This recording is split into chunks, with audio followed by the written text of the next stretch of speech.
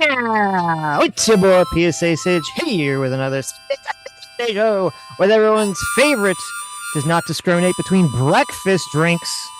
Adam Brendan. What's up, everybody? How you guys doing? We got a great video lined up today. Look at this. Candace Owens goes, videos lined up today. Candace Owens goes after Jordan Peterson. It makes exactly the same arguments all of the woke left made as soon as this shit came out. So it's kind of fascinating here.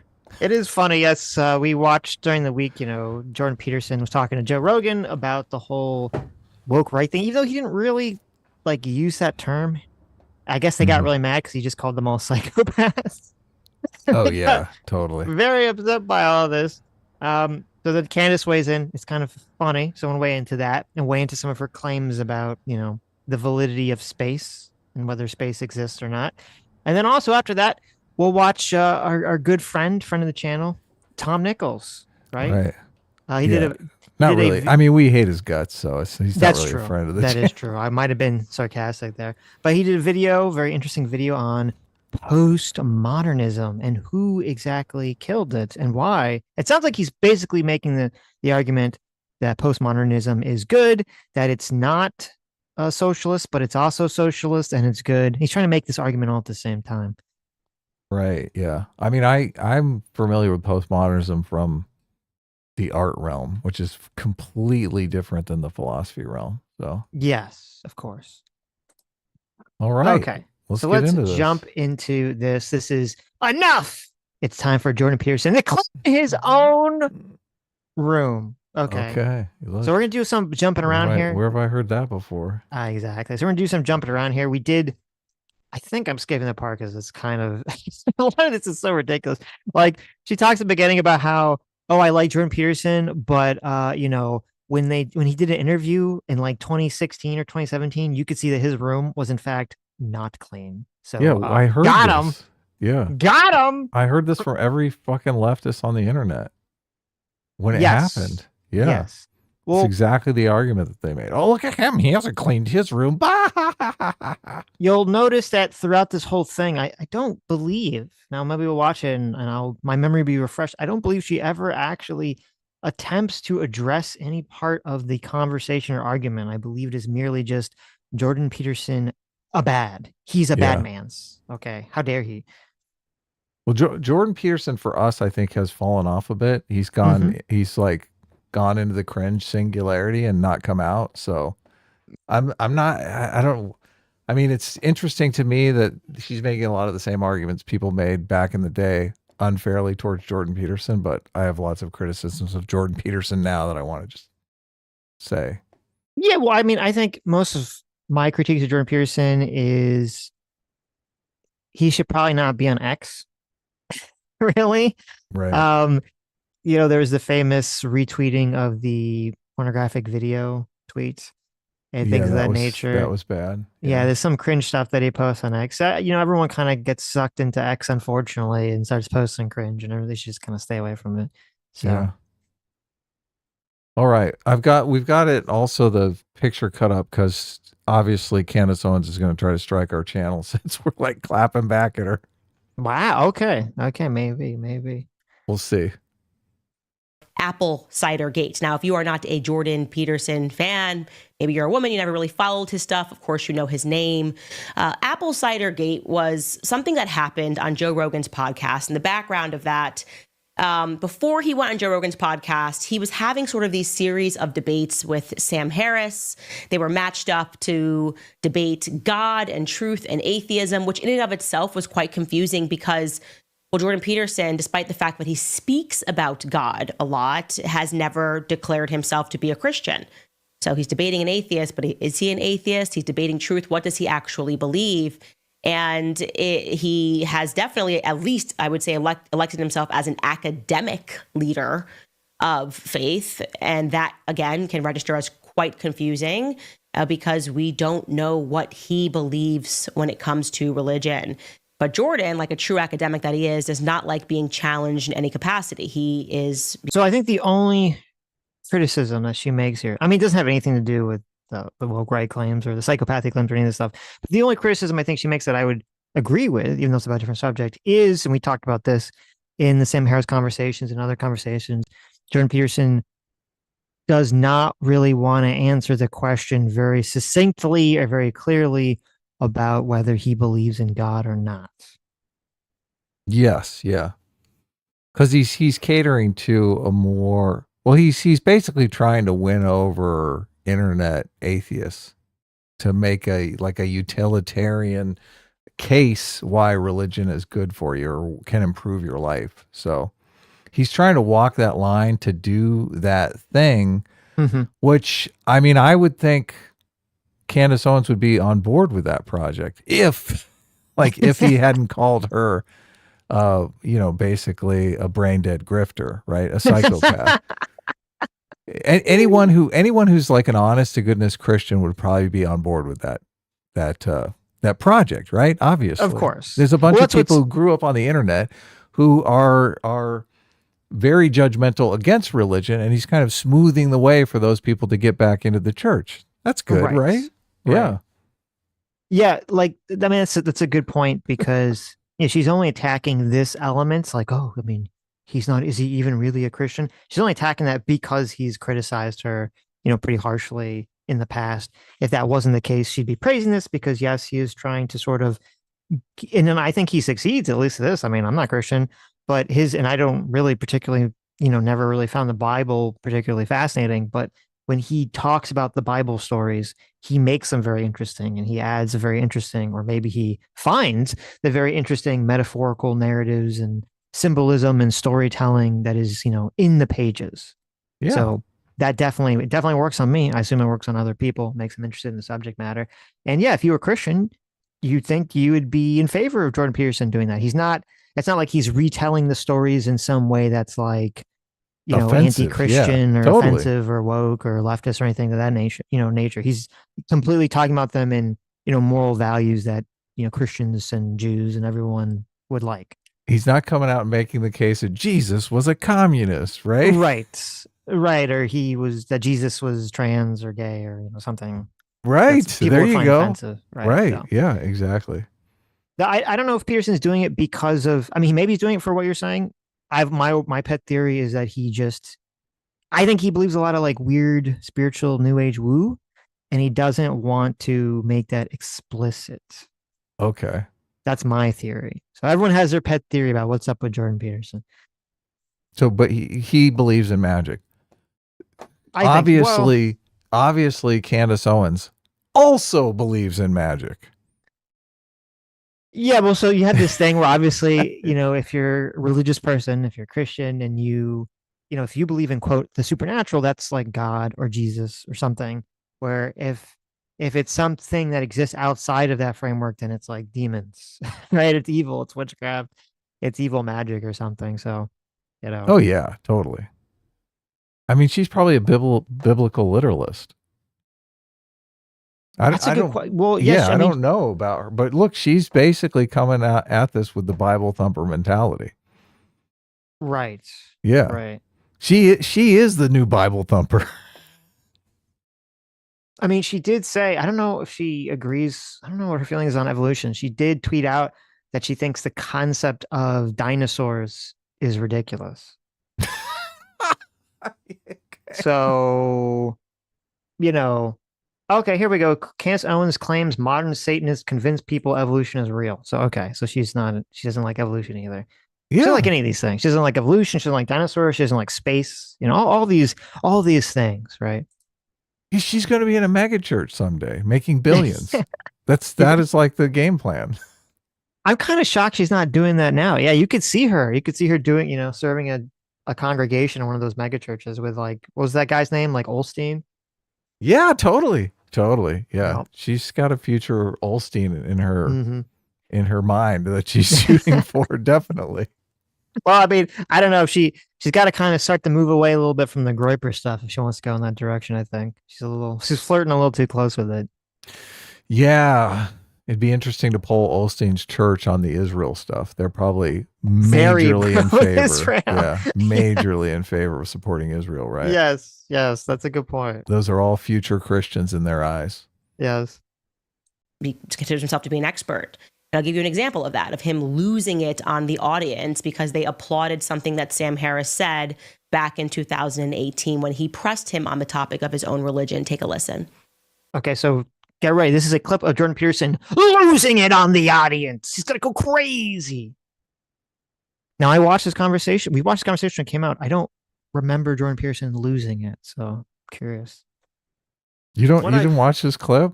I mean, he does kind of lose it. The thing that's interesting is Candace is really going for the jugular. This is a hit piece I would expect in the New York Times, which is just, it's fascinating to me that it's like, as soon as this woman has been wronged, she's like, I'm going to use every underhanded, dirty trick in the book. I'm going to clip you out of context. I'm going to find your most unsavory stuff and I'm going to make you look fucking horrible. Well, I mean, Candace has always been there's no bad tactics, only bad targets person.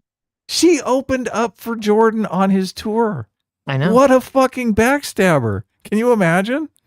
Well, to be fair to Candace, I don't know who threw the first punch. Okay. Jordan Peterson has criticized her very strongly on X. So. Okay. If it was on X, but we watched the Joe Rogan thing. I don't remember him calling out Candace Owens. I don't remember him saying it was Candace Owens, but yeah. Right. He's saying this is something we should watch out for, right? Like why is she gouging his eyes out with her fingernails here? What's going on? What did he do to her? It is interesting when you're like, oh, these people, like, you're right. He doesn't say who. He says, like, there's some people in the extreme right that are psychopaths or trolls. And they're not, and he kind of says they're not even really right wingers. They're just like trolls. They're just grifters. He doesn't name any names. And then Candace feels attacked, right? So what does that tell you? What's that tell you? Yeah. It says somebody realizes they're a grifter. They're like, oh my God, he's talking about me. Right. Fear about the way you talk about religion is that at the end of all these conversations, I'm still not sure what you believe on that point, frankly. And look at her face. She's like, yeah, what do you actually believe? Do you think that Candace believes the stuff that she's talking about? Hell no. Hell okay, no. You think it's just No, not at all. Look, does this strike you as Christian-like behavior? No. Is Candace turning the other cheek here? Is Candace reaching out and saying, look, brother Peterson, we're both believers in Jesus and turning the other cheek, right? Does she want to help him out in this mission to get some of these racists out of the Republican Party? No, she wants to fucking attack him. Yeah, no, this is so that just makes me think, look, they used to say, look, and I grew up Christian, so I have some experience with it. They used to say, look, you have to have Jesus in your heart, right? You're using Jesus as a model to model your behavior in the world, right? I would look at this and I'd think, is this Jesus like? Hell no. Hell no. Hell no. Jesus didn't say, oh, destroy your enemies, especially with someone who is like so friendly to religion. Like, why is she going after him? Why not reserve this anger for the Satan worshipers that are like putting the Satan statues up, right? He's going after Jordan Peterson. I do not approve. And if I'm not sure, no one out there is. Well, I don't know why you would expect to be sure about what someone believes. How do you think that any one of you are capable of fully articulating what you believe? You certainly aren't. You are not. That's completely ridiculous. You're not transparent to yourself by any stretch of the imagination. You act out all sorts of things that you can't articulate. But how about a best guess?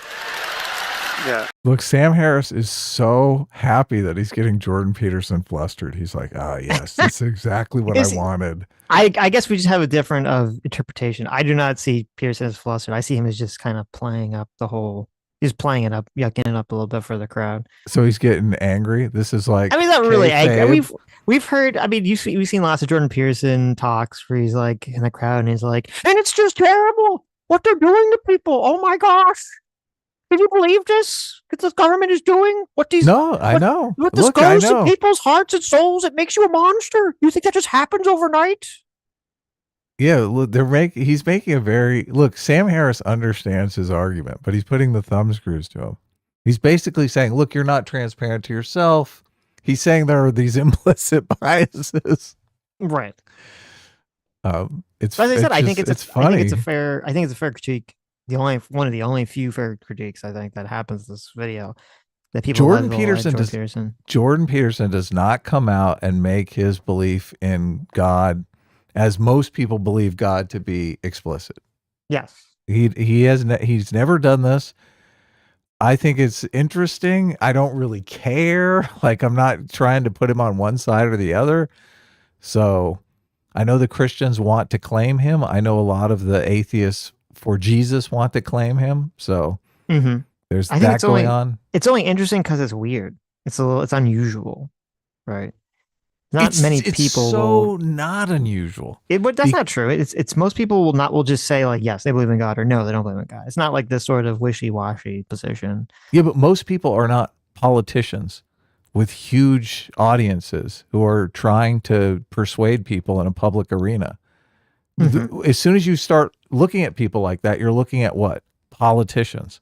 No. I'm not saying this is totally what politicians do. They try to keep it vague and nebulous so that they can take both sides of the issue. They always say that they do. Well, look, Candace Owens is saying he's lying. So, well, he's not lying. He's obscuring, right? Yeah, of course. Yeah, I'm not saying it's not. I understand the argument that you're making, and that would make logical sense. But it's not an argument. It's not a position most people find themselves in, I should say. Look, that's what makes it unusual. This look on Candace Owens' face says it all. Candace Owens right here. It's a good face. Is emoting to her audience. She's saying, "This Jordan Peterson motherfucker's lying." That's what that face says. It's a good emoji right there. Remember the words? What are words? 6%? It's. Wait. Oh, yeah. Right. I don't remember the numbers. She's making if you're a Konosuba fan, she's making the Konosuba face right there. You know, if you look, let's go all cognitive neuroscience on this, shall we? 99% of your processing is unconscious. You're not capable of articulating yourselves. If you were, you'd be omniscient. Okay, but don't give me any nonsense about that. All right. Okay. Don't give him any nonsense about that. Don't ask him to clarify what he believes in the topic of religion while he's debating the topic. At any rate, after a series of these appearances and discussions with Sam Harris, Jordan went on to Joe Rogan and kind of halfway explained that he hadn't been feeling well in some other discussions where they were kind of going round and round, and he was unable to give a basic definition of what truth was. And the reason that he gave to the public was that he was going through an unusual medical episode, which indeed involved apple cider. Take a listen. One of the things that both Michaela and I noticed was that when we restricted our diet and then ate something we weren't supposed to, the reaction to eating what we weren't supposed to was... Look at his face. She's so good at this. She's basically just signaling to the audience, this motherfucker's lying his ass off. That's exactly what she's doing. This is so bad faith. I know. This is propaganda 101 right here. Yeah, no, she's got that. I don't know. What is the name for that face where you kind of like make the disbelief. Yeah, she's like, You like suck your lips in face. I don't know if there's a name for that, but it's a good face. So. Was absolutely catastrophic. IJP Mexican sent me a Twitter clip, if you want to bring it up, I sent it to you, where Jordan Peterson does say that Jesus was God. Okay. Which is kind of interesting. So that's the first time I've heard him. I mean, it kind of cuts off, so I don't know if he says something immediately after that to make it more nebulous or something, but it is interesting because that's the first time I think I've heard him be as definitive on the subject matter. Well, we were kind of paying attention to him and then stopped because he sort of was going a little bit crazy, I think. Yes. And he was going far more like right-wing religious. So since I haven't been paying attention, for all I know, he's completely come out and said, "Oh yes, I believe Jesus is the Son of God and died for our sins, and I believe Right. all that." So I have no idea where we're at now. So Mhm. I wouldn't even hazard a guess. But she is notice all of these clips are ancient clips of Jordan Peterson. Right. They're not the newest clips. I mean, he's doing all these biblical stories and whatnot for Daily Wire and stuff. So Yes, he was in an interview with the channel The Diary of a CEO. look, that's probably He what's said going this. on here too, because she's in a flame war with the Daily Wire and he works for the Daily Wire. Of course. So this is like Of course. this is like attacking them as well. Yes. He's one of their major products. He's like, I gotta fucking take these guys down. Do I really have to bring up the tweet? You don't have You're to. gonna I have to don't want read some super chats if you want me to do that. Yes. Bring it up. Okay. Get it up, baby. Jamacker Circuit 5, thanks so much for the $20. Says Christian or not, read Revelation, best book in the Bible, in my opinion. Runner up is Song of Solomon / songs. There you go. Revelation is pretty trippy. It's pretty fun to read. So you know what? I've never read Song of Solomon. I'll be honest. I have read the terrible Toni Morrison book. Wouldn't recommend it. Total garbage, total crap. I assume the Bible version, much better. Revelations is great. It is a great book. Totally. It's fun. If you're crazy. into apocalypse. Yeah, it's like a obviously. fever dream. Yeah. And I missed from Thursday. Thanks so much, Mike Hassange, for 33 months of Discipline Equals Freedom. Says, highly recommend Sinners. Great movie. There are some musical numbers, but they're diuretic. Adam will love it. I don't know if I said that word right. Most importantly, it's scary. Just see the blood-soaked vampire Irish dancing and you know. Well, I did see it, and the Irish dancing was fucking hilarious. You did see this movie. I was curious how people in this space, this YouTube space, where we analyze media would take it. It does have the trope of the white people are obviously the bad guys. I guess there's one. I mean, there's like 4 white people in it. 3 of them are obviously like KKK. Well, there's more KKK members, but the main characters. KKK or vampires? They're KKK that become. Well, I shouldn't spoil it. Is it a spoiler? Oh, okay. Yeah. So, but there is one white girl who's kind of on the black side of things, but even she is kind of a bitch. So. Interesting. But it was, look, I didn't lose interest during it. There were some parts that kind of dragged, but so maybe I'll do a review of it. Not sure yet. Okay, you have his tweet up? Mm-hmm. Yeah. What do you got? 3, 2, 1. Ha ha ha. I'm going to ask you again because I want to be clear. Is what is the God you believe in? I think that the claim that Christ is the embodiment of the prophet and the laws, I think that's true. Okay. Yeah. So, that's complicated. It's very, very complicated, but I think it's true. So you believe that Jesus was God? God. Yeah.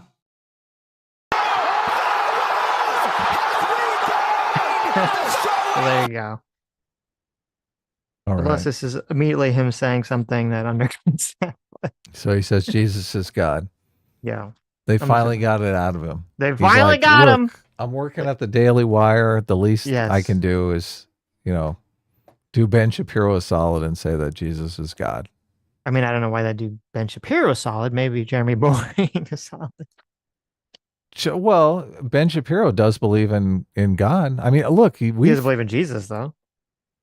Yeah, but they all believe in God. Like Jordan Sure, Peterson is Jordan Peterson ever really come out and said he believes in like the God? Well, that would be, I mean, that's what that clip was. Him saying he believes Jesus is God, right? Yeah. So, well, there you go. Okay. Well, look, I think there you go, Candace. Everyone at the Daily Wire would like it if Jordan was far more explicit. Obviously, of course, I agree. Yes, they're all wearing it on their sleeve. Like they're like, we're a fucking Christian company. Like they're not a Judeo-Christian company. Yeah, there you go. You fixed it. Perfect. Yes. Well, Candace could have looked that up if she, typed in Jordan. Dude, God that's before not she the made her hit point. piece. The last thing she wants is to see this. That's not what she wants. She wants to make the argument that the Jordan Peterson of 10 years ago is the Jordan Peterson that exists today. Right. Usual medical episode, which indeed involved apple cider. Take a listen. One of the things that both Michaela and I noticed was that when we restricted our diet and then ate something we weren't supposed to, the reaction to eating what we weren't supposed to was absolutely catastrophic. What did you do? What did you switch to? Or what did you eat, rather? Well, the worst response, I think we're allergic to, or allergic, whatever the hell this is, having an inflammatory response to something called sulfites. And we had some apple cider that had sulfites in it, and that was really not good. Like, I was done for a month. That was the first time I talked to Sam Harris. You were done for a month? Oh, yeah. It took me out for a month. It was awful. Really? Yeah. So I would say, so, look. So this is right before this whole truth conversation with Sam Harris that got stuck in the mud. During. So I think the day I talked to Sam was like the worst day of my life. Not because of talking to Sam, but it was just physical. Oh, Jesus, I was so dead. But I didn't want to not do it. Because apple cider, like what was it doing? Sulfites in it. What was it doing to you? Oh, it produced an overwhelming sense of impending doom. And I seriously mean overwhelming. Like, there's no way I could have lived like that if that would have lasted for... See, Michaela knew by that point that it would probably only last a month, and I was like... A month? Yeah, from a month. Cider? Oh, I didn't sleep that month. I didn't sleep for 25 days. I didn't sleep at all. I didn't sleep at all for 25 days. How is that possible? I'll tell you how it's possible. You lay in bed, frozen in something approximating terror for 8 hours, and then you get up. Oh, my God. Oh, yeah. Not and good. This is from cider. From cider. That's what we thought, yeah. I'll admit I'm not an expert. I just know that apple cider is just an apple. It's just an apple being juiced. And they don't add anything to it. It's just an apple. And I have never prior. First of all, That's fact bullshit. check. Okay, that is apple juice. Obviously, they add things, right, to make it apple cider. How dare you? How dare you, Candace? To that discussion, heard of that sort of a reaction. Now, this conversation, to be clear, took place in 2018. Okay.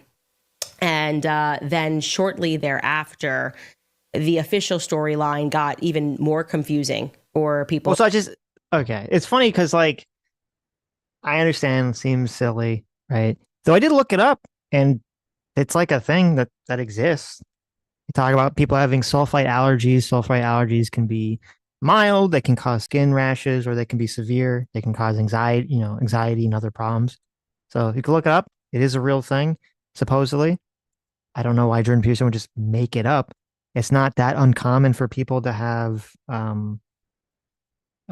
allergic reactions or even anxiety reactions to certain types of food. I don't think that's that weird. So I know it seemed like that was something that, like, people didn't really talk about 5-10 years ago, but I feel like now more and more people are starting to realize, oh, you shouldn't. Some people have reactions to gluten, some people have reaction to all sorts of things, and they find that it actually does have some kind of impact on their mental processing. So, but I do think it's funny that Candace, who doesn't believe in evolution, thinks it's conspiracy, thinks dinosaurs is conspiracy, thinks people going to space is a conspiracy, thinks that Bill Gates, is like genetically engineering mosquitoes for some reason is a conspiracy. She thinks that they're doing some conspiracy to make, to put fluoride in the water, to change beef. She thinks it's like, I've never in my entire life heard Candace Owens dismiss a conspiracy. But when Jordan Peterson is like, oh, I had some severe allergic reaction to sulfites and apple cider vinegar, she's like, oh, this is the most crazy thing I've ever heard in my life. This is ridiculous. This is preposterous. Yeah, if the apple cider gave him autism, she'd be all in, right? She'd be like, yep, that's what it does. If Jordan Peterson said, like, that he got the vaccine and it, like, causes problems, she'd be like, oh, there you go. 100%, right? Of course, yeah. But, no, it's perfect. She's just, and I'm sure, look, all this hyperbole that he's throwing out there, I'm sure she hates it when Trump does the hyperbole too, right? Oh, God.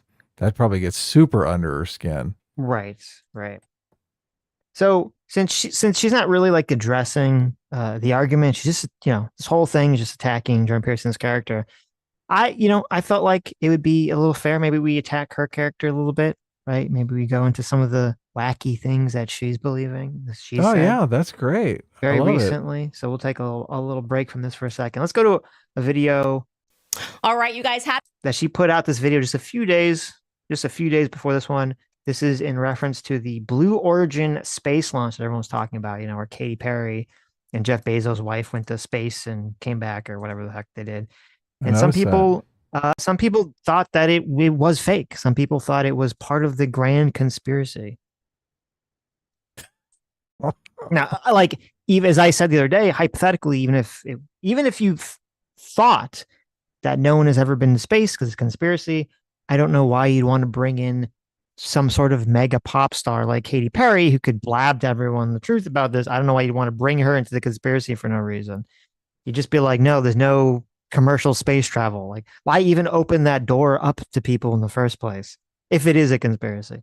Right. Yeah. That's dumb. I literally cannot defend you. Okay. You must come to terms with the fact. She played a clip of Matt Walsh, who was criticizing Katy Perry, and now she's explaining her problem in a somewhat joking manner that she has with Matt Walsh. Okay.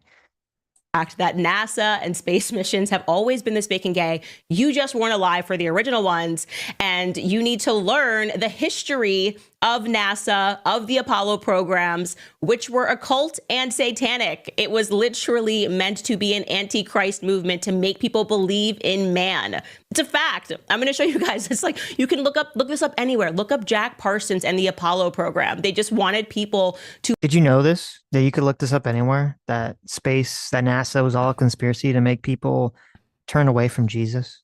I don't think you could look that up at the library. You'd have to look that up on the internet. That's where you'd have to look that up. Right. It's kind of fascinating because, you know, the space race in America was America that was led by, JFK at the time, good Catholic boy, right? Versus the dirty, godless communists in the Soviet Union. And so it's interesting. And so much of the space race was about, like, what form of government, what society was better? Was it, liberalism, and that has freedom of speech and freedom of religion and was, viewed as a more God-fearing, religious nation? Or was it the government authoritarian, you all must be atheists, USSR? And so it's so bizarre to then recast that situation as, well, no, America winning the space race was actually part of a conspiracy to make everyone atheists, when it was the literal opposite. What? Really? I don't know this conspiracy, so. Yes. I don't watch Candace Owens. Well, she's going to go into it, and then I looked into it. It was very fascinating. Yes. Can't wait to learn this new conspiracy. Yes. Movement to make people believe in man. It's a fact. I'm going to show you guys. It's like, you can look this up anywhere. Look up Jack Parsons and the Apollo program. They just wanted people to believe in scientific advancement. The guy who created the Apollo program was this guy, Jack Parsons. Can you pull up this clip, Skylar? This is from a podcast, the Science History Institute Museum and Library. This is one of their podcasts. So just to be clear, because I'm going to let her finish, but I'm going to let you finish. But she just said that this Jack Parsons guy created the Apollo program, right? You heard that. You heard her say those words. I did. Okay. Right. Let me go back. Was this guy, Jack? You can look this up anywhere. Look up Jack Parsons and the Apollo program. They just wanted people to believe in scientific advancement. The guy who created the Apollo program was this guy, Jack Parsons. Can you pull up this? Okay. Jack Parsons, who I'm going to get into in a second. I just want you to know he died in 1952. Wow. Quite some time ago. Not NASA did not exist until 6 years after he died. Oh my God. Well, that's inconvenient for this argument. So it's a little difficult. I don't know. Maybe his ghost came back and he possessed someone and started the Apollo program. But yeah, he died 6 years before NASA even existed. And when he died, he was actually blacklisted from the government for being a suspected communist and weirdo. So just keep this in mind here. Okay. Oh my God. That's hilarious. But this is the basis for Candace Owens' argument that space is fake and gay. Mm-hmm. Okay. This clip, Skylar, this is from a podcast, the Science History Institute Museum and Library. This is one of their podcasts. And you scroll down here. and you again are probably gonna have to make this bigger for my eyes, but at the top here, Jack Parsons was a brilliant rocket scientist, but he lived a wild lifestyle with a devil may care attitude. He was pretty relaxed about safety and dabbled in drugs, occult practices, and sex cult rituals. It would all eventually catch up with him, though, and quite literally they were throwing these sex rituals, and he believed that he had summoned the devil, and the devil told him that he needed to create a moon child. Next thing you know, they're telling us we made it to the moon. I mean, you got to look into Look, you can't be as smart as Candace and not be a total grifter. Like, she has to know that this is bullshit. I don't know. She's not that dumb. She's not that dumb. Well, okay. There's this thing that remember, part of intelligence is the ability to see connections. And I feel like a lot of people that buy into this wacky shit, it's because they are smart and they can make all these ridiculous connections. All the connections are nonsense, but they can piece these little things together in their mind. And they're like, aha, it all makes sense now. Yeah, so? The moon child, Adam. Listen, this guy who died 6 years before NASA existed, the devil spoke to him and told him to make a moon child, and then he died, and then he came back as a ghost, and he's like, we need to make it to the moon to beat the commies. Making those connections is one thing. Okay, that does require a level of intelligence, right? Yes. But knowing which connections are fictitious and which ones have some merit to them, that's also requires intelligence. I would say that requires wisdom. Mm-hmm. And if we use the Dungeons and Dragons stat sheet, wisdom and intelligence are two different statistics. So obviously, Candace can be very high in intelligence, but very, very low in wisdom. Okay. She uses his big brain to fall for all the dumbest shit ever. Look, she could be moderately intelligent and be lying her ass off. Or that's always possible. Yeah. I think it's be a dirty liar. It's more likely that she's lying. Probably. Probably. Yeah. I don't buy to this. Jack Parsons and the origin of NASA. I'm telling you, space has always been exceedingly fake and gay. It was fake and gay when the men did it, and it's now fake and gay because the women did it. So go back. She's saying it's fake and gay. Yes. Yeah, you go up to space, it turns you fruity. And you get through that radiation belt, it just does something to your balls. Makes you like men. Fake, I understand, but how is the origin flight homosexual? Well, it looks like a big penis, right? You saw it's like a giant. But it had a penis bunch of vaginas in it. It wasn't all women on that. Yeah, but what about when there's men in it, right? Do they go up? They're only up there for 8 minutes or something. What do they do? Have gay sex up there? They get gay married in space. There you go. There you go. I don't understand why you have to add the association of gay to it's just a meme to say something is fake and gay. That's all it is. Okay. Yeah. I can watch our NASA episode to learn more about the establishment of the Apollo program and why it's always been occult and satanic, and about devil worship and about the Antichrist. It's just undeniable. It's like a part of history that's just real. So it's just undeniable. Okay. So I looked into this. I was very curious. I never heard this claim before. And it's already said, obviously, this Jack Parsons guy, he died 6 years before NASA, so that part has to be wrong. But I was curious about these other, elements of it. What is this about him trying to summon demons, and who was this guy? So I looked into it. Okay. So this guy, he did in 1939. Okay. So a while ago, he worked on a team, and that team was the first team to create stable, practical rocket fuel. Wow. And thus, obviously, was this something that could possibly get you high or hallucinogenic? I don't know. Now, he did do a lot of drugs. Okay. Yeah, that's what they were saying earlier. So I thought he did do tons of drugs. He's I'm trying to perfect LSD here and accidentally made rocket fuel. But know, whatever. Whatever happens. Yeah, exactly. I'm trying to blast my mind off to space, accidentally blast a rocket off to space. Yeah, that's it. Exactly. But so this is the connection that Candace and I guess these other retarded conspiracy theorists make, is that because he was involved in creating rocket fuel in 1939, now that rocket fuel was used for warfare purposes. You know, you have, what is it, like 20x years later after he's dead, NASA comes into being, the Apollo missions come into being. So therefore they try to make this connection here.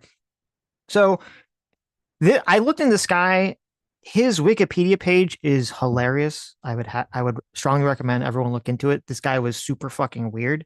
So he was blacklisted by the government, as I said, in 1947 for being an occult weirdo, for being suspected Marxist. And when he was unable to get work, he resorted to, get this, bootlegging nitroglycerin for money. Okay. Wow. Okay. He was literally selling nitroglycerin to get money. He also worked as a car mechanic and a manual labor at a gas station, all because he was like desperate. So in this time period, he hooks up, he's really big into the occult. He's really big in the mysticism. He's really big in the drugs. And guess who our friend Parsons hooks up with? He hooks up with the master occultist himself, L. Ron Hubbard. Wow. That's right. Okay. Wow. This is like 1930s, right? Yeah, this is the 40s. This is 1940s. Okay. So let me read. I want to read you some passages from the Wikipedia page because it's very funny. So it says, science fiction writer and U.S. Naval officer L. Ron Hubbard soon moved in with Jason Parsons. They lived together. Okay. He and Parsons became close friends. He moved in with his drug dealer. Yes.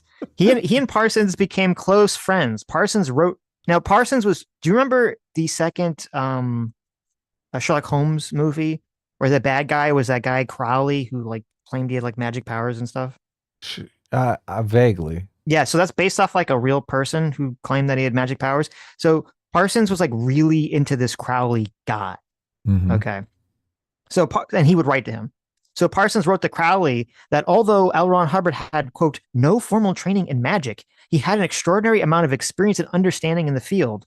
From some of his experiences, I deduce he is in direct touch with some higher intelligence, possibly his guardian angel. Right. Okay. Now, Parsons was in a open polyamorous relationship with a woman named Sarah at the time. Okay. But then when L. Ron Hubbard moves in, she becomes enamored with him instead. With L. Ron Hubbard? Well, look, he didn't put a ring on it. So. He didn't. And wouldn't you know it, L. Ron Hubbard, the man, the myth, the legend, swoops in and steals Parsons' girl right from under him. Okay.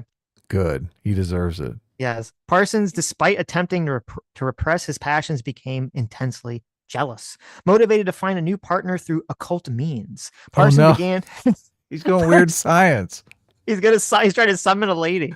Parsons began to devote his energies to conducting black magic rituals, causing concern among fellow members. He had like lived in this like commune, fellow commune members who believed that he was invoking troublesome spirits to the commune. Yeah, he wants Elrond to die.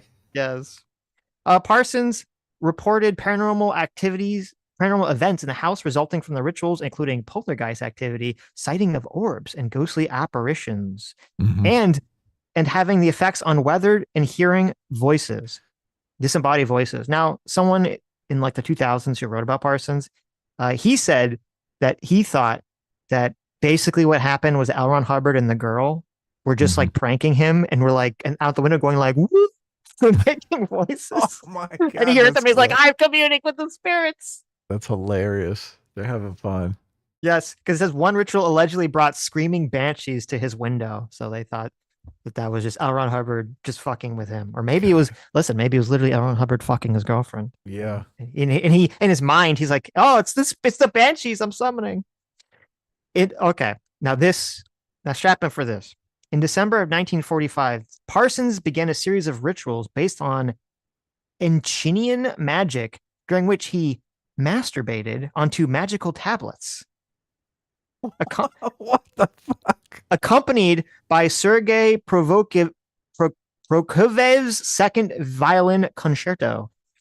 Now, he describing this magical operation as Babylon working. He was hoping to bring about the Thelmite goddess Babylon onto Earth. So he thought that jacking off on magic some tablets. What are the tablets? Summon. It doesn't say. A nice stone tablet or something? Yeah, just nice stone tablets that got, pretty pictures of this goddess Babylon probably doing, sexy things, right? Yeah. But okay. But get this. So he didn't just jack off onto these magic tablets. He told L. Ron Hubbard to take part in this ritual as a scribe, believing that L. Ron Hubbard was particularly sensitive to detecting magical phenomenon. Okay. So he's writing with the semen? Is that what's going on here? No. So he gives him the fluid for his quill? No. The scene is that Parsons is like, listen, I'm going to do this magic ritual. I'm going to summon this goddess, okay, by by jacking it on these tablets. And he goes to L. Ron Hubbard. He's like, L. Ron, okay, my man, I want you to document this ritual. I want you to sit there and watch me check on these tablets and use your magic powers, your abilities to scan for any sort of spiritual activities as I engage in this ritual. This guy's so gay. This guy is so gay. He's hoping how this ritual ends is with his pee-pee in Elron's mouth. That's what he's shooting for. No, L. Ron Hubbard did do this. L. Ron Hubbard sat there with a pen and paper and watched as this Parsons How guy bad was he laughing? spanked it onto magic tablets while Hubbard was claiming to scan the astral planes for signs and visions. Oh, the astral planes. That's what they're calling it these days. Right? Yes. More like the Astro Glide. Oh, that's how you get all lubed up to slip into the astral plane, right? You gotta get some magical. All right. So how did this end? Well, describe the thrust of the ejaculation. There's no twist. So obviously, what did the demon goddess look like? This did not work. This did not bring it failed. My goodness. Didn't do anything. I couldn't imagine something like that happening. Right. But so this is where the Moonchild thing came into. So this guy Crowley, he wrote a book in 1917 called Moonchild, which wasn't about going to the fucking moon. It was about like in most, you can bring in Jordan Peterson. It's actually really relevant. You know how in most symbology, the sun represents masculine energy and the moon represents feminine energies. Yeah, totally. Yeah, and this Crowley guy thought that there was some imbalance of masculine and feminine energies and that there'd be this feminine energied mystical child that would be born. And that would be called the Moonchild because it would be the embodiment of the sort of feminine energies. Okay. Had nothing to do with with going to the moon at all, like physically whatsoever. Right. Candace is just a retard.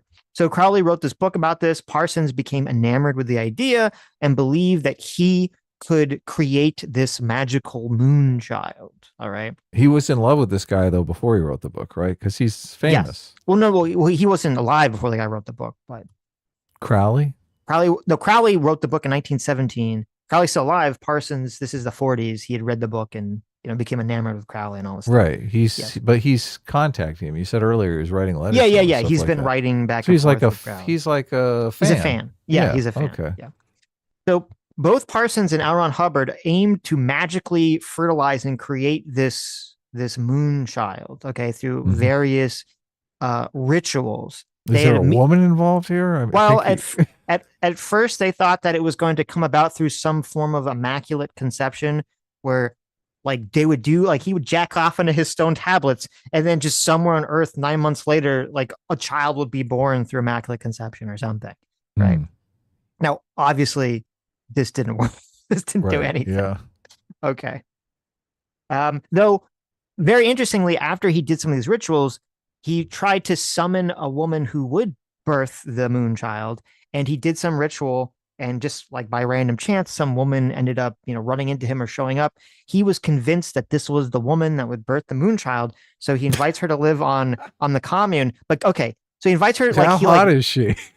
I don't know what she looked like, but apparently this like Parsons guy was like pretty, he's pretty slick, he's pretty charismatic. So he woos this girl back to the commune. She's like living there. He doesn't tell her like that he has this notion that she's going to birth the moon child. Right? Oh my God. Right. And so, but here's where it's like super weird. So he's like fucking this girl. Okay. He invites this girl to live on this commune. He's like banging her and he's having all of the weird cult people, including L. Ron Hubbard, like watch him fuck this woman. Does she know? Are they watching through? She knows that they're watching and she thinks that they're just like hippies or polyamorous or something. She doesn't know that they're watching because they're like, oh, he's going to birth the moon child. Birth of the moon child. Yes. Did she want to get pregnant? Does she know she's I don't know. I didn't planning see if on she actually impregnating her? knew she wanted to be pregnant, but obviously she did not end Interesting. up getting pregnant. She did not birth any moon child. She's like, I'm nothing on the that. pill, guys. Yes, right. Yeah, so that obviously nothing came about to that. Okay. So then after all that, Parsons co-founded a company called Allied Enterprises with L. Ron Hubbard and with his ex, Sarah, into which, big mistake, Parsons invests his life savings of $20,000 back in the 40s into this company. Now, L. Ron, our master floof goofer here, okay, a very trustworthy individual, suggested that with the money, they traveled to Miami to purchase 3 yachts, which they would sail through the Panama Canal to the West Coast, where they could somehow sell them for profit or something. You can get 3 yachts for 20 grand? Wow. I mean, it's 1940, right? That's great. Yeah. Now, Parson agreed to this L. Ron Hubbard scheme, even though many of his friends warned him and told him to not trust L. Ron Hubbard. Look, he already stole your fucking girlfriend. Maybe you should wake up. Right.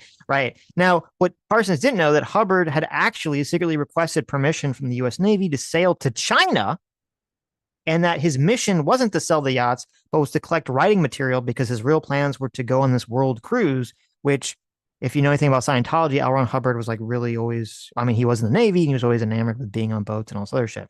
So apparently, L. Ron Hubbard and Sarah just like absconded with the money and a boat, and they left Parsons flat broke and defrauded. Okay. Wow. Okay. So he totally floofed the goof there. Parsons was very upset, obviously, to discover that he left for Miami with all of the money and suspected a scam. However, L. Ron Hubbard called him and assured him that everything was cool, and he felt like he's like, oh, okay, that's fine, and he felt confident again. L. Ron Hubbard. That is until his best boy Crowley heard about all this and actually sent a telegram to Parsons calling Parsons a weak fool and a victim to Hubbard and Sarah's obvious scam, and convinced Parsons that no, they just scammed you. So then they got into this whole legal battle back and forth about the whole situation in order to Parsons to try to get his money back. So he finally did establish a relationship with Crowley. Well, Parsons they had been Crowley communicating like right. They're like through pen letters pals. and stuff. Yeah, they're pen pals. Okay. Yeah. But he told him the truth. He's like, listen, dude, this guy fucked you over. You need to figure it out. Right. The most obvious scam artist on the planet here. He gave him some dad advice. Now, it's funny. So L. Ron Hubbard and Sarah tried to flee aboard the yacht to escape Parson and to escape justice. But on the way out, they end up getting hit by a squall and thus are forced to return to port. And because of this, Parsons was convinced that he brought the squall upon them by unleashing a banishing ritual from a pentagram that he cast. This guy. Wow. Okay, so the company they ended up creating ended up being dissolved in court, and Hubbard was required to reimburse Parsons for the money. However, he did try to sue Sarah too, but dropped the charges because apparently when he started his relationship with Sarah some years ago, she was underage at the time, and she threatened to report him for statutory rape. Oh, look at this. She got him. Yes. She Me Too'd his ass. She totally did. So even though he had invested his $20,000, at the end of the day, he only got back $2,900. Right. So there you go. What a crazy story. Oh, wait. And then Hubbard, no, at the time, and this is even crazier, Hubbard steals his fucking girl, right? But at the same time, he's married to a different woman, and then he gets also bigamously married to Sarah, who then goes on to help find Scientology and Dianetics. Okay. Right. Now, this is when all this information about L. Ron Hubbard and this guy came out. This is very funny. In 1969, in some article in the newspaper, L. Ron Hubbard released a statement, or the Church of Scientology released a statement saying that actually L. Ron Hubbard was sent to subvert Parsons as an undercover U.S. agent because he was into black magic and to save Sarah from the influences of his occult magic. Whether or not that's true is It's 100% not true. right. Okay. It's just him trying to protect his reputation. Oh no, listen, I wasn't part of some weird, sex occult stuff. I was just saving this poor child, saving this poor girl who's now my wife. One of my wives. Right. Okay. So then he kind of gets a job again with the government, and then they blacklist him permanently because they say you're a fucking weirdo and we can't have you working with us. We think you're a Marxist and you do all this like weird magic shit. Okay. So unable to pursue his scientific career anymore and without his wife and devoid of friendship, Parsons decides to return to occultism and embarked on a sexual-based magical operation with prostitutes. This is so good. And at the same time, in order to make money, he finds a chemical manufacturing company, which was based in North Hollywood, which created pyrotechnics and explosives such as fog effects and imitation gunshots for the film industry. Yeah, what year is this? This is in the, I don't know. It's like 1947, I guess, 1948. This is crazy. Or it's the 50s. Yeah, the early 50s, 1950. So, and so at the same time, he's like super paranoid now that the FBI is spying on him because everyone's been blacklisting him and all this other stuff. And he's, obviously he's like high in drugs all the time. Selling nitro on the side. Yes. And so the year is 1952.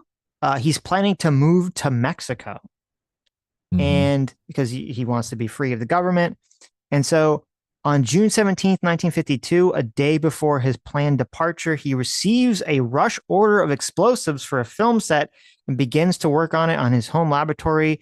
However, an explosion destroys the lower part of the building, during which Parsons is killed.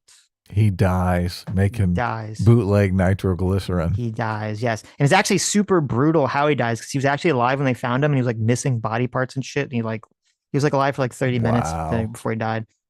Wow. Okay. This is crazy. So, yes. But all this was before the founding of NASA. This is 8 or 6 years before NASA even exists. Right. Okay. All this crazy shit's going on. So the Pasadena Police Department led the investigation. They concluded that Parsons had been mixing fulminate of mercury in a coffee can when he dropped it on the floor, causing an initial explosion that triggered a larger blast among other explosive chemicals in the room. What the fuck? One of Parsons' friends considered this a likely scenario, stating that Parsons often had sweaty hands and could have easily dropped the can. However, some of his other friends rejected this explanation, saying that he was very attentive about safety, which obviously not safety around his girls. 2 colleagues from his company described his work habits as scrupulously neat and exceptionally cautious. The later statement from chemical engineer insists that the explosion was actually part of a conspiracy and must have come from beneath the floorboards, implying an organized plot to kill Parsons. Oh, of course. Before he could run away to Mexico. Yes. I knew this was coming. The government killed him.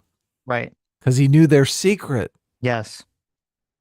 The police, however, accepted these inconsistencies were incongruous, but described the manner in which Parsons had stored his chemicals as criminally negligent, and noted that Parsons had been previously investigated by police for illegally storing chemicals at his house. He also was found with a morphine-filled syringe at the scene, suggesting that he might have been under the influence of narcotics. Oh my God. He's nodding out for morphine. Yes. The police no wonder he dropped the can. Yeah, exactly. The police saw insufficient evidence to continue the investigation and close the case as accidental death.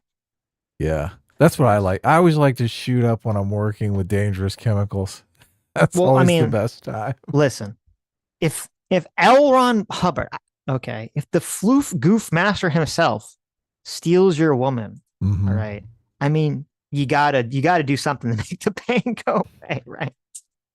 Yeah, I mean, drugs are pretty fun as it is. So I mean, L. Ron Hubbard's not, he wasn't a good-looking man. All right, he wasn't some shadowy-looking individual.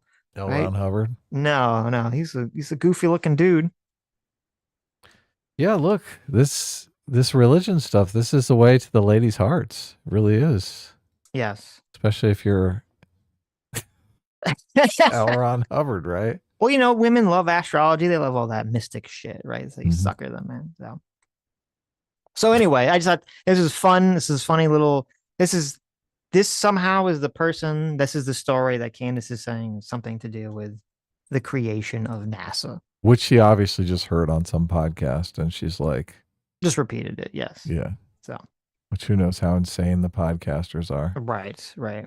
There's not any pictures of L. Ron Hubbard. Young, All right, you guys have. So. Well, maybe this is him. Yeah, there's some pictures, but I'm gonna bring up a picture so you guys can see. You guys can judge yourself. Well, he was born in 1911, so he would have been like in his 30s or 40s at the time. So he wouldn't have been like that young. He doesn't look too bad here. I got him in his uniform. Well, he was younger then, but yeah, that's what you're looking for. Look, you can't judge a guy who's some fucking geezer. Well, he was. I mean, he was at the time. Oh, and he was hooking up with this lady? I thought he was in like his late 30s. Late 30s? Yeah. That's not too bad. That's a geezer. Okay. Are you in your late 30s? Maybe. A fucking geezer. You want to see a pic? Okay. I guess you want to see a picture of the other guy so you can have a comparison. Yes. Let's do that. Send me a picture of that guy. You'd see, right? That's what we need. It's funny. He has a very socialist Zoomer vibe now that I see a picture of him. Got to do the compare and contrast. Right. He looks definitely like he would be a Hassan fan. Okay. Where's the fuck? Oh my God. Oh my God. Oh yeah. I understand what Sarah was thinking now. She was like, fuck this guy. This guy's gonna die in an explosion. There you go. This guy looks like he masturbates onto tablets. You have like the meme comic of like, honey, it's time to go to bed. And he's like, not now. I'm summoning the goddess. He's like in the other room, masturbating on the tablets with Ellen Hubbard's like furiously writing down in his notebook, like describing the process in like very explicit detail. Yeah. Yeah. Okay. Good stuff. Now we know. We've seen the truth. Now you know the truth about NASA. Yes. Okay, let's get back to some Candace Owens here. Look at that. Look at that pause game. Okay, that's so good. That's Candace Owens mid finding out about the tablets. Okay. It looks more like she just shot up some morphine. Oh, there you go. Years ago, actually, on his 12 Rules tour. And he called receiving end of this. What? Receiving end of she's talking about how she worked for him. Yes, how she did the opening for the 12 Rules stuff. Of this had nothing I was thinking that Jordan has to know the secret about how intelligent she is, right? Because he's talked to her privately without some audience to please. So I see. Yeah. You think maybe that's what she's worried about? He's like, Jordan knows the truth. Well, you can't really assess someone until you talk to them privately, right? You have some relationship with them privately. Mm-hmm. Yeah. He might think, oh, yeah, she's a fucking ditz. I hired her once and I realized this woman's an idiot. Mm-hmm. A fine relationship with Jordan Peterson. I opened for him years ago, actually, on his 12 Rules tour. And he called me a pharisaical pretender. This is a real tweet because I said Christ. Oh, okay. Well, all right. That goes directly to what you're saying, that they talked in private. He's like, oh, this person is full of crap. Okay. Are we going to read these? She doesn't read them. So yeah, this is the exchange that hit things off. So, I'll read. She doesn't show it. I'll read what she's responding to because she doesn't obviously tell us what she's responding to. So this was a tweet from March of this year. She's responding to Andrew Clavin. He's one of the Daily Wire people. He says, the problem with arguing with anti-Semites is that they are genuinely as stupid as bricks. They say, quote, Christ is king and America first, then make excuses for Iran's government of radical Islamists dedicated to U.S. destruction. They think Gentiles have tormented and persecuted Jews in one nation after another, so therefore there must be something wrong with Jews. Really, Sherlock, they're not even smart enough to be feckless clowns. Jews are less than 3% of our population and have made amazing contributions in science, industry, finance, and entertainment. That's not even to mention the bagels. Oh, the bagels. While Jews have their evildoers, just like everyone else, the anti-Semitic conspiracy theories about Nagasaki and the Bolsheviks and Leo Frank are truly the work of semi-literate morons. I know they like to flood social media with ugly garbage. It's all they got. But paying attention to them lowers your IQ more than fluoride and doesn't even help your teeth. Best to leave them to play with themselves. Nice. Nicely said. Now, this wasn't addressed at least it wasn't directly addressed at Candace Owens or anyone specifically. Right. He's just saying that. But Candace Owens needs to chime in here because she's like, wait, I have Christ as King in my bio. Right. So then Candace responded to that saying, thank you for re-upping this most crucial conversation about Christ as King almost exactly a year later. And once again, during the season of Lent, after a year of thoughtfulness, I want you to know that I will never stop declaring it. Right.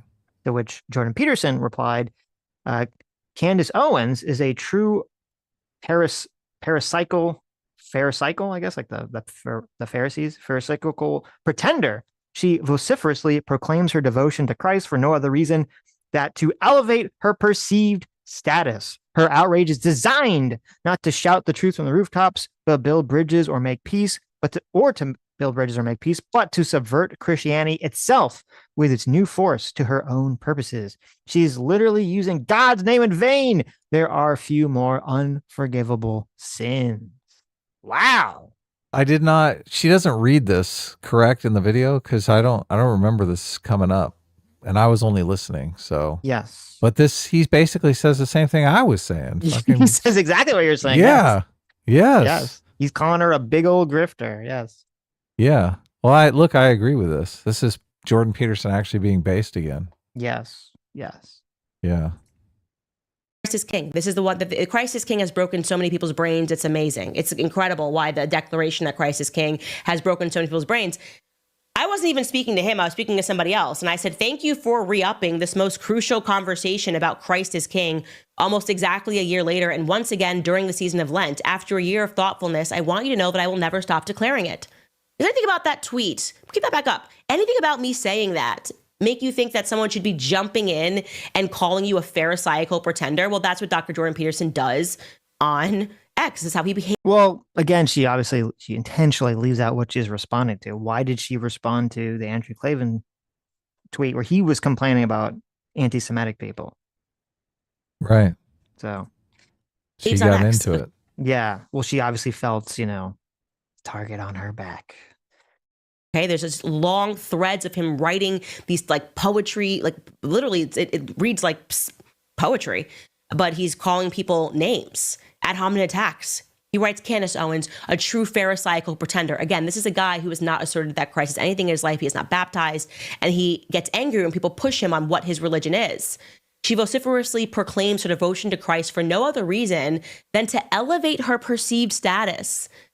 Her outrage is designed not to shout the truth from the rooftops, but to build bridges or make peace, but to subvert Christianity itself with its new force to her own purposes. She's literally using God's name in vain. There are few more unforgivable sins. Okay, so she does read it. So points for that. There you go. Okay. Or I just said Christ is King because there was a renewed attack on the phrase, which was being sponsored by Dr. Peterson. Dr. Peterson teamed up with the ADL. So before she talks about this, it's interesting. Well, there's two things. I did look into this Christ is King thing because there's information about this that I haven't really heard people talk about, which I was unaware of until I kind of looked into this. But the whole Christ is King thing, this could be solved so simply. Okay. Because we'll say there's two groups of people. There's the group of people who, when they say Christ is King or they hear the phrase Christ is King, they mean it in a general spiritual sense. They mean it that, Jesus is their Lord and Savior, that, he's God, that they should be living a moral life in line with Jesus's and the Christianity's teachings and, blah, blah, blah, blah, blah, right? That's what one group of people mean when they hear the phrase, Christ is King. And there's another group of people who mean something very different, who mean that they believe that in America, that we should get rid of the First Amendment, that there shouldn't be freedom of speech, that there shouldn't be freedom of religion, that we should be not a democracy, but we should be living under a Christian theocracy where non-Christians don't have the right to vote, they don't have the right to own property, they don't have the right to have businesses, maybe they'll end up being kicked out of the country, et cetera, et cetera. That's what the second group of people means. Now, if Candace or any of these other people, like Cernovic or Posavik or any of these other people, were being honest, okay, they could solve this problem so simply. All they have to do is explain the two groups, as I did, say there's these two groups of people, and say, I don't agree with the Christian theocrats. I don't like those people. Fuck those people. Fuck the Groypers. Fuck all those people. I'm in favor of freedom of speech. I'm in favor of freedom of religion. Okay. I'm in favor of living in a democracy. Fuck the weirdo theocracy people. When I say the phrase Christ is King, I just mean it in this religious sense. And I don't want to let the bad actors take the phrase away from me. That's all they'd have to say. That's all they would have to say to make the position crystal clear. But do they say that? Do any of them say that? Does Candace say that? Do any of these other people say that? No. Why don't they say that? Well, they don't say it for one of two reasons. Either A, it's because they are Christian nationalists. They do agree with they are using it in the Christian theocratic means, or they know that a large part of their audience means it in that way, and they don't want to turn those people off from watching their content, from giving them money. Or C, both. All of the above. Yeah. All of the above, right. Yeah. It is all of the above. Yes. And so that's, and this is kind of funny because she has this whole thing where she's criticizing, this is the irony here. She has this whole thing where she's criticizing Jordan Peterson for being too vague about his belief of God and all this other stuff. Though, we played the clip recently, he's been a little more specific. And I agree with that. I think he should be specific. But then you have her doing the literal exact same thing.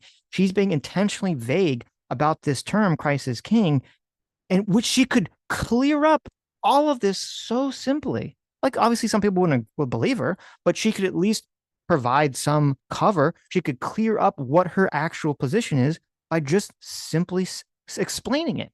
But she refuses to do so, and she refuses to do so intentionally. She thinks evolution is anti-Christian. Of course she's a theocrat. Come on, get out of here, Sitch. It's completely obvious. I know. I'm just saying, if you were to give her the benefit of the doubt, okay? Right, yeah. Well, right. I'm not gonna do that. Not giving anyone the benefit of the doubt. Okay. So going into this Christ is King phrase, which is interesting, is that, so back in the day, like very, very, very back in the day, before 1925, this Christ is King phrase did appear in the Bible, it did appear in other places, and it really referred to it from a spiritual sense, that Jesus was the King of souls, the King of heaven, that you should hold him in your mind as like the top of the hierarchy of morality, right? That he was like the king of morality, and that's who should be kind of focused on living your life too. It didn't really mean, it wasn't really referring to Jesus as a king in like a political sense. Okay. Mm-hmm. However, in 1925, you have Pope Pius XI. He establishes the Feast of Christ the King. Okay. This is in December 11th, 1925. And here, and kind of in response to what he believes is a growing atheist movement, what he views as growing secularism, nationalism, which obviously the church was very against, like nations having nationalistic ideas. He kind of uses this phrase, Christ is King, and he changes it or makes it more about a political thing. And the Pope in 1925 uses the phrase Christ is King to say, no, you shouldn't be a nation, you shouldn't be a democracy, you should be a Christian theocracy, that your government should be following the church, specifically the Catholic Church. Yeah, there's plenty of people on the right that do believe that. Right. There are probably plenty of people who are saying Christ is King, though, in like the most innocent way, just as a spiritual thing. They're not saying it in a political realm. Well, that's why I said that's where part of the confusion comes from, is because before 1925, it was used primarily as a spiritual phrase. 1925, the Pope comes out, he repurposes the phrase to be specifically about advocating for a Christian theocracy in a very political sense. There's this double meaning in the same way there's this double meaning with CRT, right? Some people think it's just teaching American history that involves slavery, right? And some people think it means white people are evil. Right? Exactly. You have CRT, you have defund the police, you have BLM. There's a million of these phrases, from the river to the sea, which, you know, they have different origin points. They mean different things to different people, and people argue about it constantly back and forth. And, you know, we criticize the left when they just, okay, why don't you just be specific, or why don't you not use the phrase if it means this stupid thing? And now, so we have crisis king on the right. And so, because I had heard a lot of people claim on the right that the crisis king thing was just like a troll that was created by the Groypers or Christian nationalists, and that the term shouldn't be ceded to them. And that, you know, we even talked about this, Sonia brought this up. They said it was like the okay sign. And I assumed that was correct. But now I find out that's actually not true. Even though the term originally was used spiritually, you had a literal pope in 1925 repurpose the phrase to mean this political context. Right. And so, since that's the case, since you have official church backing using the phrase in a Christian nationalist or Christian theocratic sense, I do think it's completely fair that if people want to use this phrase, they should have to be, well, they don't have to be, but they should be very specific with what exactly it is they mean by this. Do they mean it in the spiritual sense, or do they mean it in the Christian theocratic, Christian nationalist sense? Right, in the same way that you're asking Jordan Peterson to be specific about his beliefs in exactly. God. Yeah, it's exactly. Fair is fair. Look, I would say Christ is king in the belief that Christ is a great role model for people to live up to, right? Right. But now that I know that there's this other connotation, I wouldn't want to use it, because obviously I fucking hate monarchies and I hate all this anti-democracy bullshit. So, right. I mean, I think didn't they even vote on which books were going to be in the Bible during some canonical meeting or something like that? Well, look, they practice democracy in the Catholic Church. The church leaders did. I mean, it's not like every Christian gets to vote here, but right. It's kind of like, when choosing the Pope. That would be better, but it wasn't decided by one dude. Yes. Council of Nicaea, that's what it was. Right. So there you go. There's your little. So then it says, after that, in the 30s and 50s, Christ is king was used a lot in Catholic political movements to specifically refer to this idea that countries should submit to Christ's rule. Then in the 60s, the church kind of went back and it, you know, softened the language a little bit and tried to reestablish that Christ is king to be more in a spiritual sense and not really a political sense. Then in, you know, the 2000s and then today, you know, you have this sort of competing groups are using the phrases in different ways for their own purposes. So there you go. There's your little crisis king. Let's just be clear. Explorer. Be specific. Yeah. Make it clear, Candace. Be specific. Yes. Are you a Nazi? Tell us. And the NCRI to try to label any political dissidents of theirs mentally ill. Okay. I think it's the thing that he's done that's been the most beyond the pale for me. For me, it's hang it up. I am not a fan of Dr. Jordan Peterson anymore because I see right through this. You'll recall, like I said, during that Lent, to him and 12 non-Christians, it was like 10 Jews.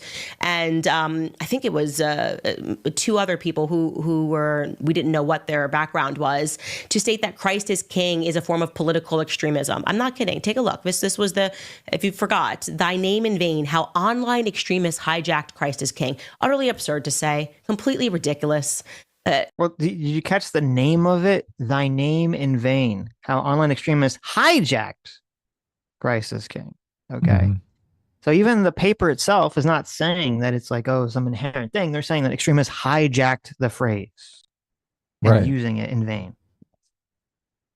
That's fine. And you will note the NCRI actually is known for, and by the way, to be clear, like Jordan Peterson has now gone on tour, which is why he's trending again today, because he's trying to justify this report saying that, like, we can't say Christ is king, according to Jacob Zucker, Joel Finkelstein, Rev. Johnny Moore, and Dr. Lee Jusum, Sonia Yanofsky, and Alex Goldenberg. They got together and said... I do like that she's emphasizing that they're Jewish people that worked on this report. I am noticing that, yeah.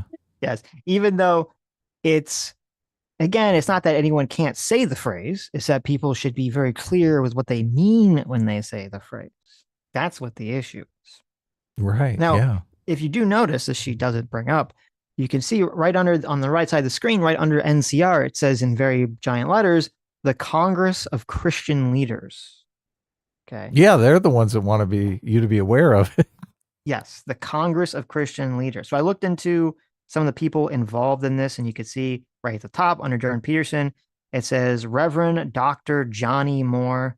Okay, this is the guy who's the president of the Congress of Christian Leaders. So I looked him up, see, okay, is this some like woke lefty? Like, who is this guy? Right. So I looked him up on Twitter. I found these tweets here.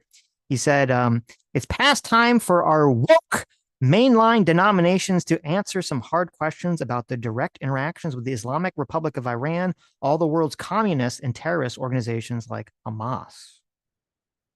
So there you go. There he is criticizing wokeness. And then here's another tweet. He said he praised Trump. This is back in November, praising Trump for picking J.D. Vance as vice president, saying picking J.D. Vance was the ultimate endorsement of meritocracy. It was inherently a shot to the heart of woke nonsense. It gave us what Americans have sought forever when we complained, why don't good people go into politics? The VP-elect is brilliant and a good person. And maybe a theocrat. And maybe a theocrat, right? So this is the guy who worked on this report, the president of the Congress of Christian Leaders that Candace is now complaining about being some kind of woke leftist. So this is what part of the report actually says that Candace doesn't actually address or go into.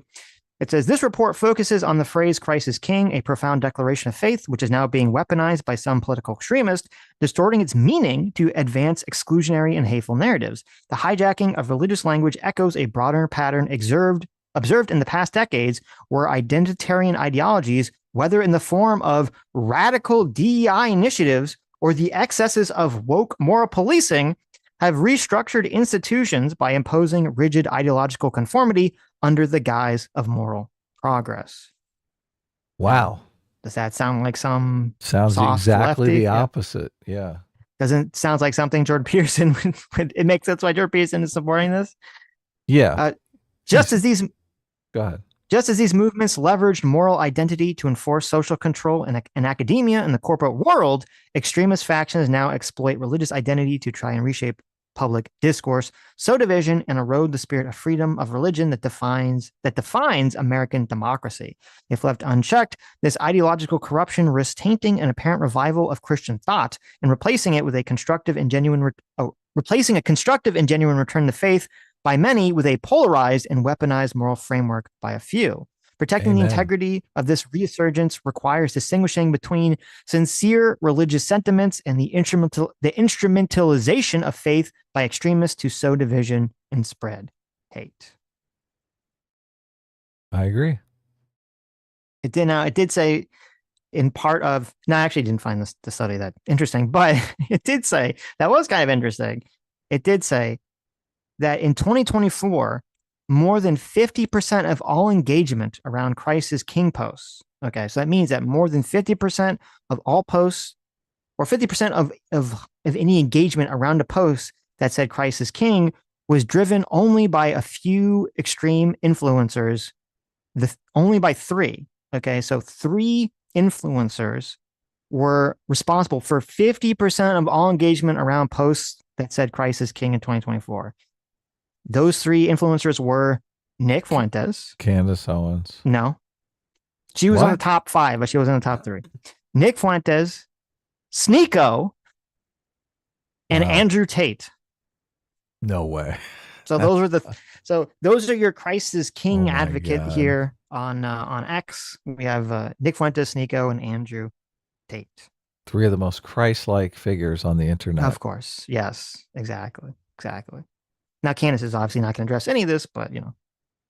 She's number 5? She was like number 5, yeah. Who was number 4? I don't remember. I had to bring up. Oh, okay. It was, I don't know, someone else in that field. Hilarious. Yeah. Hilarious anyway, so. Johnny Moore and Dr. Lee Jusum, Sonia Yanofsky and Alex Goldenberg, they got together and said, Gideon Führer, Simon Lazarus got together and said, you guys can't say Christ is King anymore. She's literally skipping all the names that aren't obviously Jewish. I know. It's like, oh my God.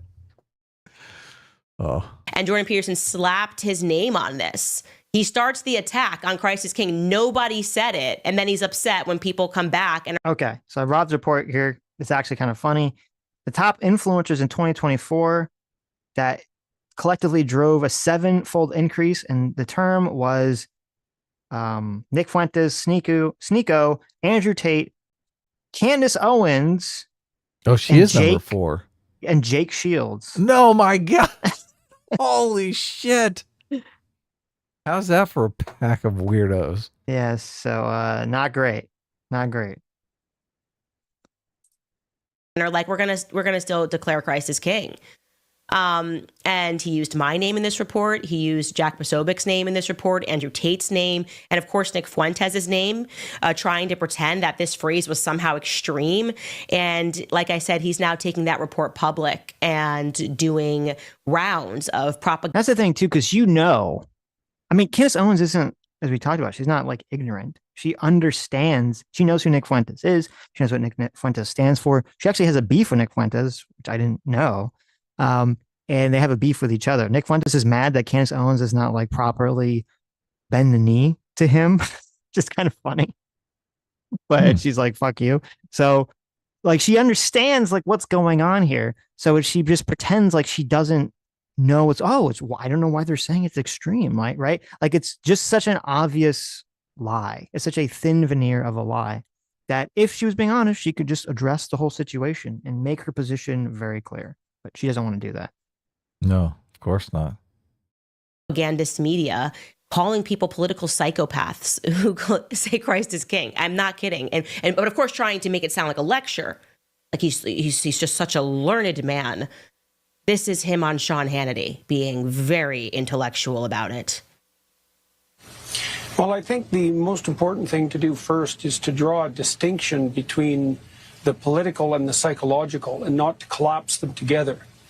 So imagine this. Imagine that there's a group of individuals, about 4% of the population, who have a set of personality characteristics that have been described as dark tetrad.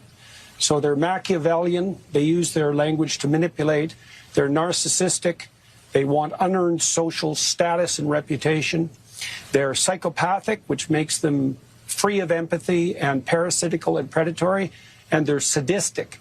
So they take positive delight in the unnecessary suffering of others. Look at that face. Look at Candace's face. She's doing it again. I know. She's got to signal to everyone that he's full of shit. That's the face of the sadistic psychopath, right? Oh, it is. Right yeah. there, you can see it. She's full of duping delight. She is. Now, those people also use false cries of victimization, let's say, to manipulate, and they're entitled. They seek vengeance when it's unwarranted, and they protest loudly and make very public cries for reparations that would be self-serving. Okay, now the way those people operate is they look for what patterns of belief form groups that they can infiltrate and then capitalize on. And that happens on the right. We did a report, the same group, on the use of Christ as king as a manipulative strategy by bad actors, hypothetically on the right. And this report identified the same sort of people on the left. But it's not primarily political. They're wolves in sheep's clothing who look for where there's power and value and then adopt those beliefs as a surface camouflage so that they can elevate their moral status. Now, and this has become worse in recent years, as far as I'm concerned, because you should hold up like a big neon sign that says, "I'm talking about Candace Owens" when he says that, right? She knows it's her. Oh yeah, that's why she's so pissed off about it. Yeah, but he did name her in the report, so there is some. Well, he didn't write the report. I mean, I don't know what exactly his involvement was, but right, okay. Her name is listed in the report, yes, as an right. extremist. Yeah, she is an extremist. Oh yeah, oh yeah. The evolved strategies that we have for dealing with these psychopathic types, psychopathic narcissistic types, don't work well online. And so the psychopaths can get away with their terrible manipulations online, and they can find like-minded people, and they can escape from any reputational consequences. And so There's always been psychopaths. Those are the Pharisees, for example, that Christ points to, the religious pretenders. Those are the people who use God's name in vain and claim moral virtue and even religious devotion. Well, all they're doing is feathering their own nests and furthering their own narrow interests. And the web, social media, anonymity, enables them to organize and also hides them much more effectively. And this is a problem in religious organizations, it's a problem in political organizations, and it pathologizes the whole culture. You know, most people, 80% of Americans agree on virtually everything. And then there's these fringe people, and they're not political. They're psychopathological narcissists who cloak themselves in political guise. And we all have to learn to distinguish between the political and the psychological. We're not good at it. Man, I imagine someone sent that in a text message. It's like super long. Man, how would you even respond? Love the fact that it's like, wow, all of that is just way too much. Look, her audience is a bunch of dipshits, and she knows how to. Everything he said was perfectly clear to me. Okay. Yes. Yeah. And I'm not a fucking brain surgeon or a rocket scientist or anything. It seems You've never masturbated on magic tablets. Well, look, I've never gone that degenerate either. So everything he said was perfectly crystal clear. People obviously pick up whatever culture is going on that they can improve their own status, and they're big fat pretenders. They're big fat fakers. Right. I mean, Jesus warned about this. Jesus talked about the people who prayed in public, right?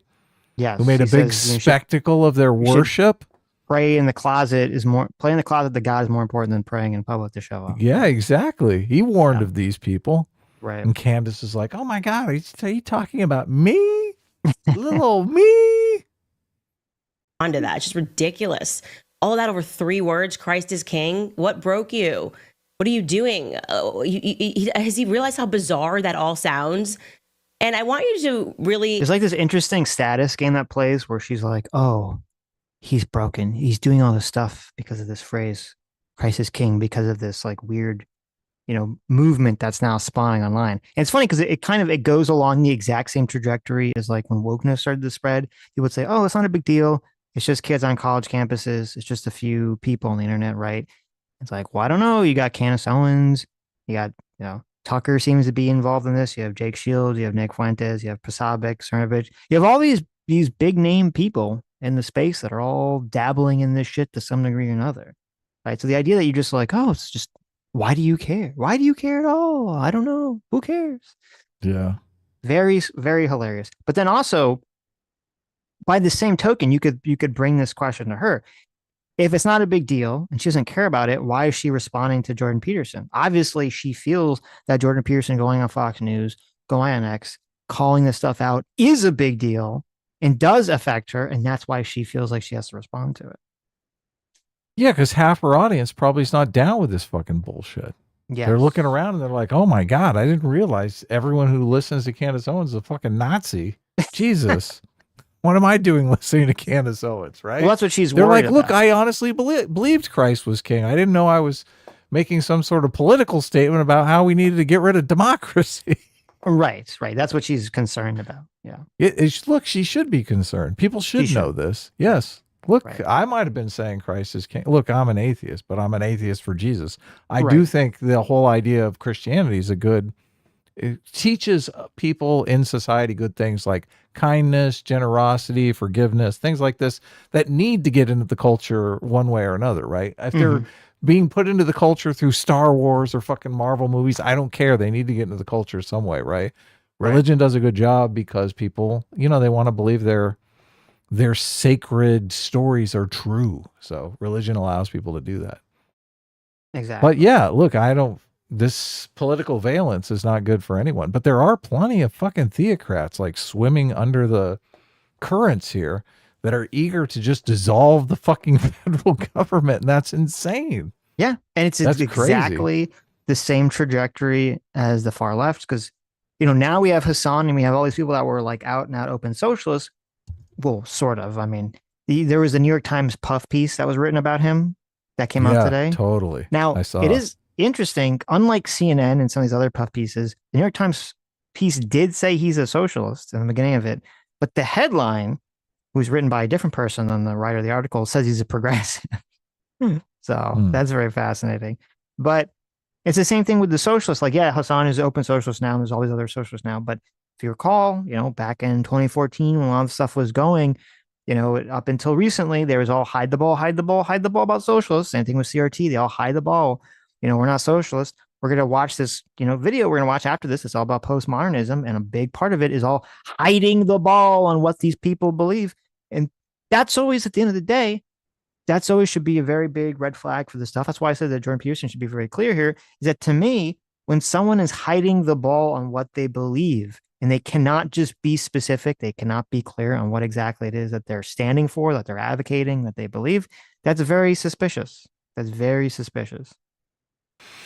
There is, I do, obviously at the beginning we were talking about Jordan Peterson hiding the ball a bit, but I think he had noble goals. Like, I think he was hiding the ball not to be offensive to either side of the coalition that he was trying to bring together. Where I do think here, Candace Owens is hiding the ball because she wants to basically use people to her own advantage. So it's a much different. Oh, of course. Of course. Yeah. Well, yeah. And as I said, same thing with the left. This is with a lot of these socialists are running around, pretending not to be socialists or hiding the ball, until they could sucker enough people to be socialists. Yeah. They're doing it for nefarious purposes as well. Right. In a fraudulent way. Right. And Candace is 100% aware of this, and she's employing the same tactics intentionally. Right. We should mention, this always comes up. Look, I'm an atheist. I don't believe in God. Sitch does believe in God, and Sitch is not an atheist, right? True believer. So I don't. I'm a lot of people, believer. Yes. Yeah, people constantly are like, "This now we're listening to two atheists preach to us about Christianity." Well, I'm not Christian, so that's, Sitch is Jewish, but he believes in God. I am an atheist for Jesus, which is like right. There's, I think, two of us in the world, right? So, and we're not allowed to travel on airplanes together. So if the plane goes down, at least one of us is still alive. There you go. It's like the president. Yes. No, I believe very, very strongly in God, but I don't try to have my belief about God. To me, like, people's religious beliefs are personal. I don't think that they're really quantifiable to other people. And so when I talk about politics and I talk about things of the physical realm, I try to separate that from, my spiritual beliefs, my religious beliefs. Yeah, I think Stephen Hicks does a good job of separating it out. He says in the public sphere, we need to have some sort of agreement on how we're going to resolve conflicts and come to leadership, all these different things. And that's best. In that realm, it's best to separate religion from the political. Yes. But in the personal realm, obviously, religion serves a purpose and probably a good purpose. So, right.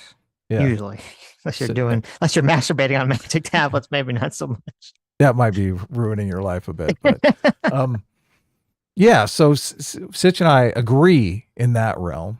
Yeah. And then in the personal realm, we have a disagreement over whether or not God exists. So, but look, we're still. I don't even care. I don't care. Yeah, I don't care either. Right. I just, how can I be? I couldn't call myself an atheist for Jesus if I was out there trying to proselytize atheism. Okay, right. I'm not. Right. And it really bugs me that so many of the people who are out there proselytizing atheism are basically this thing that they claim to hate. Right? They're religious. Mm-hmm.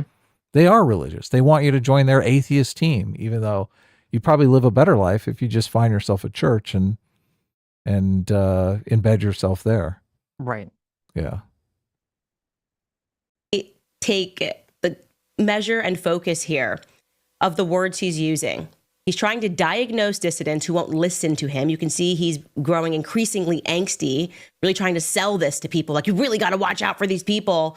Ironically, he keeps bringing up the Pharisees. The Pharisees were people who did not follow Christ and who did not declare that Christ was king.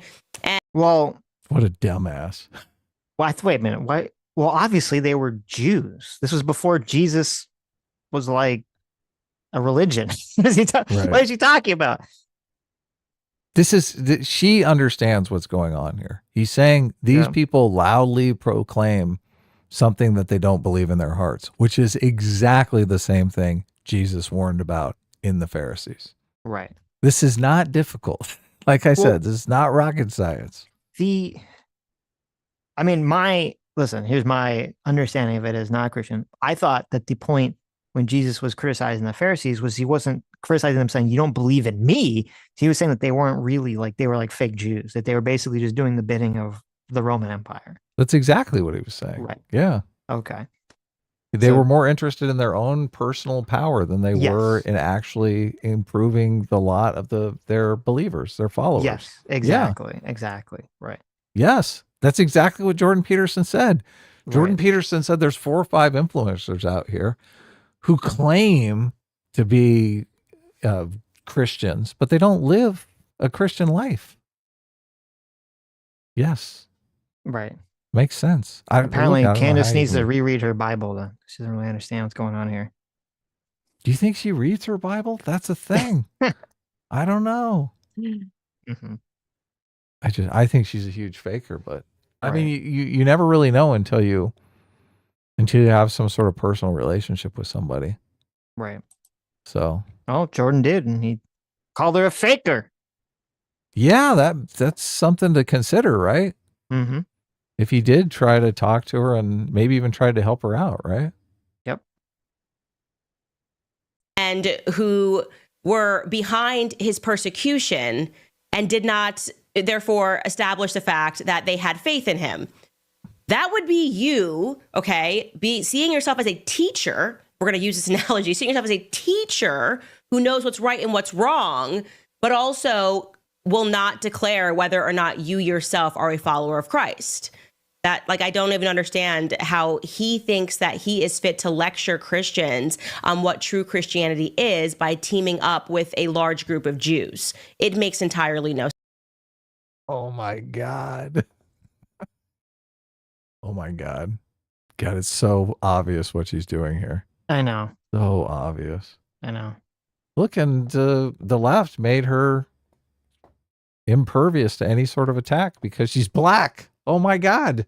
You can't do anything. She's untouchable. Holy shit. Mm-hmm. No sense. But the words he uses, Machiavellian, dark triad, psychopathy, narcissism. That dark triad, Sitch. The dark triad, what do you think of that? That's when they wrap those dark bandages on you. You think she says triangle when she talks about a triangle? Listen, I mispronounce things all the time. Okay, I can't throw stones in this glass house. Does she talk about the Trinity? Yeah. Tell us about the Trinity. Mm-hmm. Is that sounding familiar to you? Do you guys remember hearing those words before? It's because the very same group that he teamed up with to do that report with, the NCRI, was behind the exact same language that was pushed in the media to describe people who were dissidents of the COVID vaccine. Okay, you don't remember that? Oh, and then she's got to bring it into COVID. I don't. But this doesn't even make sense. She said, you've heard that language before, and I'm like, well, the only person I've ever heard that language, primarily the only person I ever hear really use that language is Jordan Peterson, and he uses it primarily. Was using it primarily to describe people on the left. And so now he's just using it to describe the same people engaged or the same type of person engaged in the behavior on the right. I don't recall Jordan Peterson claiming people, with COVID were psychopaths or something. Yeah, it's complete non sequitur. But she has to, they always bring in COVID because they got COVID right. And so they're basically, they want to use that to say that they have some sort of credibility about this other thing that they're talking about that's completely unrelated. Yeah. That's why they bring the COVID up. Well, the rest we got the lab leak wrong. Look, we got the various numbers correct. Right. Well, she just goes into COVID and then she goes into blaming psychology and all this other stuff. I think this is where I tapped out. Yeah, I'm not going to listen to more fucking really, COVID nonsense. The rest of it's not really relevant, the conversation, but okay. Hold on. For this, I'm going to show it to you. Look at this. Well, hold on.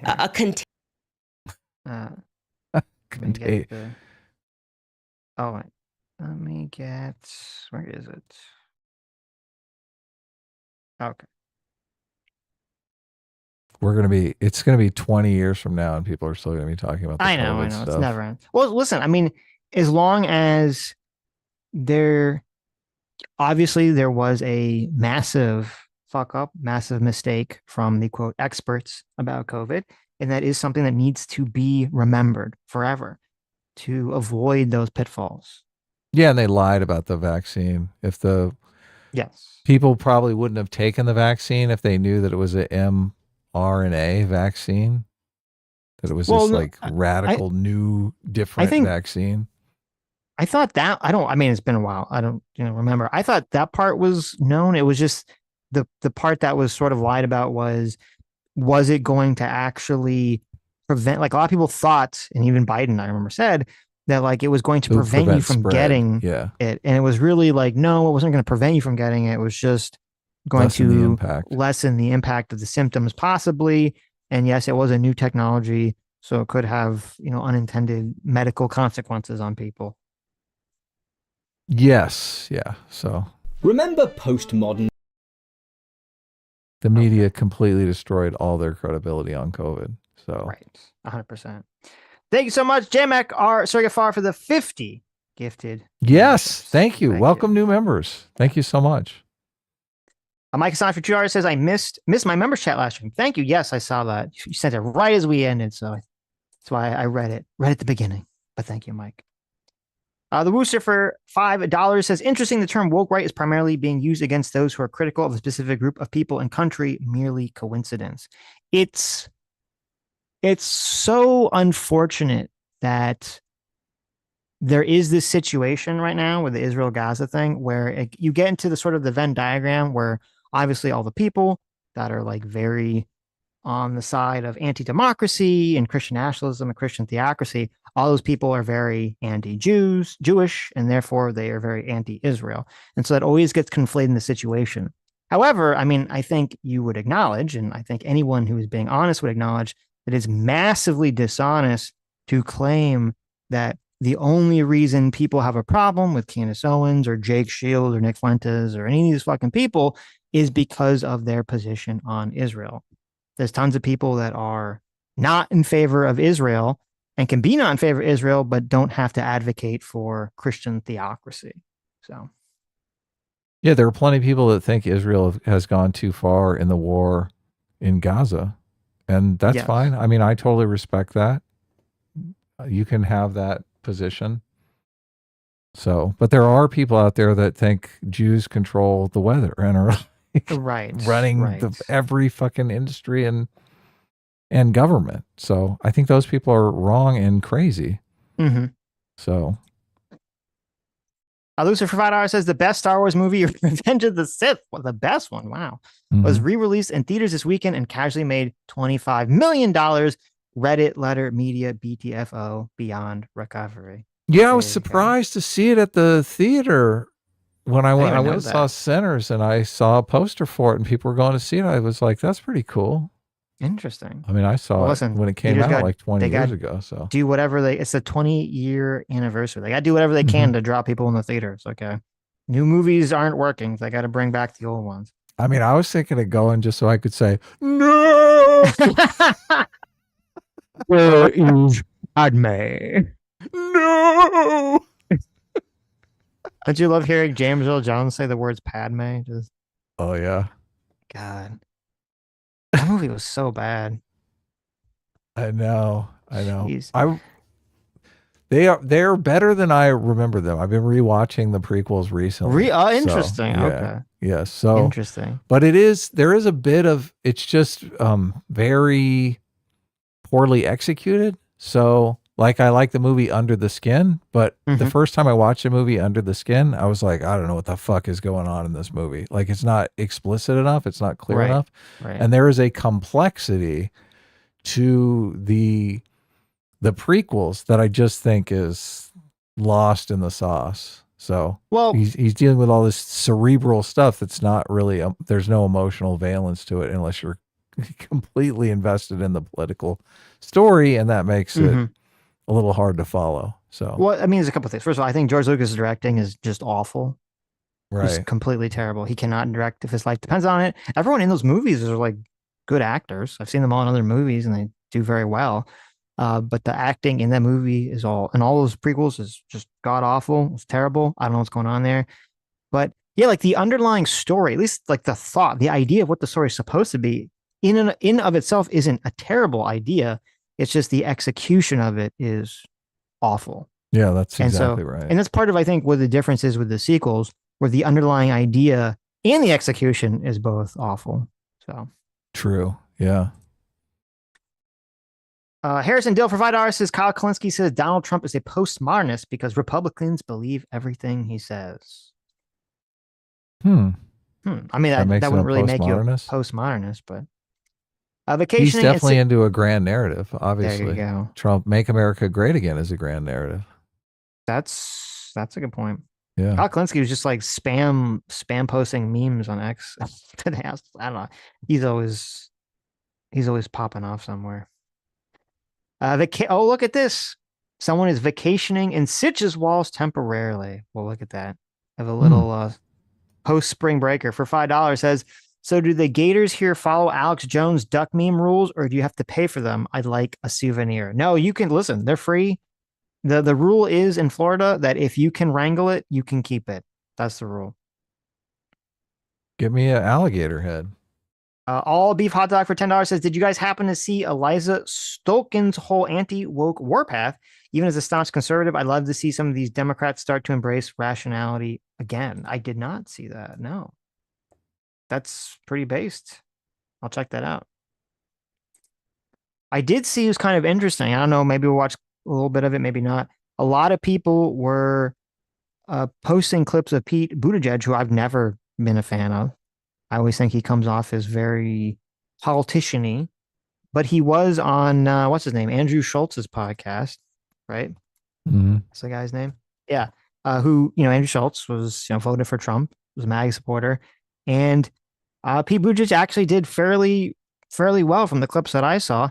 And it was interesting. It was a very strong contrast between Pete Buttigieg and the quote dark woke, the dirtbag left, that's just trying to kind of double down. And Pete Buttigieg was directly answering this question from Andrew Schultz about how like the left needs to learn to not be basically dirtbag left pieces of shit that are just moralizing, attacking people on the internet, and actually listen to the concerns of, people and the economic and culture concerns that people have in their lives. So I was like, oh, it's good to hear that. Kyle Kalinske will be unhappy to hear that. Kyle Kalinske would be unhappy to hear that. Yes. I think I did see him tweet something about somebody was saying, the left has gone too woke and that they need to reel it in if they want to win elections. And he was basically saying, bullshit. Kyle Kalinske was completely against that. Because I remember seeing it and thinking, oh, well, this is great. Keep losing to Republicans. Yeah, they're all convinced that you just have to forever go further and further and further to the left.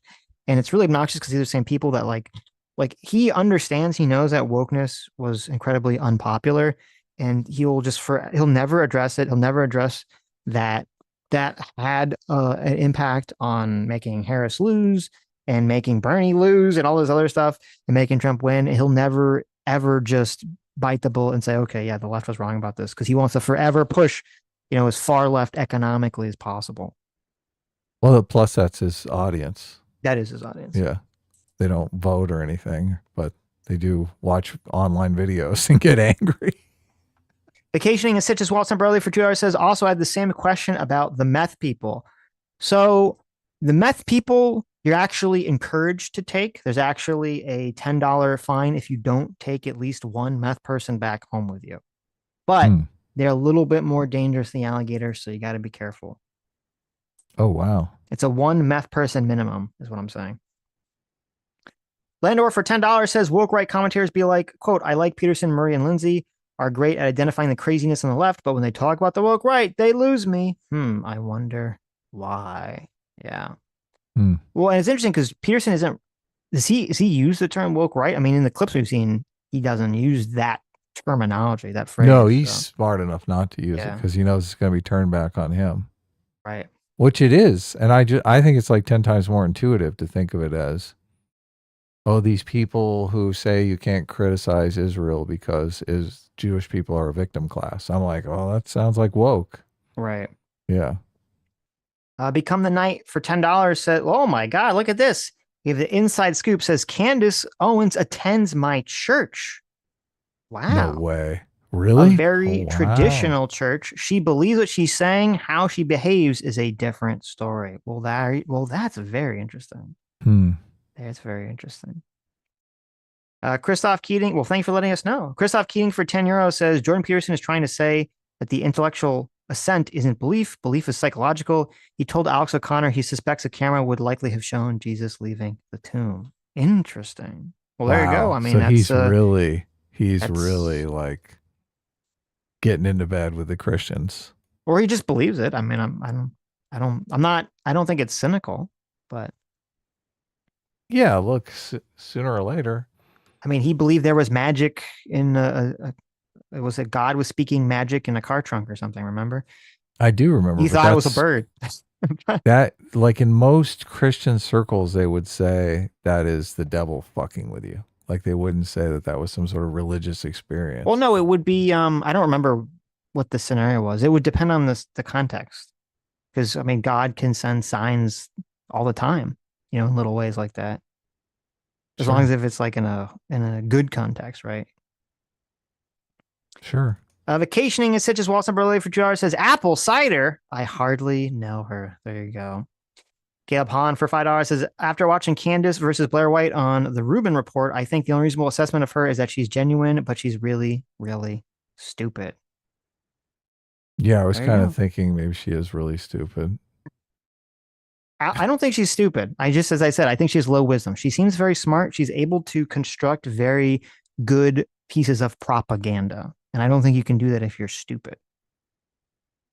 Well, I mean, you can know what other stupid people intuitively think and then just cater to that. Right? Does it require intelligence to do that? Or are you saying like stupid is a stupid? Sometimes Dunning-Kruger works both ways, right? It becomes, for a super smart person, it becomes difficult for them to just even communicate with less intelligent people because they're talking in words that are too big for them to understand, right? Mm-hmm. And that's basically the argument that she made. She was like, oh my God, Jordan Peterson, all these fucking words. What the fuck is he talking about? Right. But like she understands. She's just like hand waving in a way. Well, look, does she understand? Did she understand? I think she understands.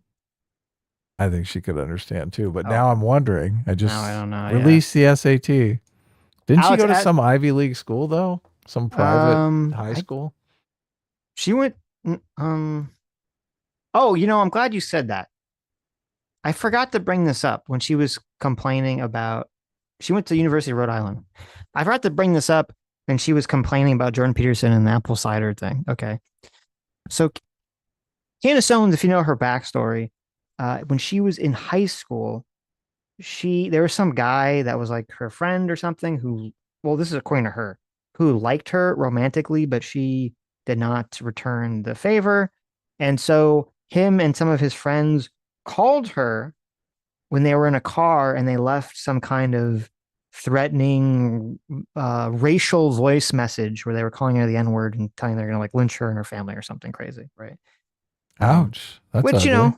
Guys, that's not the way to woo a woman. Okay. I know you think like negging is the way. That's way beyond negging. Okay. It's not going to work. Right. Yeah. But so anyway, this situation happened.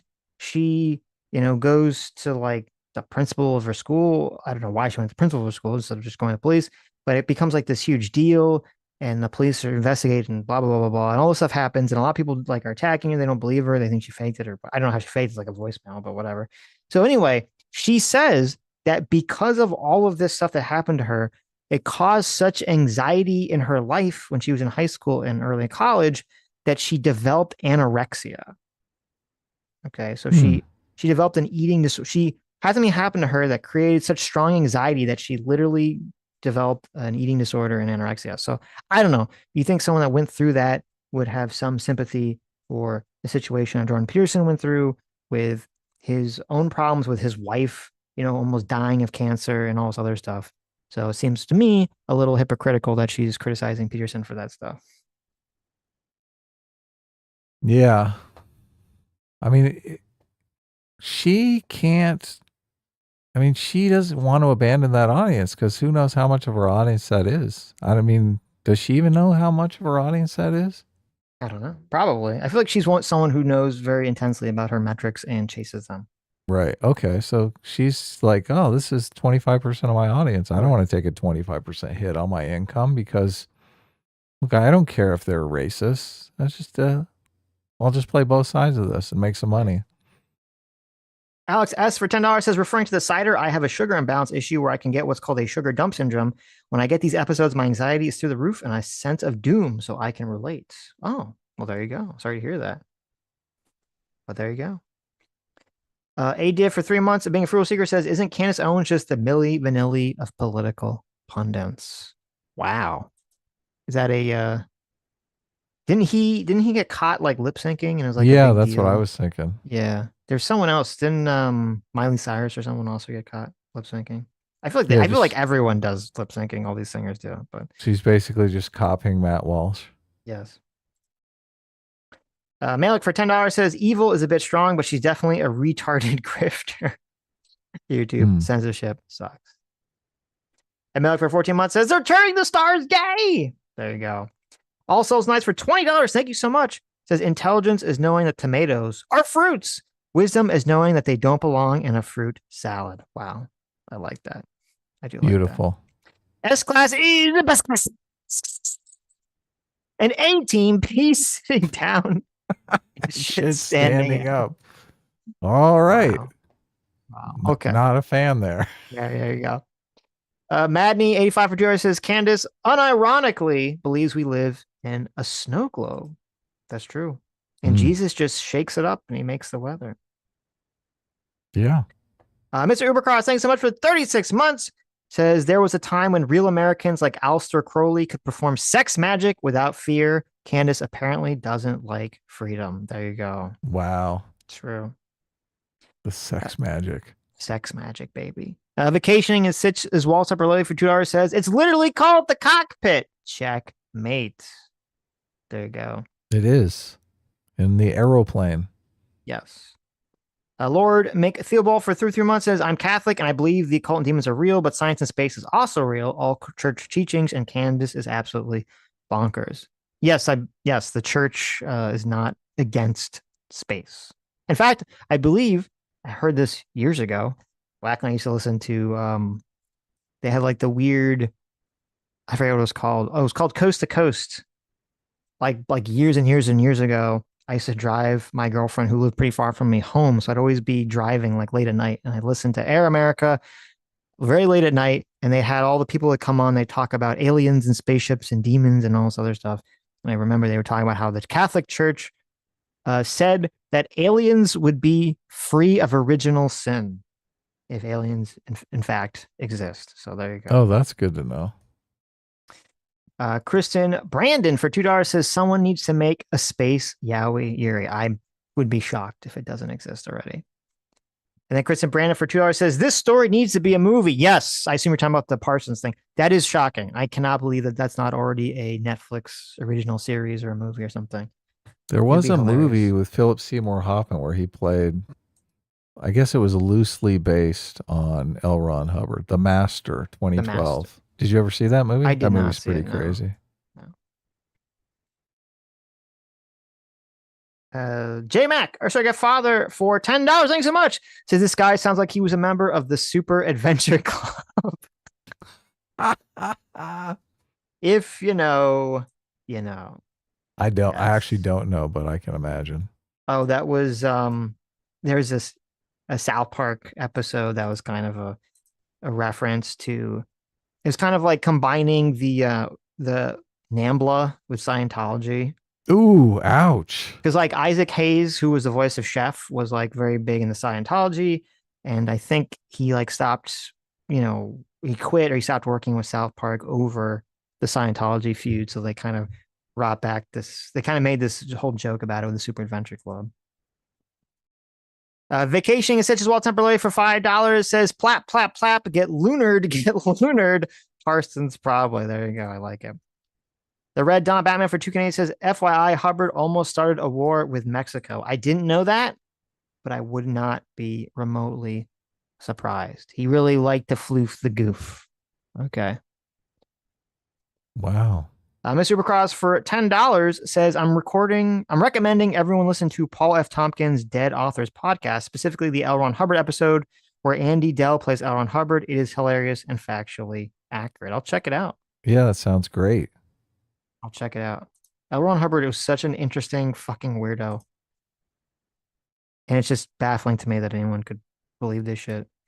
Vacationing such as Walt Timberlake for $5 says, average occult commune, to be honest. That's why wizards live in isolated towers. It's the only way to get your Abremelim ritual done without all the drama. That is very true. The bitches, man.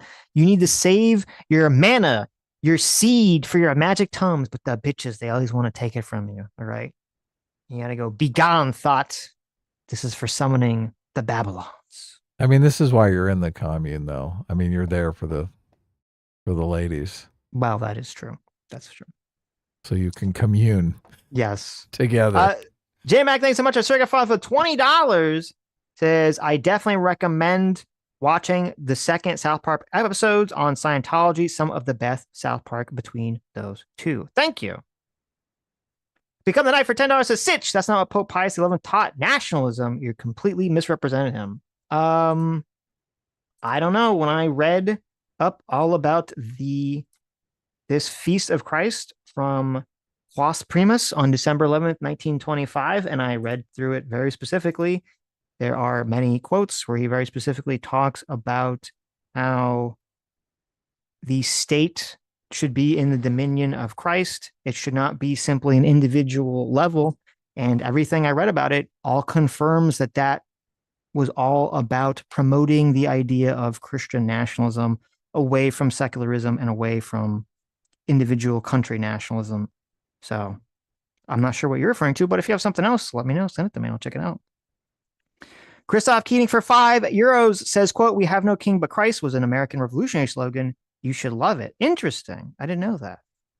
There you go. Though obviously that was in the 1700s. So they would mean it outside of a phrase of they mean it in the spiritual phrase outside of the phrase of 1925. Though the Groypers would never use it in that context, obviously, because that'd be a very anti-monarchy context to use it in a very anti sort of authoritarian rule context. It's saying that we literally will not have a king, but like a spiritual entity. So yeah, a non-corporeal spiritual kings entity. be gone. Yes. Unless you're Christ, of course. Mad Mulligan for $2, criticizing my ability to pronounce correctly, says, Sitch, say pro co fi ev violin concerto. Thank you. Thank you. I appreciate it. Mr. Baker for $10 says, my direct ancestors fought in the revolution, and if a king comes to power, we're in the USA, I'll honor their legacy in kind. All it takes is one pew pew, sic semper tyrannis. True and based. Look at that. Yeah. I like that. Vacationing in Sitch's walls temporarily for $2 says, what would Jesus do? According to the book, he'd make a whip. There you go. What kind of Dr. whip? Fire for $5 Canadian. Thank you. Says, you guys thinking about covering the Buffalo school sex scandals, talked about angry cops on the Unsubscribed podcast. I don't actually know what that is, but I'll look into it. I haven't looked into it at all. Become the Knight for $10 says, FTR, I love you both. I'm not insulting. It's Sitch got PP11 wrong on purpose. Well, thank you. I didn't feel insulted, but I appreciate it.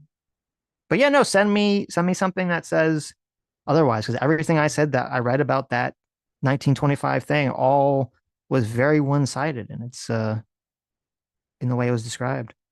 Squirrel and Oz for 20 Aussie bucks. Thank you so much. Says, when Jesus was crucified, it was written above his head, King of the Jews.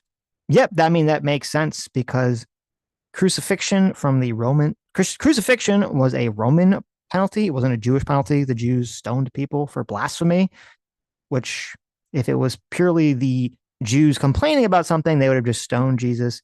The crucifixion was for people fomenting or accused of fomenting rebellion.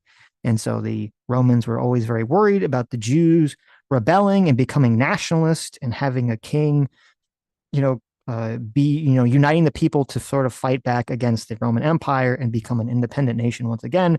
So it would make sense that they would crucify Jesus, or if they crucify Jesus, that they would, put that under or above his head, I should say. I think he missed a super chat. JMac for $20.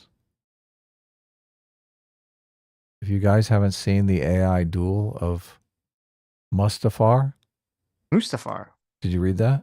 I didn't see that. It's not on my list. If you guys haven't seen the AI duel of Mustafar, I recommend watching it later. It's honestly super rad and hilarious. I think it's called A Star Wars AI Musical. I'll check it out. Thank you so much. Yeah. And JMac, our circle for $10 says, fun fact, they tried to change the name of cockpit when I was in the Air Force to crew stations because it was quoted an antiquated sexist term. The more you know. That's pretty Why is it sexist? Do they literally It's got the word cock in it. Does it mean dick? Dick pit? I don't even know why it's synonymous with dick pit. Why is it called a cockpit? I don't know the answer to that. I don't even know why it's called that. I don't either. Right. But I didn't assume it was related to the slang for penis. Cockpit initially referred to the area where cockfights took place. These arenas were often enclosed pits, emphasizing the confined and intense nature of the activity. Oh, and so then there you go. Used it to describe. So it has literally nothing to do with like a dick. Well, and also when you're in the airplane, aren't you fighting against other pilots? Aren't you in like sort of a cockpit? A cockfight? I guess you could look at it. Yeah, sure. There you go. That makes sense. That makes they call them dog fights, but I'm sure dog fights. You're in the cockpit in a dog fight. There's a lot of animals going on. I'm sure the dog fight takes place in a dog pit, similar to a cockpit, right? Right. Yeah. So interesting. Well, so look, it has nothing to do with dogs. Well, I guess a cock is a male chicken, so. Well, I'm assuming they call penises cocks in reference to roosters, not the other way around. So. Right. Anyway. It's dumb. Solo for $2 says, after 3 weeks, I'm still suspended for X. At this point, I strongly believe I might have never been suspended if my scream name was Horny for Hitler 1488. Terrible. Terrible. That's funny. Okay. So let's jump into this. This is Tom Nichols. Are you ready to learn who killed postmodernism, Adam? Who did it? Who's the one behind it? Who killed postmodernism? Let's find out. Remember postmodernism? Postmodernism. A little under a decade ago. Okay, I am going to warn you, Adam. This video has background music. Lots of it, I know. That's why I was like, fuck this. I'm not going to listen to it until I'm on the live stream. Okay. It's so weird. It's so fucking annoying to me. Mm. And it's especially on YouTube where nobody knows how to do it correctly. So. The word postmodernism was everywhere. To the slightly nerdier camp of the then insurgent populist right, it was a kind of disease which had infected our politics and culture. A social malaise which risked eating at the very foundations of everything which makes so-called Western societies great. To slightly nerdy leftists and liberals, that very same word was a smug way of explaining the sheer bizarreness of that first Trump presidency. The key to understanding a world in which a politician who lived in a gold-daubed palace was able to pose as a man of the people, and which was rapidly being introduced to a new vocabulary of fake news and alternative facts. You're saying it's a falsehood, and they're giving Sean Spicer, our press secretary, gave alternative facts to that. Then, at some point, postmodernism kind of just vanished from the popular consciousness. Take a look at this graph. This line graph charts use of the adjective postmodern across Google Books' corpus of books and publications from 1980 to 2022. What we see is that, while use of the word had largely plateaued, if not begun to dip during the early 2000s, it spiked significantly in the lead up to the electoral upsets of the Trump campaign in the US and the Brexit referendum in the UK.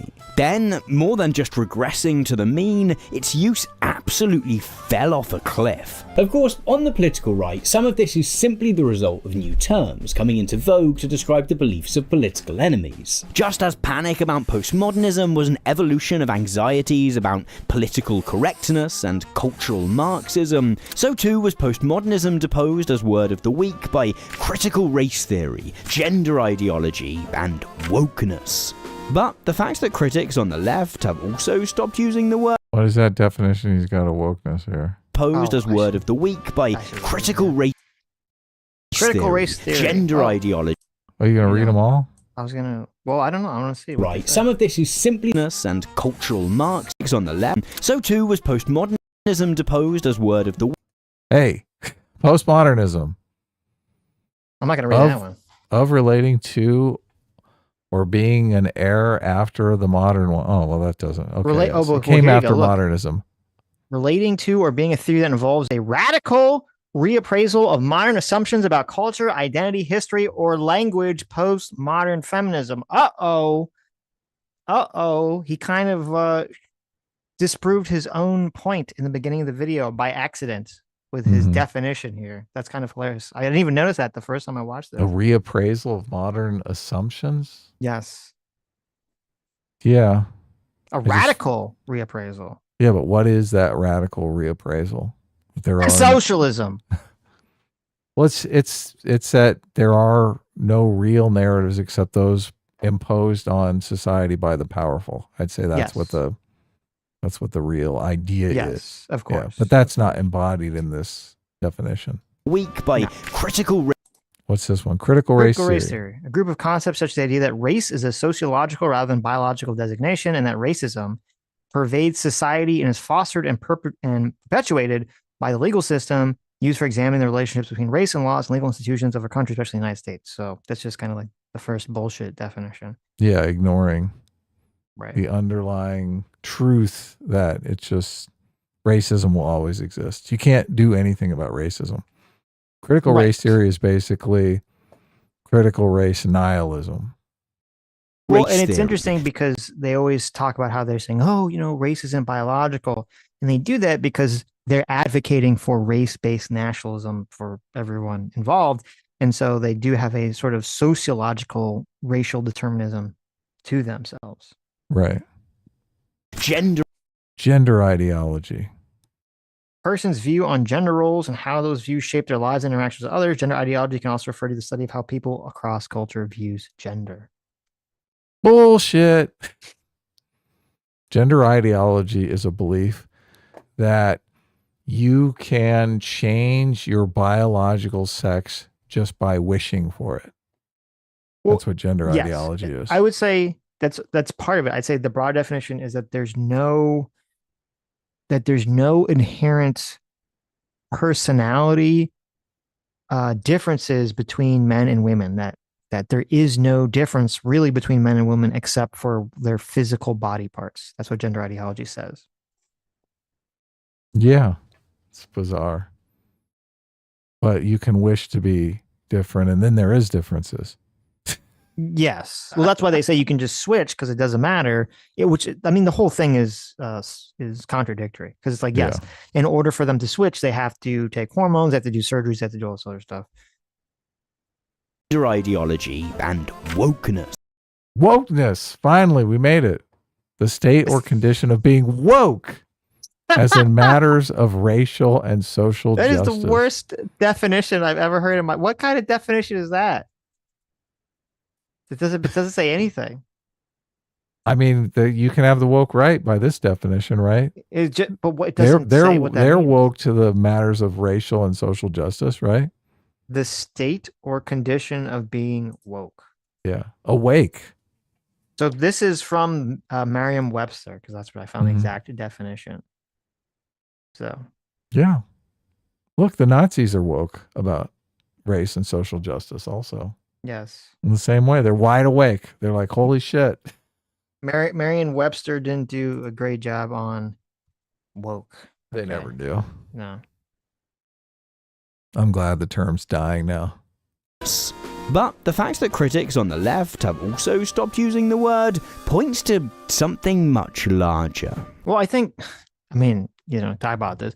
I think it's because when wokeness or SJWs or whatever you want to call it, when the far left started to grab a hold of the conversation in America, it caught most people unawares and most people confused by it. And so there was a time period for some years where everyone was trying to figure out what the fuck is happening, why is it happening, and what do these pieces of shit believe.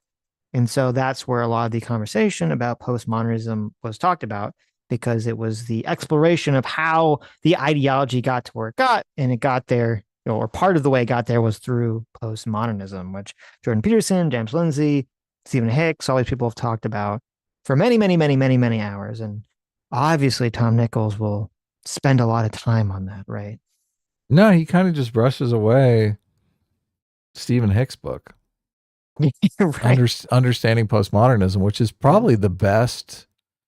I mean, he argues very well in that book that there is a political valence to postmodernism that just, it makes it a far left ideology, which he never really addresses. He's like, in that book, have you read the book, Understanding Postmodernism? I've heard his lectures on it, but I haven't read that. It's a fucking great book. And I think you can just listen to it on YouTube too, as well. But, yeah, it's really good. And he's just basically asks, where are all the right-wing postmodernists? Like, why is this such an appealing ideology to leftists? Right. Well, I wonder, because now part of the critique that Lindsay and Jordan Peterson, well, I guess Lindsay more specifically than Jordan Peterson, is bringing forward is now he's saying, well, now the right is using this sort of postmodern conception to try to seize power. So I'm curious as to if Hicks has weighed in on that. Yeah, whether or not he's taken Lindsay's side. Well, because Hicks, in a lot of his lectures, his position was that postmodernism was basically used cynically because the communists and the socialists made a bunch of predictions about how things would work. None of those predictions came true. They wanted to still promote Marxism, so they had to use this sort of denial of reality strategy that postmodernism allowed. And they basically twisted postmodernism to fit their own purposes, to continually smuggle in their ideas without having to change anything. To basically do is, am I so out of touch meme? No, it's everyone else that's wrong. Yeah. Paper over contradictions as well. Yes. Obviously. Postmodernism, I regret to inform you, is dead. At some point over the last decade, something shifted. Not only in the way we do and speak about politics, but in the culture we consume, and the way we relate to one another as human beings. The skepticism, irony, and disbelief which, as we'll see, defined postmodernism has seemed to fade in favour of something somewhat more honest, authentic, and sincere.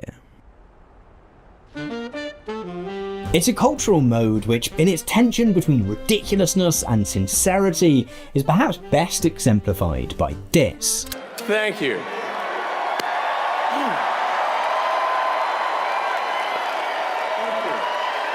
My heart goes out to you. Today's video, then, is two. This video was inspired by, he plays that clip like 10 times in this video.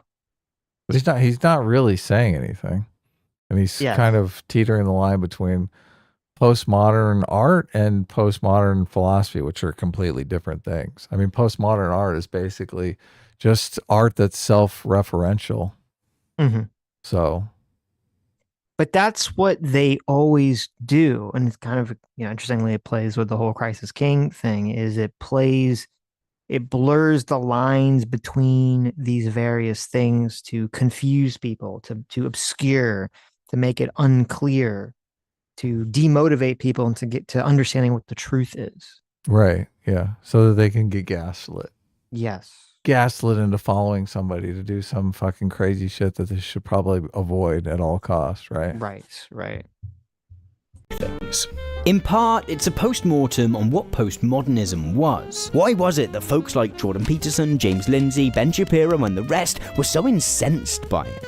and why, despite their criticisms, their own politics and rhetoric was shaped by it as much as anyone on the left. But if postmodernism really is dead, then we need to find out who killed it. And what defines the postmodern era we find ourselves living in now. This guy's got a lot going for him in the smarmy department, doesn't he? Mm-hmm. He's just off the charts. Say something, dude. Oh. He hasn't really defined postmodernism for his purposes. Explaining postmodernism, yeah. There's Hick's book right there.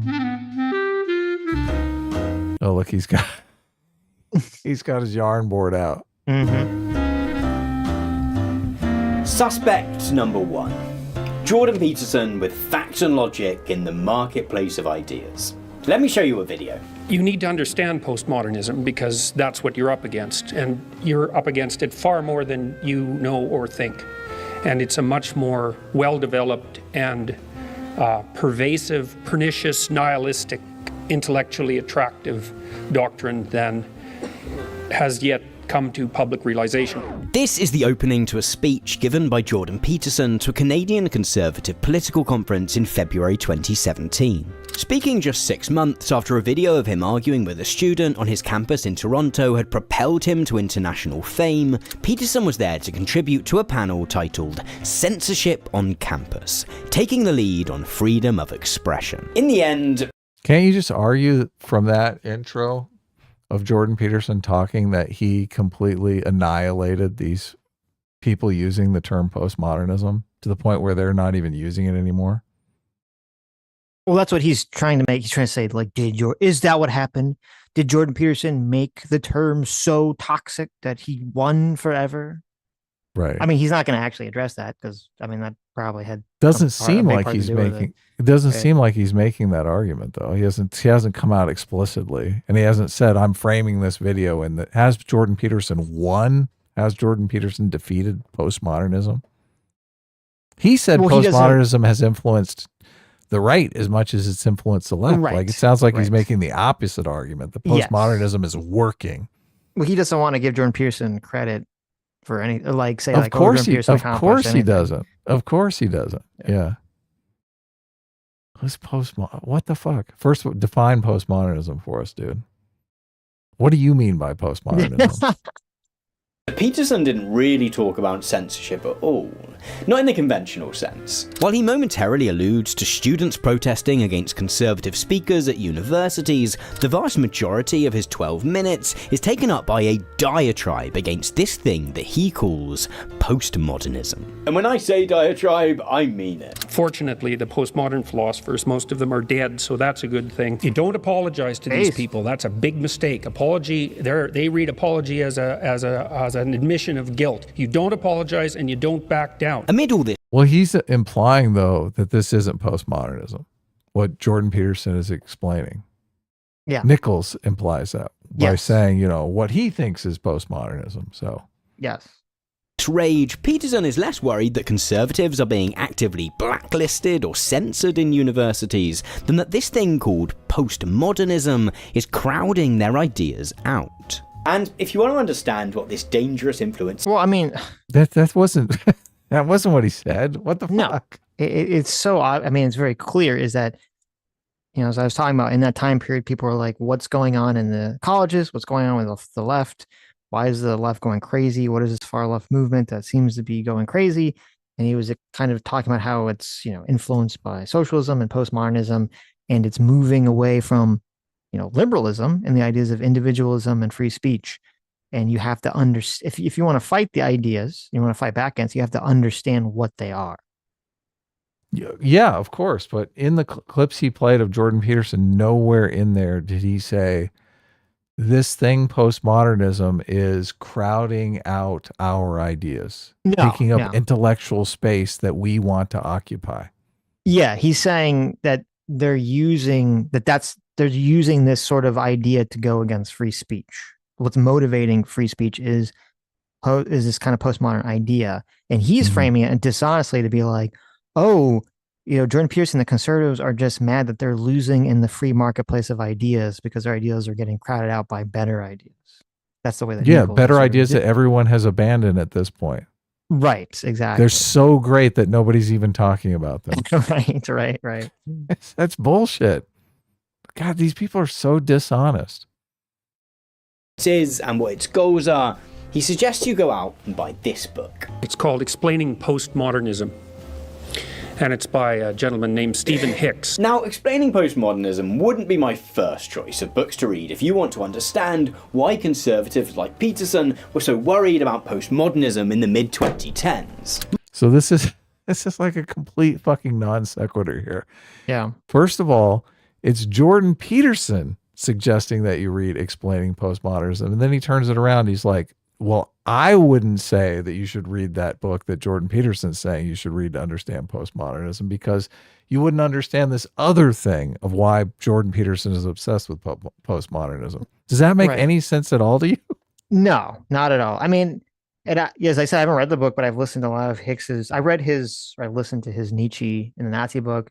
I have heard his other speeches. I mean, he makes all the same points that Jordan Peterson Jordan Peterson, I should say, has repeated all of John Hicks's positions on this stuff. It's very clear what is actually being advocated for and talked about. Right. So it reads to me that the reason he doesn't want to address Hicks's book is because he thinks that Hicks makes, good arguments that he can't go against. Yeah, exactly. Yeah, exactly.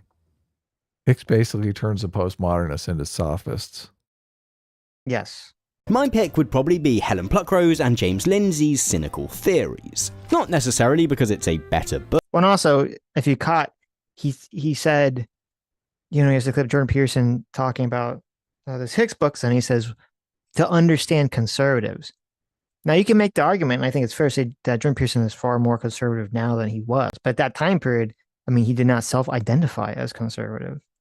And I don't think he believed he was conservative at that time period either. He always considered himself to be more on the left until all the woke stuff exploded. Yeah, and Stephen Hicks is a really complicated character. I mean, he's more a libertarian than anything. Yes. I don't know that I would call him a conservative. He's libertarian. Yeah, and I mean, he was debating like a Bible thumping conservative. I don't know if you remember, we watched that. Yes. Yeah. And he was taking the side of the liberal, basically. Right. So, yeah. Book. Neither are particularly great, but published in 2020, Cynical Theories just better captures the energy of the postmodern panic at its height. See, look, he's not evaluating these books on the ideas that they put forward. He's evaluating them on how he can use these books to tar and feather conservatives. Of course. Well, he says they're not great. He's not going to really. But why were they not great? Yeah, exactly. That's what we want to know. Yeah. Right. What did you disagree with? Take this quote from the intro. Postmodernism has, depending upon your view, either become or given rise to one of the least tolerant and most authoritarian ideologies that the world has had to deal with since the widespread decline of communism. To all these thinkers, then, postmodernism. True. Where's the lie? Yeah. Was clearly scary stuff. But if we want to understand a motive for why they might have killed it, we first need to understand our victim. The victim being postmodernism, right? Yes. This is the part where he explains postmodernism to us. He's going to explain it. Better than Stephen Hicks? Yes. Okay. I'm skeptical, Sitch. Let's roll another tape. That would make you a postmodernist, Adam. Because I'm skeptical? Confirmed. Hypocrisy. Confirmed. I compare postmodernism to... And now he's going to bring a completely different guy in. What the fuck? No, I got Gad Sad in here for some reason. Are all these people interchangeable? They're all people he doesn't like that are anti-woke conservative types in his mind. This guy's an evolutionary biologist. Like Stephen Hicks is literally a philosopher. Like he teaches philosophy at the academic, at the college level, right? Mm-hmm. Why wouldn't you go with him? Especially if we're talking about the philosophy of postmodernism. Mm. He's like a fucking expert. So you're He's gonna- saying that he would be the person to go to talk about this issue, not Gadsad. Yes, of course. Or James Lindsay or Helen Pluckrose. I mean, they're not. I don't know if Helen Pluckrose is a philosopher. Obviously, James Lindsay's not a philosopher. So, I mean, he's on the left. He believes in credentials, right? Mhm. Obviously, Stephen Hicks is the credentialed one. The 9/11 hijackers who flew planes onto buildings, I argue that postmodernists fly buildings of bullshit into our edifices of reason. This is Gad Saad, a Canadian professor of marketing with a special interest in evolutionary psychology, who, alongside Jordan Peterson, was a central figure in the postmodern panic of the mid-2010s. He's a staple of the Manosphere podcast circuit who really wants you to know that he's been cancelled. Wow, he lost a lot of weight recently. Look at that. It's just, I fucking It's on the hate this Ozempic, shit. baby. He's doing the like 7 degrees of Kevin Bacon here. Yes. It's like yes. sooner or later we're gonna. This is Adolf Hitler. Right? He didn't like postmodernism either. It's just so fucking weird. So apparently a food restaurateur here in Ottawa caused me some food poisoning. So even the restaurateurs are trying to stifle my freedom of speech. As he ever so sensitively put it in that first clip, the version of postmodernism which colonised the conservative mind at this time was, simply put, an ideology. Or perhaps more accurately, it was an umbrella of ideologies, all of which, they argue, share a basic belief in the idea that objective truth doesn't exist. Instead, everything we're taught about the world and our place within it is constructed as a means of suppressing some groups and elevating others. Basically, That's true. That's exactly what it Yeah. is. That's Yeah. 100% accurate. Yes. posits that there are no objective truths. Everything is constrained by subjectivity, by the personal biases of whomever is doing the exploration. Or, as James Lindsay puts it, their claim is that power decides who gets to claim what it is and is not true. That if you have a claim upon the truth, a statement that you're saying may be true, it might actually be true or false, but that misses the point, because the point is that you have to interrogate the power dynamics that allowed somebody to have the authority to make that claim. contemporary feminism, anti-racism, LGBTQ+ advocacy, and disability rights activism, all, as these guys see it, sit firmly under that umbrella. And they will usually claim that it is specifically the contemporary, supposedly postmodern versions of these movements which they're against. Now they co-opted. And that's all true. Mhm. Everything, this is all completely true. No contradictions, no inaccuracies in any of these definitions so far. Yeah, I keep waiting for him to pull out some postmodern philosophy that proves any of this incorrect. Did the civil rights movement, the good name of the civil rights movement is kind of the brand that they ride on. You know, they're fighting against racism, they're fighting against sexism, misogyny, etc. And the thing is that's not really what's going on here. They've actually tapped into this, to throw around the term, this postmodern notion that everything in society has to do with power dynamics. And the power dynamics have to be understood in terms of groups, and how those groups have traditionally held power and exercised power. See, older forms of what's sometimes called identity politics generally fought for the rights of marginalised groups in a manner which accepted the social categories which underpinned that oppression. First and second wave feminism generally... Hold on. Okay, I need to hear that again. To do with power dynamics, and the power dynamics have to be understood in terms of groups, and how those groups have traditionally held power and exercised power. See, older forms of what's sometimes called identity politics generally fought for the rights of marginalised groups in a manner which accepted the social categories which underpinned that oppression. First... What does that Identity even mean? politics accepted the social categories that underpin their oppression. I The don't know. question is whether or not those social categories are still oppressed. What does he mean? Like if someone is black, well, I guess this is the whole everything's a social construct nonsense, because it's like, okay, there are people that have black skin, there are people that have white skin. There's obviously some element of subjectivity in terms of who can get, classified into what at what edges and stuff, right? But like, yeah, in order, and even the CRT people, as other people would acknowledge, that's actually their argument, was that in order for to sort of fight for, justice, for rights for Black people, you have to understand, you have to have a definition of what it means to be Black in the first place. Sure. I think he's saying that today people don't accept that those groups are oppressed. It sounds like he's criticizing the acknowledgement of the group's existence in the first place. So I guess we'll see. And second wave feminism generally fought for the rights of women as women. Mid-century anti-racism broadly fought for the rights of Black people, for example, as Black people. Over more recent decades, what else would they fight for their rights as?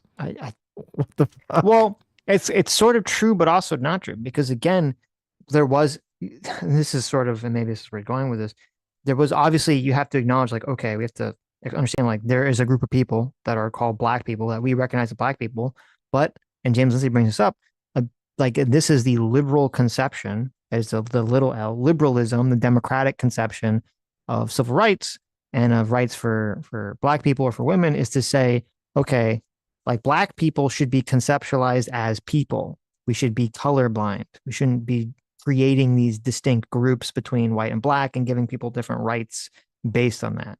Yeah, we should that's just the be rub. Americans. Yeah, fighting for the rights of women and Black people as people. That's the difference. Yeah. Yes. And he's saying, no, we have to fight for them as Black people or women. I don't know what he's saying. We can't just fight for them as people. It's confused. Well, it seems like that's the road he's going down here. Right. However, some within those... You can't... There's like a 1 second music loop that's going over and over and over again. It's like the same little piece of the song. Yeah. So it's like 3 words of a song being repeated over and over and over. Yeah. Over and over and over again. Right. So the song never plays out. It sounds like just like a heartbeat monitor in a fucking hospital. Not good. It's so distracting. He's got this on screen here. Listen, he's a private dick. Okay, he's a private dick in the 1940s, 1950s.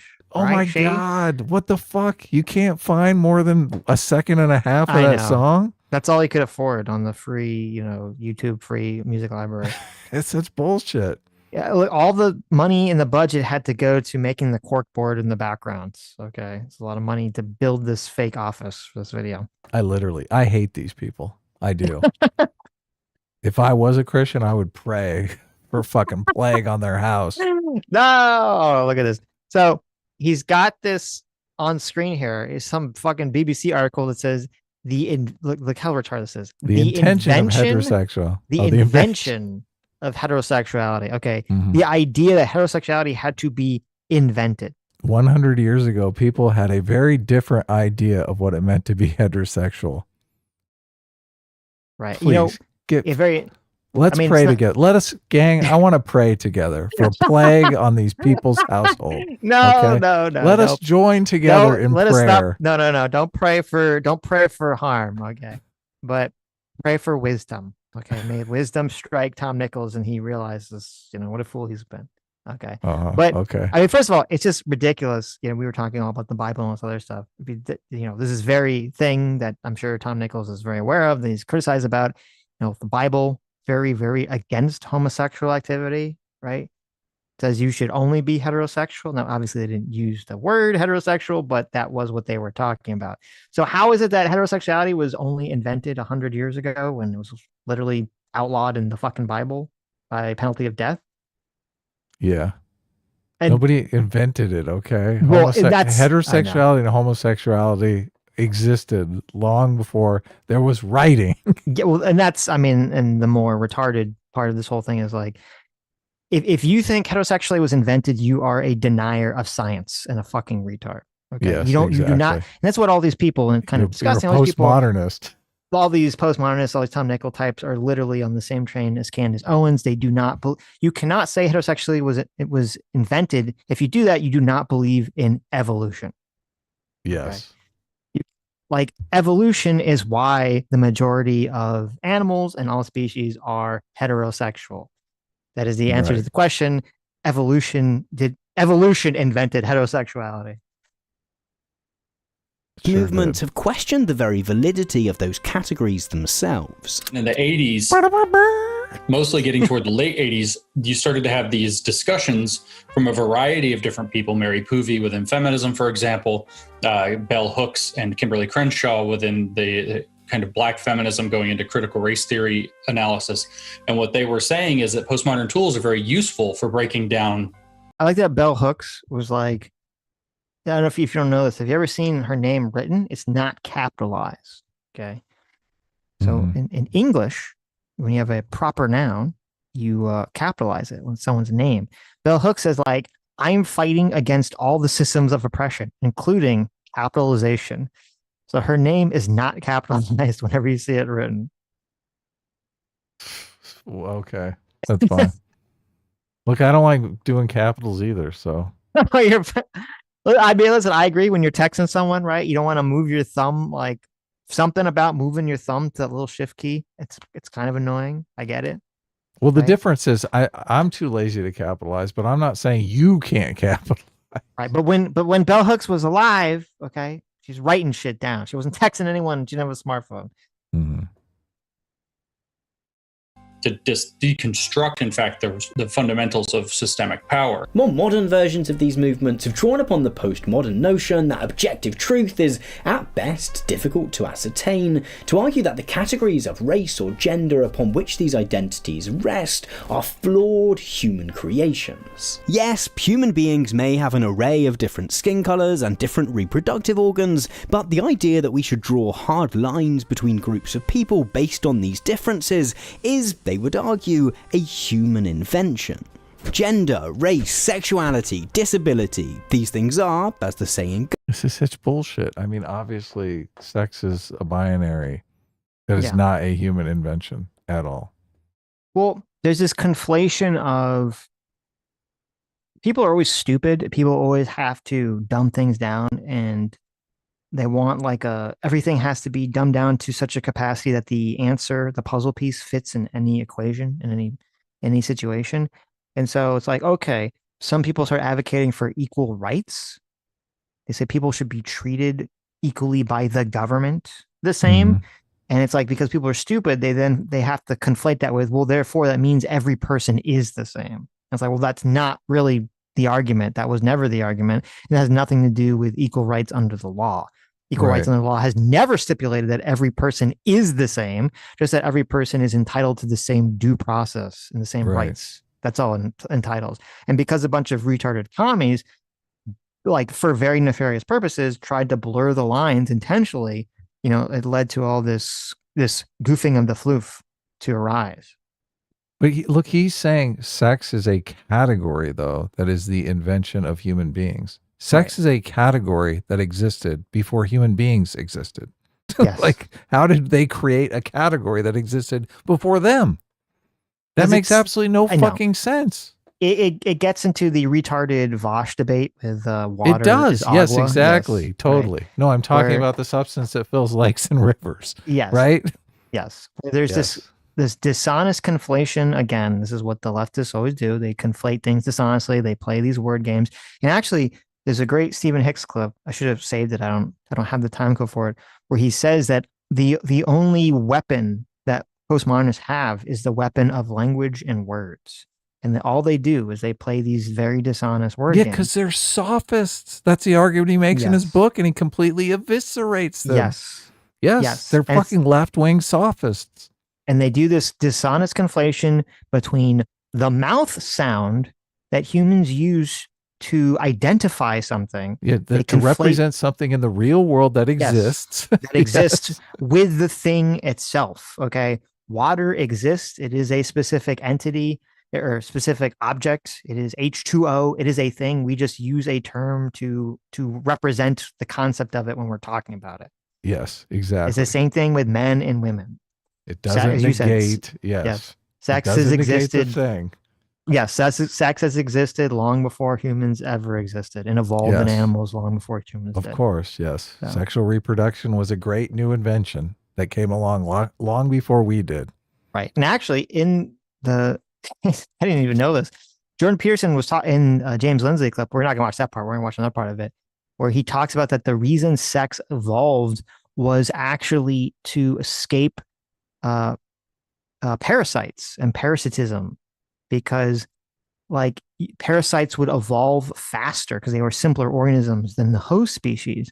And so when animals back in the day would basically, reproduce by cloning themselves, so they'd be basically exactly the same, the parasites would forever get a hold on their genetic ability. They would never be able to evolve faster than the parasites would. And so eventually this evolution of sexual reproduction between two different organisms, where you would sacrifice so that only half your genetic material would be, brought forward as opposed to 100% of it. But that would cause enough change that it would allow the organism to be stronger against parasites. Yeah. Yes. To stay ahead of the parasite evolution. Fascinating. Right. Yeah. Just like these postmodern parasites. Yeah. Can't talk about that with these guys. So obviously No. they just want to play fucking word games. I know. Look, don't you hate Jordan Peterson? Look at this other guy who once sat on the stage next to Jordan Peterson. Right. These people are insufferable. I think this video didn't have as many views as he normally gets, which made me think, great. People are losing interest in this fucking slop. This ridiculous slop. Look, I'm a theater kid and I'm intellectual. Right. Boring. Social constructs. The idea that any of these anti-postmodernism warriors would have been dyed-in-the-wool feminists 40 years ago seems at best questionable. I could be fully liberal and supportive of transgender rights while also saying, look, if you're 270 pounds and 6'4" and suddenly you call yourself a woman, no, you can't compete against biological women. This is an unconventional warfare. This is what they do in unconventional warfare. They make these provocations. Drag queens are a provocation. It's been an escalating provocation. My suspicions are that a fair number of these feminists who are pushing the freedom idea, when freedom is the same as licentiousness, are naive, immature, and somewhat dark triad or tetrad oriented women, psychopathic, cluster B, borderline, etc., who are looking to justify their refusal to grow up and accept responsibility by clothing it in ideological guise. Some truly well-meaning, nuanced critiques there. Nevertheless, to take them at their word for a minute. If you accept that people need to grow up someday, it is well-meaning. It totally is. Yeah. That's true. And first of all, I think Jordan Peterson is 100% right. But secondly, you don't have to do a thought experiment. All these people, except for Stephen Hicks, all these people were on the left, and I self-identified as being on the left before 2014, before woke shit started to crop up everywhere. That's how they identified themselves. Of course. Yeah. Yeah, look, they were all, the liberalism buys into science as a mediating force for truth. Yes. Yeah. Most people on the, well, a lot people on the right don't necessarily, people on the right are not as anti-science as they once were, but they do think religion is a good source of truth as well. Well, that's kind of the interesting part about this is, there was always, I think that the left generally does play around with the destruction of narratives far more than the right does, which just makes sense because the left is generally pushing for change against established traditions. Societal change, pushing against the status quo. But at the same token, there was a grand narrative that the left, until very recently, was very pushing for, which is that you can figure out the objective world through scientific discovery and using science. And then you have sort of, and it was kind of the right that was always accused of as being anti-science because they said, no, you have to use religion as a lens to see things that science either doesn't understand, can't understand, or is wrong about. And then that's what was kind of interesting is that you suddenly have, cropping up is the socialist and the far left come about and they say, no, science is just the tool of, the oppressive patriarchy or white people or whatever. That's so funny. Empiricism was the accepted epistemology on the left. Yes. The right, they do, some of them do believe in like divine revelation as a path to knowledge. So. Mm-hmm. Addition to postmodernism was partly based on the idea that overly critiquing the truthfulness of race and gender categories, for example, was kind of unnecessary and confusing.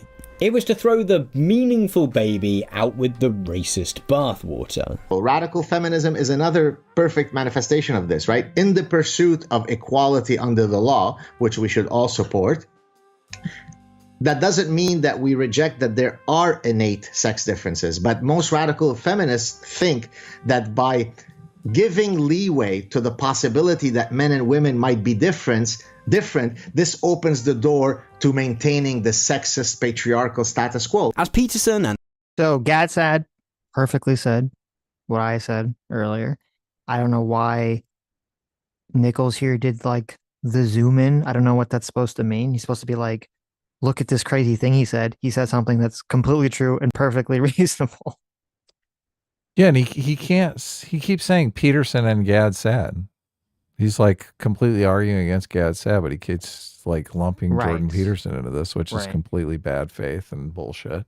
Though I'm curious, because I don't remember, is he going to actually levy some argument against what Gad said just said there? Probably not. This is a postmodern fucking video here. Like, he's basically not saying anything.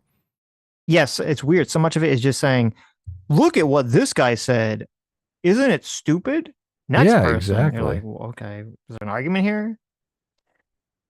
With free speech and being cancelled shows, these anti-postmodernism campaigners also fretted about the extent to which this postmodern turn supposedly shifted concern away from discriminatory laws, policies and practices, and instead towards matters of language and cultural representation. After all, if gender is merely a social construct, then achieving gender equality involves trying to shift the ways in which we let gendered stereotypes inflect our culture. In combating this, the various movements which consider yeah, blah, fucking blah. Yeah, Gadsden makes a very specific point. It's a very important point about how you can say, and you should acknowledge, or you should advocate, that people deserve the same rights under the law. That doesn't mean every single person is the same. Yes. And if there's a difference specifically, that there's going to be general differences. Now, you shouldn't be bigoted. You shouldn't be prejudiced. You shouldn't make assumptions about people. But statistically, there's going to be differences between men and women in terms of their interest, in terms of their levels of physical strengths and their strengths and weaknesses, and those, personality differences and things of that nature. Okay. This is all borne out by the science. Right. And he Nichols responds. His response to that is blah, blah, blah. Well, no, his response is basically, if men and women are the same, we have to worry about gendered stereotypes in media. Which just seems like a complete fucking non sequitur. Like, what the fuck are we talking about here? Right. Doesn't address it, goes in this other direction. Conservatives placed under the postmodern umbrella had some success. We had a black Hermione Granger, a woman Doctor Who, a lesbian in a video game. Employers began putting on diversity training, and women began talking more openly about experiences of abuse in the workplace, which also seemed to get tied up in the anti-postmodernist backlash too. It's very easy for people to come forward with accusations and demolish someone's reputation. That's trial by public opinion. We don't have any conversation about the other side of the coin. You don't think women manipulate men sexually for advancement in the workplace? Perhaps we shouldn't be too surprised that conservatives would have such a response. The writer Corey Robin argues that It's like straight out of the school of believe all women. I think what he's saying, I think Tom Nichols is incompetent here. So I think what he's trying to say is he's trying to say, if they actually believe what they were saying, they should have been in favor of all this woke bullshit. I think that's the argument he's trying to say. Oh, really? Which defeats the point, because, again, Jordan Peterson, Gassad, all those people, they're in favor of women and men being treated by the law the same. That doesn't mean that's their entire critique, their complaint was that they weren't. Was that a woman would come out and she would make and that's literally what Jordan Peterson says in the fucking clip. It's a trial by public. A woman would come out, she would make an accusation against a man, And before any of that could be adjudicated by the courts, before any information could come out for the people to make a determination about what was true, instantly people be like, oh, you got to fire the guy. The guy's evil. He's Satan. Believe all women. Like literally hashtag believe all women. Yeah. Was being promoted. And there was multiple arguments that we saw from multiple publications talking about how, well, because women are, victims of sexual assault, it's better to just automatically assume they're true, even if an innocent man would go to jail, because, it's better for all women, because there's so many underreported sexual assault cases in the country. Right. So, no, Tom Nichols, if you actually did believe in equality, as Jordan Peterson, as guys I know, other people said, you wouldn't be in favor of that. You'd be in favor of the whole point of equality was equal under the law. And it really shows that a lot of these people never really believed in equality whatsoever. They just believed in seizing power against hierarchies of oppression, because that's the whole point. That's everything that they're talking about. That's what the postmodernists are advocating for. That's what the socialists are advocating for. Right. Seizing power. Binding thread of conservatism since the 18th century has been the felt experience of having power, seeing it threatened, and trying to win it back. Oh my God. That's a real Burkean conservatism there, right? Well, so this guy here, Corey Robbins, would it surprise you to learn that he's a socialist? The guy he's quoting? Yes, this guy he's quoting, who's going to continue to quote, who's a knowledgeable expert on conservatives, is a socialist. And he doesn't say this. He doesn't explain this to his audience, but he is a socialist. I don't think he's knowledgeable about conservatives. No. He's doing the straw man of conservatives. Conservatives have all of the power. Yes. Yeah. Right. So this is guy, just like men have all of the power, right? Exactly. He writes for Jacobin magazine, which is a very socialist publication. He wrote an op-ed for the New York Times called "The New Socialists: Why the Pitch for AOC and Bernie Sanders Resonates in 2018." So this is very funny. The ChatGPT summary of him and his belief system is he focuses on power and hierarchies, not tradition for its own sake. But it says this is ChatGPT's unprompted. I didn't say how he's a socialist. I just said, can you write me a summary? Unprompted. I said, can you explain to me, like, what are the key points of his book on conservatism? And this is what ChatGPT said, unprompted, okay? It said, he focuses on power and hierarchy, not tradition for its own sake. Traditional conservatives often say they value order, tradition, stability, and prudence. But Robbins, coming from a socialist point of view, argues these values are really about protecting power.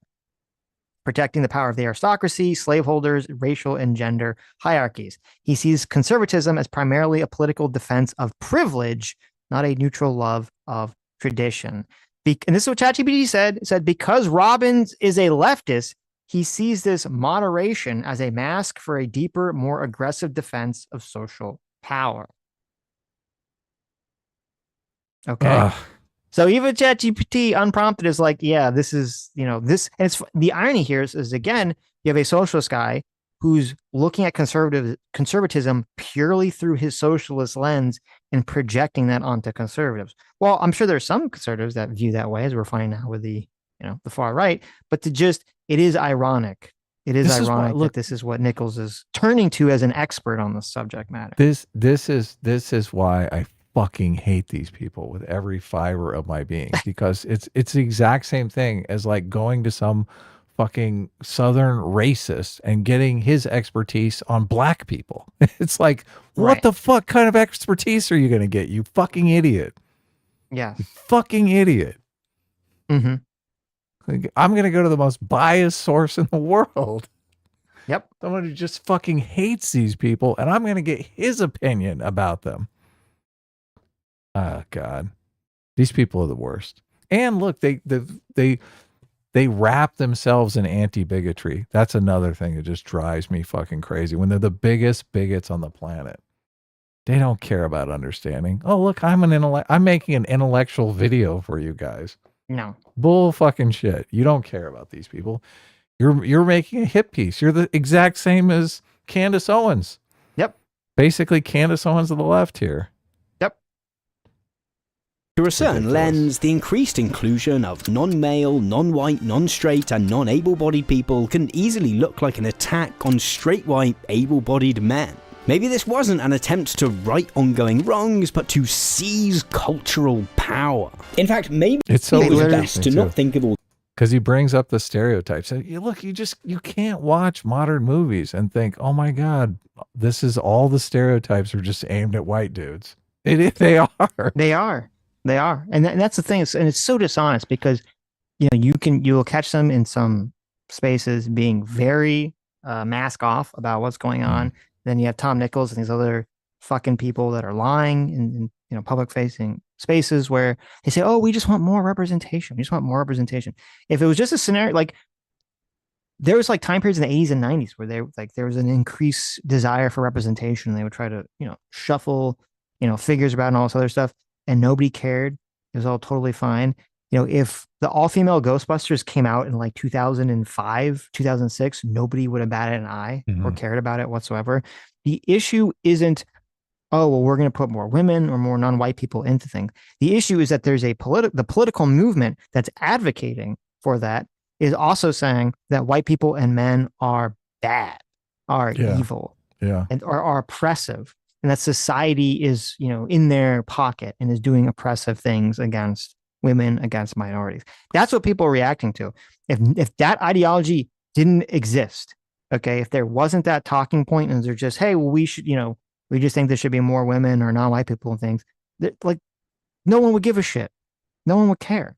No, they're going after white men with the stereotypes. Look, I saw that movie Sinners. Okay. There is not one white male character in that movie that is not a complete racist piece of shit. Not one. Mm-hmm. Like, and look, I'm not the type of person to complain about it. But if you're on the left and you're complaining about racist stereotypes, I mean, come on, let's be real here. You are literally creating racist stereotypes to serve your own political means, right? Of course. Yeah. Of course. I'm not And surprised. again, Look, I'm sure young white men notice this. I do. And again, that's the problem is the same people pushing for pushing all this stuff in movies and TV shows are the same people saying you can't be racist against white people. You can't be sexist against men. Right. all this postmodern stuff as something new, but as Marxism reborn. Both Hicks's book and Pluckrose and Lindsay's book. Now, it's so funny. He says this. He says it like spooky. Oh, it's Marxist reborn. The first person he cites is a socialist, is an open socialist who was part of the DSA, the Democratic Socialists of America. Okay. Right. Yeah. And yet he goes, ooh, Marxism. Ooh, it's like, fuck you. Go fuck yourself. What a piece of shit. Spend much of their time weaving a narrative in which the failure of left-wing European academics to inspire their compatriots to revolution during the early and mid-20th centuries caused them to shift gears to promote this perceived postmodern umbrella of ideologies instead. And they almost got away with it. Almost. Over the past 6 months, these various identity-based political movements have taken a little bit of a beating. Under their more recently given label of wokeness, newspapers across the political spectrum have used the continuing victories of the populist right in America and Europe to call its time of death. So, can Jordan Peterson and his anti-postmodern pals claim that scalp? Do we lock them up, throw away the key, and end the video here? No, we just throw them a ticker tape parade and say, yeah, woo, you did it, victory, yeah. Nobody gives a fuck about this shit anyway. Woo! Yeah. Except for a bunch of theater kids. Yes. Well, no. The problem is that the particular definition of postmodernism which fueled this conservative panic was, at best, based on a pretty faulty understanding of what postmodernism actually was. This grand story of intellectual renegades looking to corrupt Western civilization might be compelling, but postmodernism as it actually existed was a far broader trend. In fact, far from being... Look at now he's pointing to art. He's totally jumping the shark here. He's jumping from postmodern philosophy to postmodern art, which is just completely different. Yes, yes. And it's weird because I remember back in the day, there was like a weird Armored Skeptic video where he totally dropped the ball and did the same thing. Yeah. Postmodern. Look, yes. Pulp Fiction is considered a postmodern work of art because it's got so many references. It's like so self-referential to other media. So I like Pulp Fiction. I think it's a good movie, right? Of course, it's a great movie. Yeah, it's completely different than fucking postmodernism, right? The philosophy, well, and the also political like movement. Yeah, not just as self-referential, but also, and this is where they make the comparison. Though obviously it's very different. Is Pulp Fiction and postmodern art, it will be like challenging pre-existing ideas about like how the art is supposed to be structured. So, Pulp Fiction is shown, or it's not shot, but it's shown to the audience out of order chronologically, right? And so it's part of what makes it I guess, a postmodern movie. But it's retarded. It's so obviously retarded, and everyone understands this. It's like you even have to argue this, that saying, okay, we're going to challenge existing rules about like art and how structures of way a movie should be structured. You can have, Nolan always liked to do this with, Memento being backwards and all this other shit. To challenge sort of conventional rules of art, and then to say, okay, well, that's the same thing as challenging conventional narratives about governance and society and whether sex exists in the first place. Or science exists. Or science other exists. than an oppressive power structure. Right. It's just so stupid. It's like, are you for real? Like, can we not dumb everything down to like, you have to have one puzzle piece that fits all solutions? Okay. Yeah. I like, kids like ice cream. I like ice cream. Doesn't mean you should eat it for every fucking meal. Art is an experimental vocation involving culture. It's not scientific discovery. It's not an epistemology. Yes. Yeah. And very often you can break the structure of storytelling and it doesn't fucking work. It's just incomprehensible nonsense. Yeah. Yeah, totally. This is when you get into the whole like, oh, everything, there's no such thing as like objective standards for making determinations about whether a movie is good or not. Bullshit. Wrong. Yeah. What do Wrong. you call the box office? Yes. That's a pretty objective standard. Being a narrowly left-wing phenomenon, it fundamentally rewired conservative politics too. In order to really understand what killed postmodernism then, we first need to reframe exactly what it was in the first place. Oh my goodness, here it is. The moment we've been waiting for. He's actually going to tell us what the fuck he means. Well, I'm skeptical.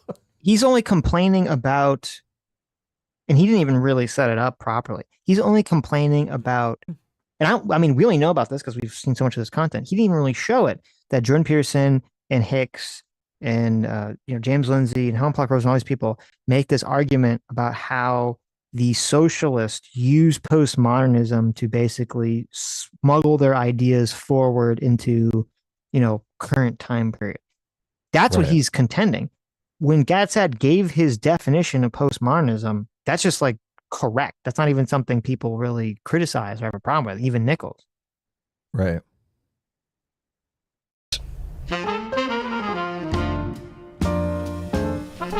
Suspect number 2. Donald Trump and Elon Musk with a little bit of fascism in the White House. Let's re-roll that Elon Musk video. Wait. I thought he was going to tell us what he meant by postmodernism. No, you fool. You got to go look at the Elon clip again. What the fuck? I thought he was going to explain the postmodernism. No. Doesn't he understand when he says, first we have to understand what postmodernism is? You're supposed to cut to, here's what postmodernism is. That is a logical, you're expecting logic, okay? You're expecting some sort of logical conclusion to this? First, we have to understand what postmodernism is. Right. Let's look at that Trump clip again. Please make it stop. I just want to say thank you for making it happen. Thank you. You're going to see this clip a lot in this video. Oh, even tells you, holy shit. I'm not, maybe Elon was stealing Trump's thunder. This looks pretty deliberate to me. After I've seen it 7 times, I'm thinking, he knows what he's doing. Yeah, such a If you wanted to, he does it like 3 times. I know. You can't, maybe once. Yeah. sign that postmodernism, as defined by Jordan. Hold on. Poboxy, thanks so much for the 20 euros. Says, sometimes I wish someone would use Vosh's logic against him and ask, does Vosh stop existing if he crosses the Mexico border, or would Vosh transform into a new entity? There you go. That's a good question. Would be great. J Macker Circuit 5 for $10. Thank you so much. Says, look, I'm all on board with crapping on this video, but at least he made a video. Cough, cough, Sitch. Wow. Shots fired. Can you believe this? Can you believe I'm under attack here? Yeah, I can. Everyone wants you to make a video. I know. Jordan Peterson and co. I should make a video about John Parsons, how he's masturbating on magic tombs. That'd be good. Was dead, then the President of the United States' right-hand man popping a Hitler salute at the official inauguration party is pretty crystal clear. The far right were no longer in the ascendant, but had now twice captured the most powerful seat in global politics, and were becoming increasingly bold in their political statements. But I think it's also the sign of something deeper. See, Elon Musk's Hitler salute, and those of the other Trump supporters which followed it, sent shockwaves around the world. And that shock was first and foremost because it was a Hitler salute. It's a gesture which represents the deepest of trauma, suffering, and evil. And yet, for me, this he's even out of it because it was super controversial. There was a bunch of people defending him and a bunch of people who were losing their minds over it. But right, it wasn't like a clearly definitive. Everyone was, this is a Nazi salute. We need to fucking get this guy. Well, I mean, I don't remember his argument. How is it postmodern? This Nazi salute? Yeah, look, I don't know how this is connecting to the postmodern thing. I suspect it's not going to. Many onlookers, this sense of shock also existed alongside another emotion. Cringe. Musk is no stranger to cringe. I am become meme. Yeah, pretty much. This is, after all... That was the time where everyone thought he was high, and he came out on stage with the sunglasses. A 53-year-old man who is obsessed with the Doge meme. Well, now, the Doge father. Okay, Doge father, so... But the more he... I guess that was back when the left used to like Elon, so he was allowed on SNL. He's brought his cringy ways into the political sphere, the more revealing it's become for how our politics is changing. Because that sense of cringe you might have felt watching Musk's arm explode out towards the crowd probably didn't only come from the belief that being a Nazi specifically is cringe. Until very... I saw 3, man. No, he did it twice. What do you mean? He does one to the front, one to the back, and then one to the front again. No, wait. He doesn't. His arm he puts his hand out towards the one. crowd. Probably didn't only turns come around, from the belief that being two, a Nazi and then turns back around. Does the last one here? Until no, see, he doesn't. He just holds his. He just puts it. He just leaves cut it. I think there was a third. Oh, does one. he do a third one? I think so. Yeah. Or was it just a hand over the heart? No, I think I've done the first one. That's the last time is the only time that he says my heart goes out to you, though. Okay. Yeah. Maybe you're right. I seem to recall this now that you're saying that. Yeah. Yeah. Very, very recently, the idea of believing in any political ideology enough that you would start using its lingo and aping its signature gestures was widely considered deeply lame. In most environments, you'd have got much the same response for doing a fist and calling people comrade. Isms, whether... Something that Tom Nichols does every fucking day of his life. Yes. This whole video is a testament to that cringe. Well, I mean, and also this is sort of this is sort of like a reimagining of the scenario. People think Elon is cringe. That's definitely true. But when he did that, people weren't like, oh, he's so cringe. He's doing the Nazi salute. People were like losing their shit. Like, oh my God, Elon's doing the Nazi salute. Or they're saying, well, there's 3 scenarios. There's Elon's doing the Nazi salute. Oh my God. There's Elon's a fucking retard and didn't do the Nazi salute. He's just an autistic retard. And then the third was Elon is a dumb troll and he was intentionally trolling. Yeah. Yes. Wouldn't the only way you could say it would be a postmodern action would be if it was some sort of troll, right? How are any of these postmodern though? I mean, how does this challenge the grand narrative? Well, I guess you could say if Elon was doing the Nazi salute to challenge the grand narrative that Nazis are bad. Okay. I don't think that was the intention, though. Right. I've not really heard people make that argument. Yeah. I mean, that's a stretch. I mean, Right. to really bring postmodernism into this conversation, you're kind of just Yes. swinging for the fences there. But Mm-hmm. I'm leaning towards it was a troll. I think you first thought it was him being dumb, but maybe you've changed your mind. No, so I think he's just a retard, and I think when he does the third one and he says, "My heart goes out to you," this is my sense, is that he realized what he had that realization of what he was doing, and that's why he kind of pauses and then says it and then does it to try to like save it. No, he's milking it. He's like, he does the Right. first two and he's like waiting for the audience. No, see, that's you. See, I think he does I think it's like a Larry David or it's like a Seinfeld sketch. He does the first two without thinking, and then he realizes, oh no, they're gonna say this is like a Nazi slip. So then he kind of, and that's what he's like. That's why there's a pause, and then that's why he says, "My heart goes out to you," and he does it a third time. He's trying to like fix the fuck up. That's my interpretation of it. And then afterwards, because he's a fucking retard, he then tried to make it, because he just can't admit, like Elon Musk can't admit that he's, a fucking idiot about anything. This is a guy who lied about being good at a fucking video game, and then when people called him out about it, he had to literally stream himself playing the video game on an airplane, on his private airplane or an Air Force One or wherever the fuck it was, to try to be like, look, I could play the video game, even though he apparently played it shitty still on the airplane. Oh, shit. That doesn't matter. But I mean, so the fact that this guy is so sensitive that one of the richest man on the planet has to fucking tell people, has to lie about being at a video game, should tell you that he would never just admit that he made a mistake. And so obviously he's going to lean heavy into the LOL, it was an intentional troll, because that's better than admitting just he did a fuck up. So he's come out and said it was a troll then.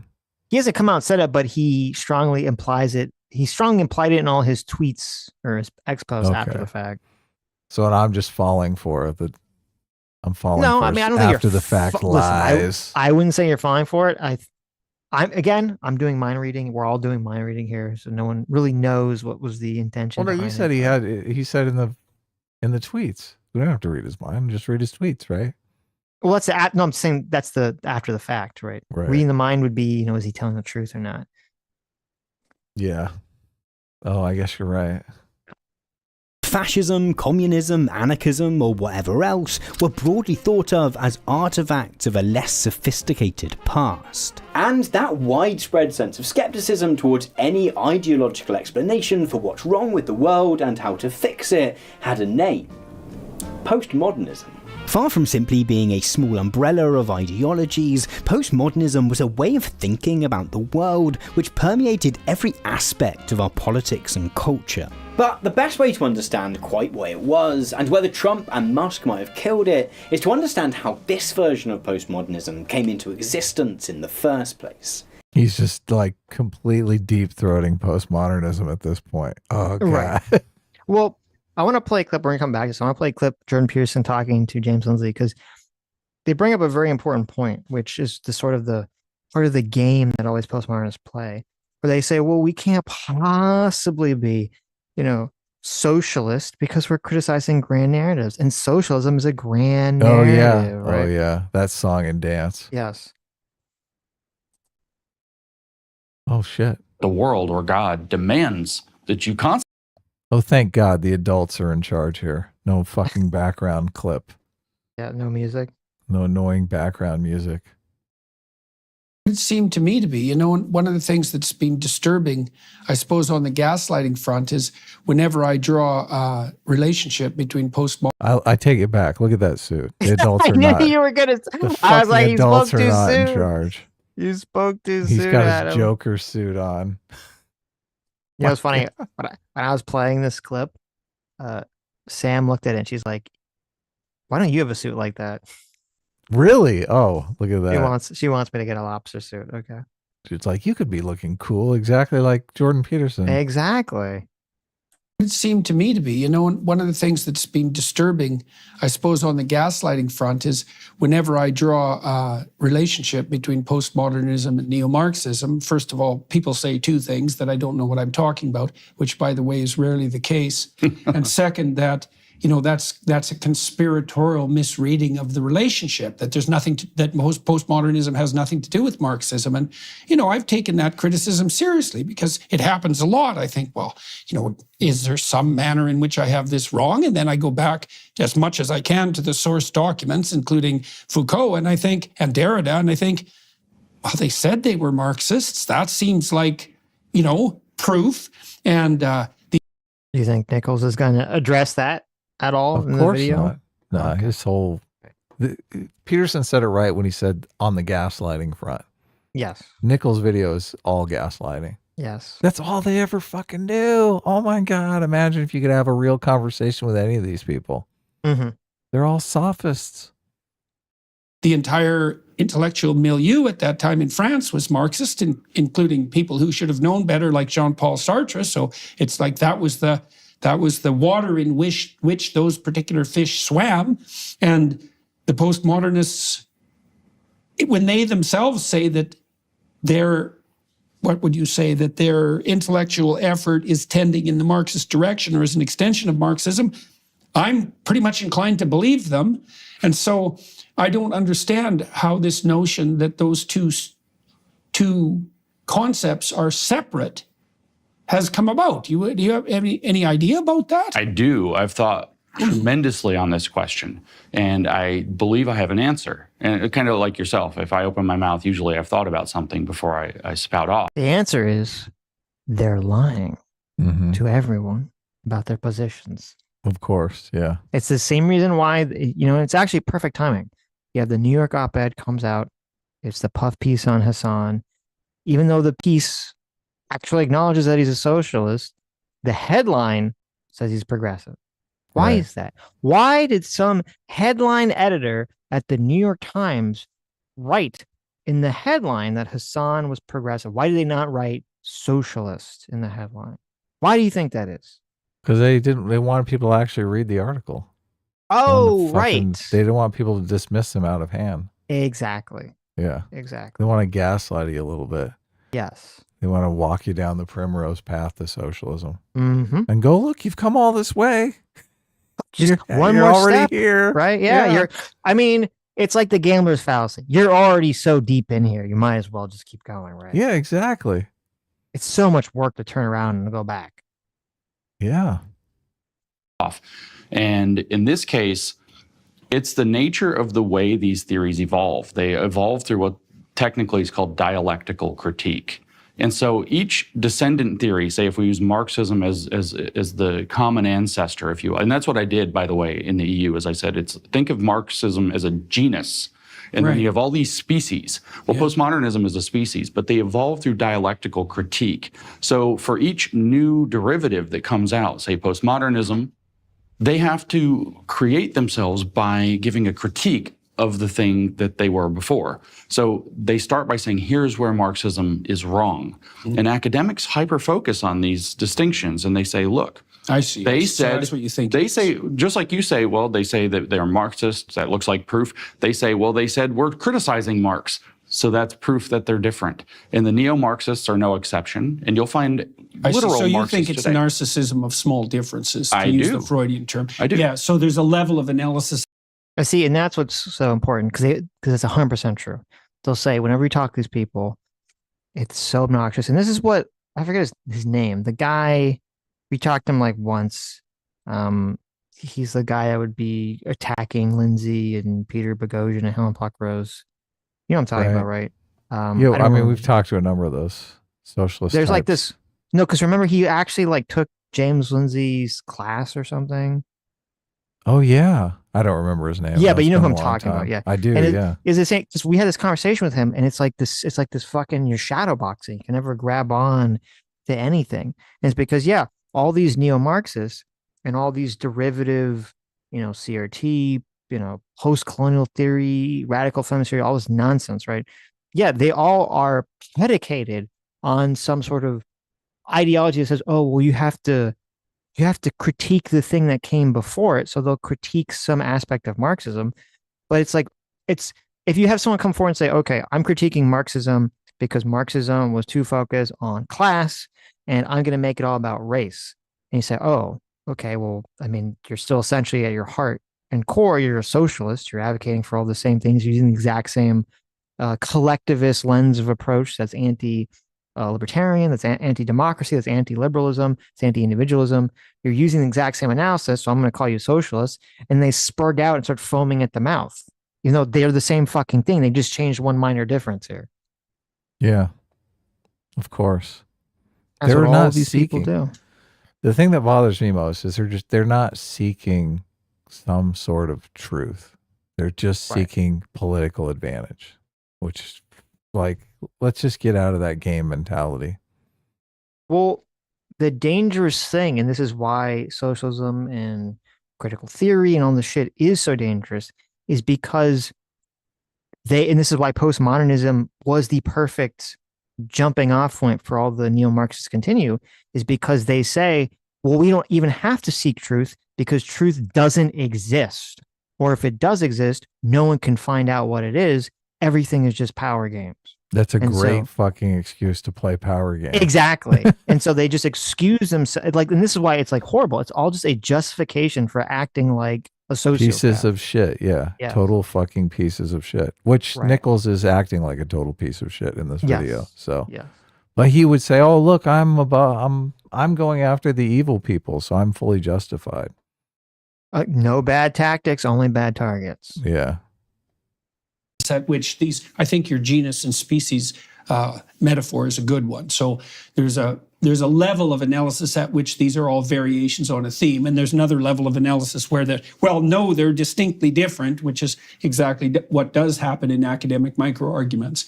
Right. So you think part of I think part of it's just the attempt to sow confusion as well. Oh, probably, and yes. And then also ignorance on the part of the critics, because they just don't know enough about what they're talking about to even know that there's a relationship between postmodernism and neo-Marxism and Marxism. I guess the other... Yeah. Okay. So I just thought that's all important. Keep in mind, we're having this conversation. Obviously, Nichols isn't going to address any of this stuff because, then he'd actually have to address something. Right. It would look bad. He doesn't really have a good counter argument. No. He's like, but the world really is about power. Yeah. Well, that's the whole thing. They're like, oh, these guys are all wrong about everything they're saying.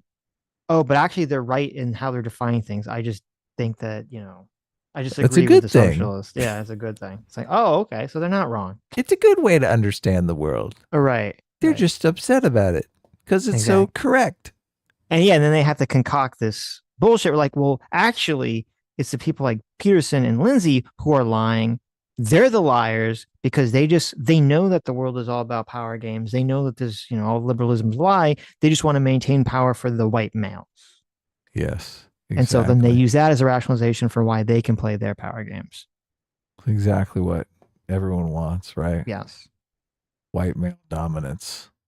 If you ever are in a situation, a moral conundrum, where you have to justify yourself or your friend or your team's moral actions by saying, yes, but the other side is bad and did something bad, or I perceive they did something bad, that's how you know you're in the wrong. If you were in the right, you wouldn't have to do that. You would just do the right thing. Yeah, exactly. You would. You wouldn't even think about it. You wouldn't have to think about it because you know exactly what the correct course of action is. Right. You wouldn't have, if you have to start rationalizing your actions. Yeah, there you go. Right. You know that you're in the wrong. So many times you know the right course of action, but it's difficult because oh man, everyone's going to hate me or this is going to be challenging, right? Right. This is going to be a lot more work, a lot more energy. Like there's all kinds of different ways. But you often know the right course of action. Like Tom Nichols knows. He knows the right course of action is not to straw man these people and have like some sort of real substantive debate. Mm-hmm.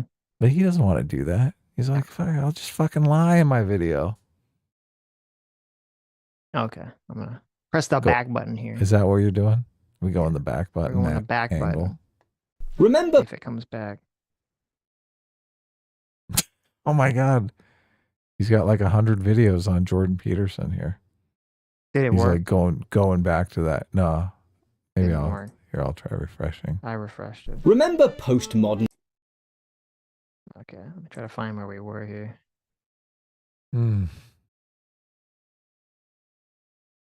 So bad. I couldn't understand how this version of postmodernism came into existence in the first place. Let's start with another video. 20 years ago, 25 years ago, I couldn't speak, really, I couldn't speak when a tape recorder was on the table. And now, I don't even notice it. This is Jacques Derrida. To folks like James Lindsay and Jordan Peterson, Derrida is, along with Michel Foucault, one of the two horsemen of the postmodern apocalypse. Genuine. Was Foucault was he the one that was against the age of consent laws? I'm not sure. Most of them are pedophiles, though. Yeah. Yeah, You it was wonder why they Foucault. wanted to challenge the status quo so bad. Yeah, Foucault argued that it's intolerable to assume that a minor is incapable of giving consent. And he wrote with some other people. It was the French petition against age of consent law. Oh my God. This is like, Jesus Christ. Yeah. For fuck's sakes. Why all these fucking people end up being pedos? What's up with that? What they really desire. So disgusting.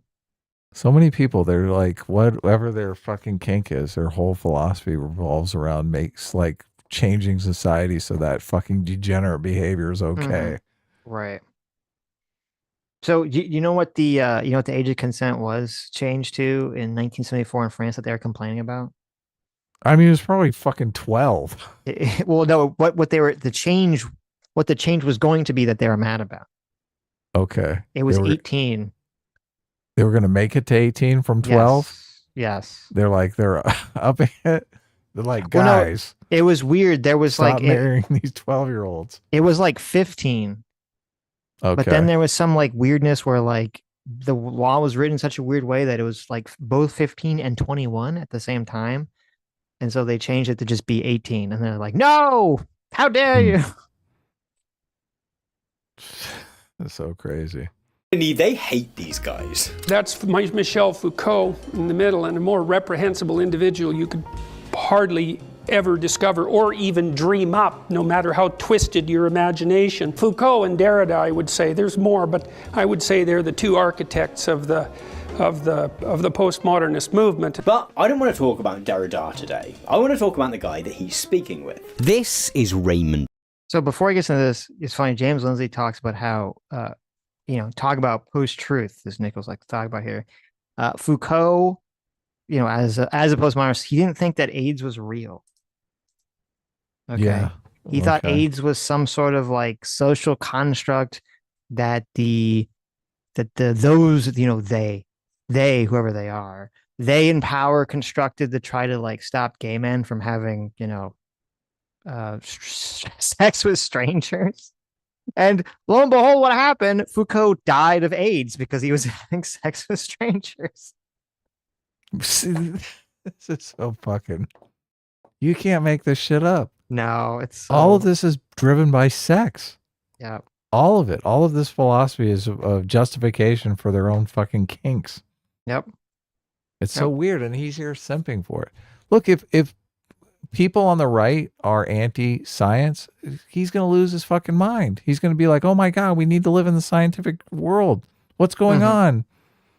Live in today. Trust the science, all that shit. But these guys make philosophical arguments against some sort of scientific truth. And he's like, oh yeah, based. Continue. You guys are doing great. Oh, I hate the hypocrisy.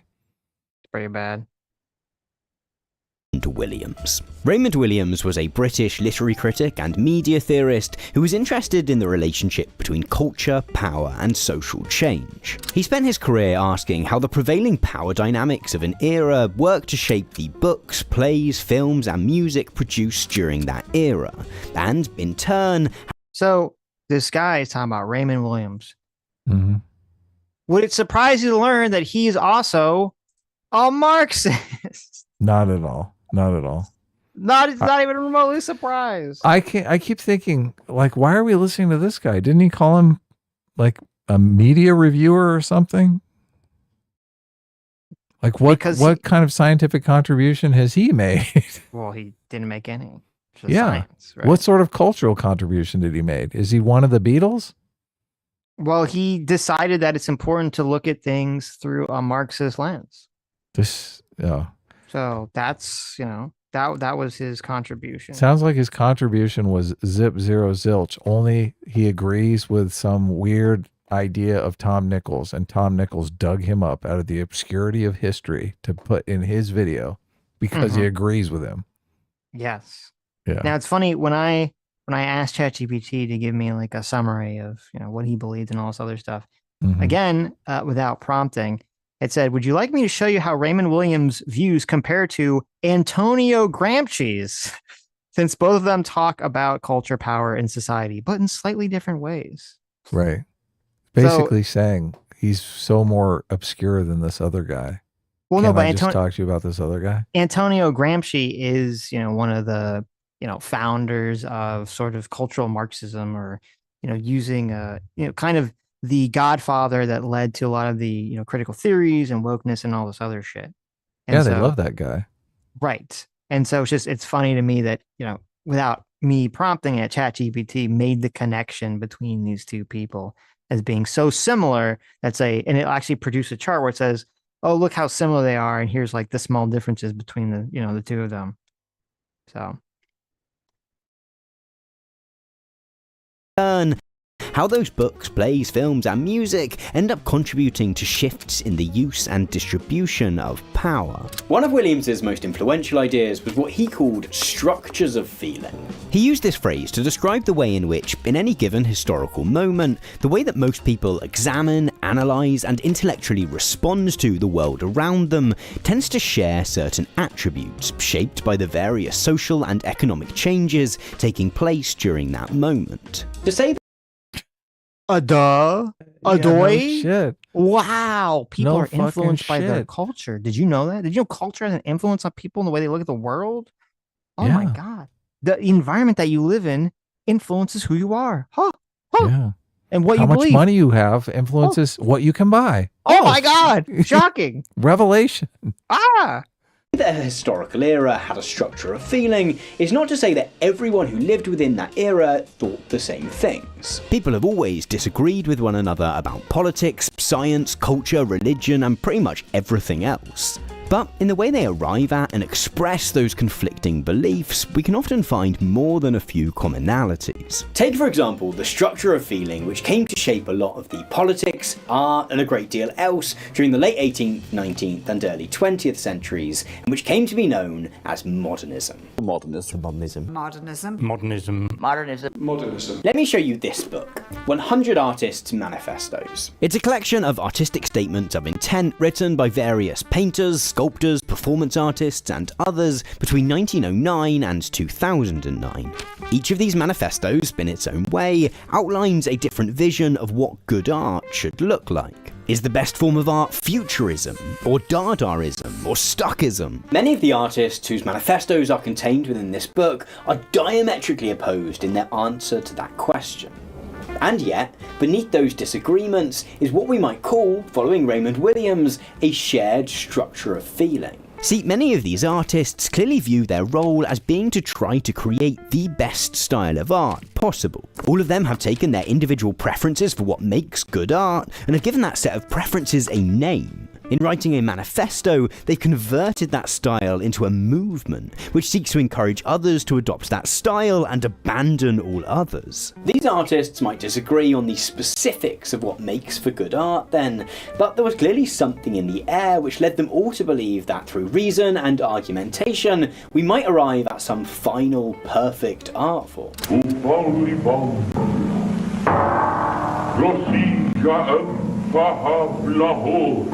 This shared, modernist structure of feeling within the art world is interesting enough.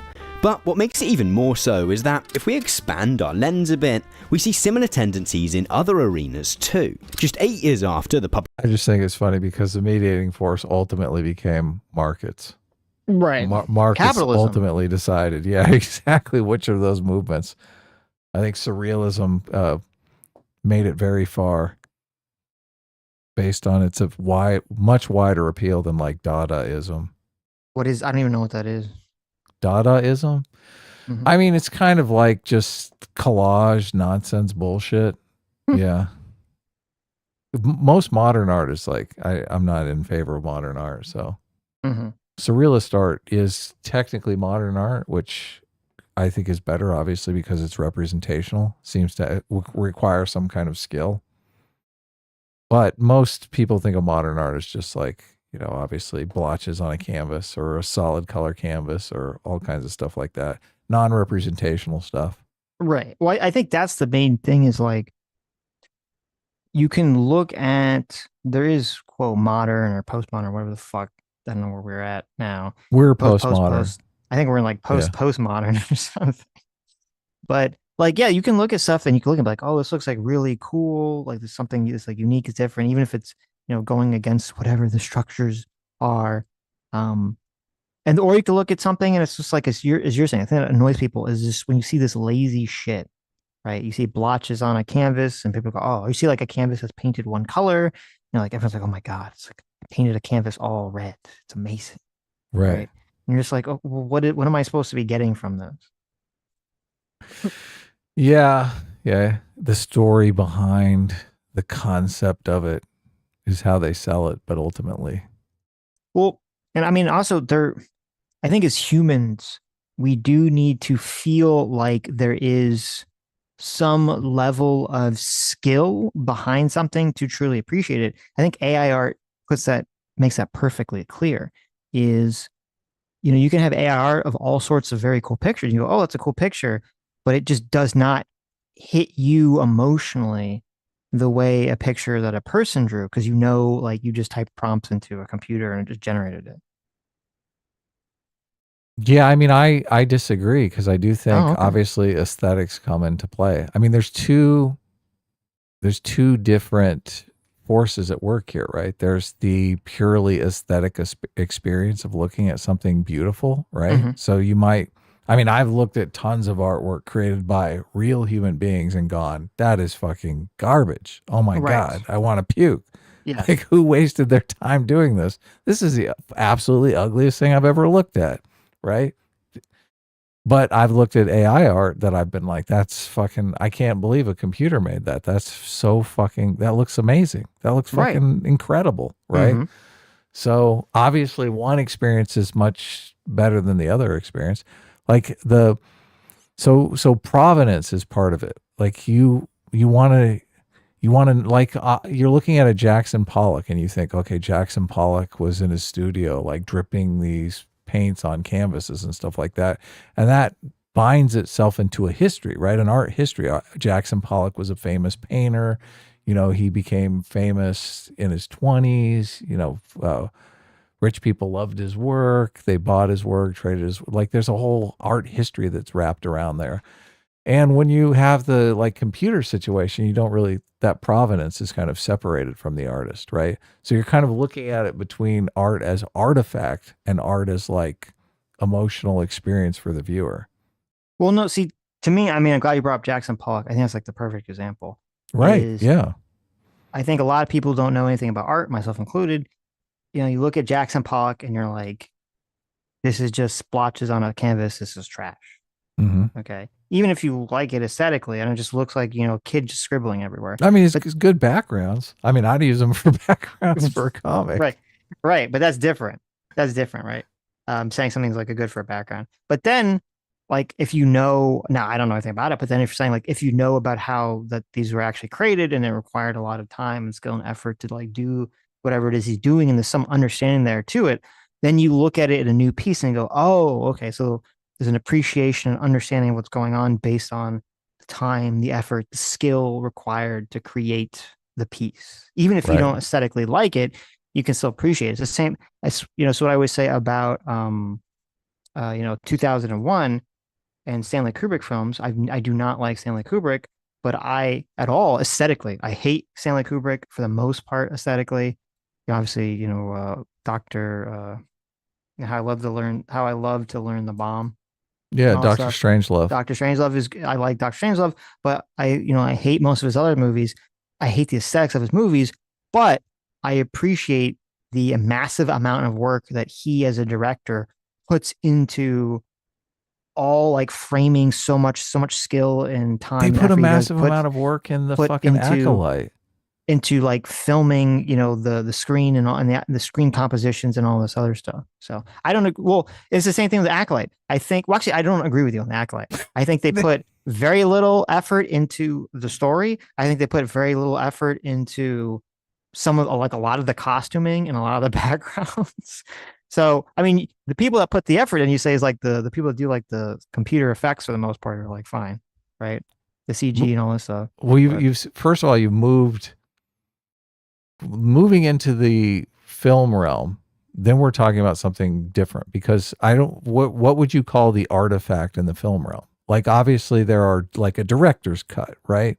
But you wouldn't say the print. I mean, you could, right? This is like an original print in a certain run or whatever, that becomes an artifact. You know what I mean by I don't know what you mean. I have no clue what you're talking about. Well, an artifact is something that's like a piece of history, right? Like this was made by some person's hand in the 15th century, right? Right. That's different than something that's like a print in a book, or of a movie print that you're going to watch, a digital experience that you're going to absorb. Okay, So you're saying because it's not like a judging- physical, like Yeah. okay. I mean, I guess it is. It's a DVD, but I know what you mean. Like you don't absorb it through the physical medium of the DVD. You absorb it through like the Right. screen. Yeah. Right. Okay. Yes. Sure. So I'm looking at these two different things in the generation of art, paintings. Well, no, in I particular, I only brought up the comparison in terms of like, I don't know, maybe I'm unique. I thought my experience was more universal, but I could be wrong. Was that I think there's, as I said, I think there's having an understanding. I think this is why my understanding, my belief of why a lot of people do not like a lot of modern art is because it's viewed as low skill. It's not just that they don't like the aesthetic, they view it as lazy and incompetent and just doing stupid shit for the sake of doing stupid shit. Right.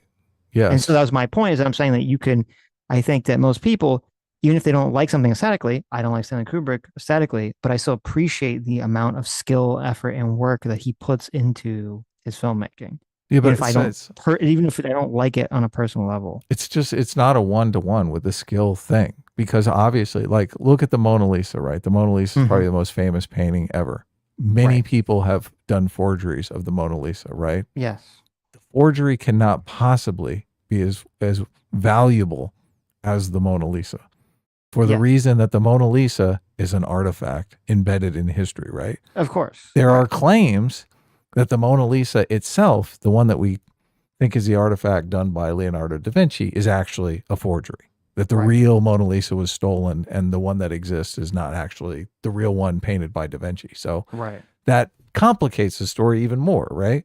So we're talking about real objects that are embedded in history. It's at some point in time.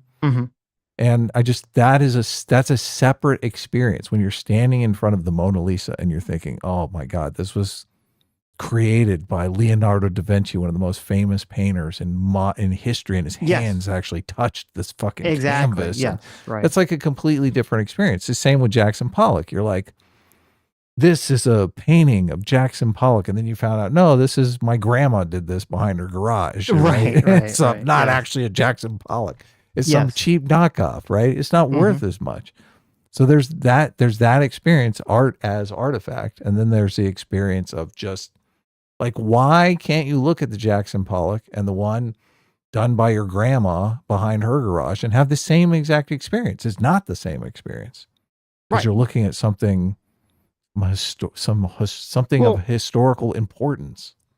Yeah, but you're correct. But I think part of it is also the view is, with Jackson Pollock, you're like, oh, this is some sort of master painter, right? Right.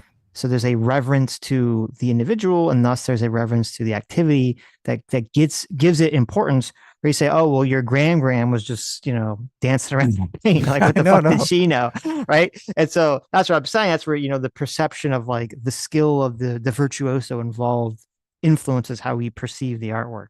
Many people give like modern art no historical importance whatsoever. I mean, it would be interesting to see if in 1,000 years, the painters that are, famous and their paintings are worth thousands, hundreds of thousands of dollars, or even worth anything in the future, right? That could happen. Right. It probably will happen. Maybe maybe it won't. But there is aesthetics is working at the same time. Like you can compare movies and be like, this movie has a terrible story, but look, the aesthetics are great, right? Yeah, Obviously, like the Batman.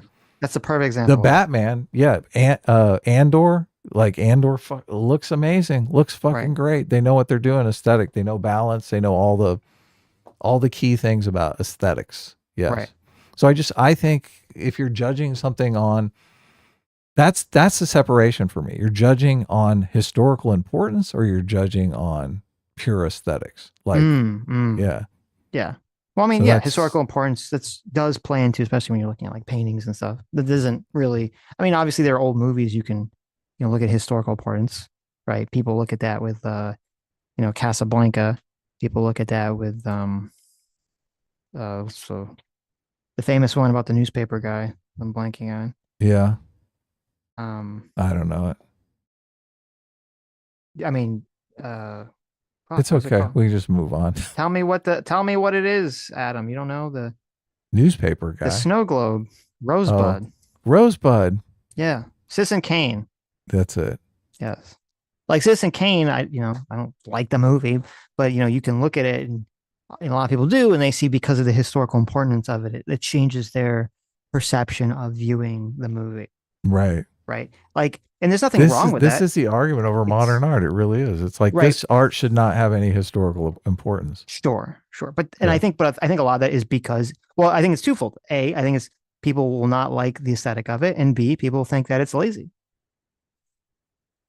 Yeah. Yes, I think the laziness, I do think is part of the argument that they make.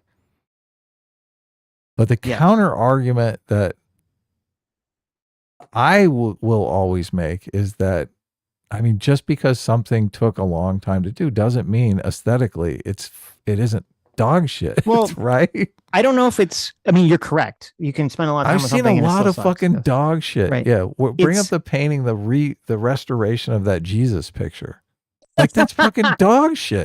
Right. It's freaking I think dog spent shit. 100 years of the. Yeah. Right. Yeah. No. So I think the way to look at it is, a lot of times, I think embedded in sort of how we view art is that we view it through the lens on an unconscious level of status, right? And everyone's trying to climb the status hierarchy.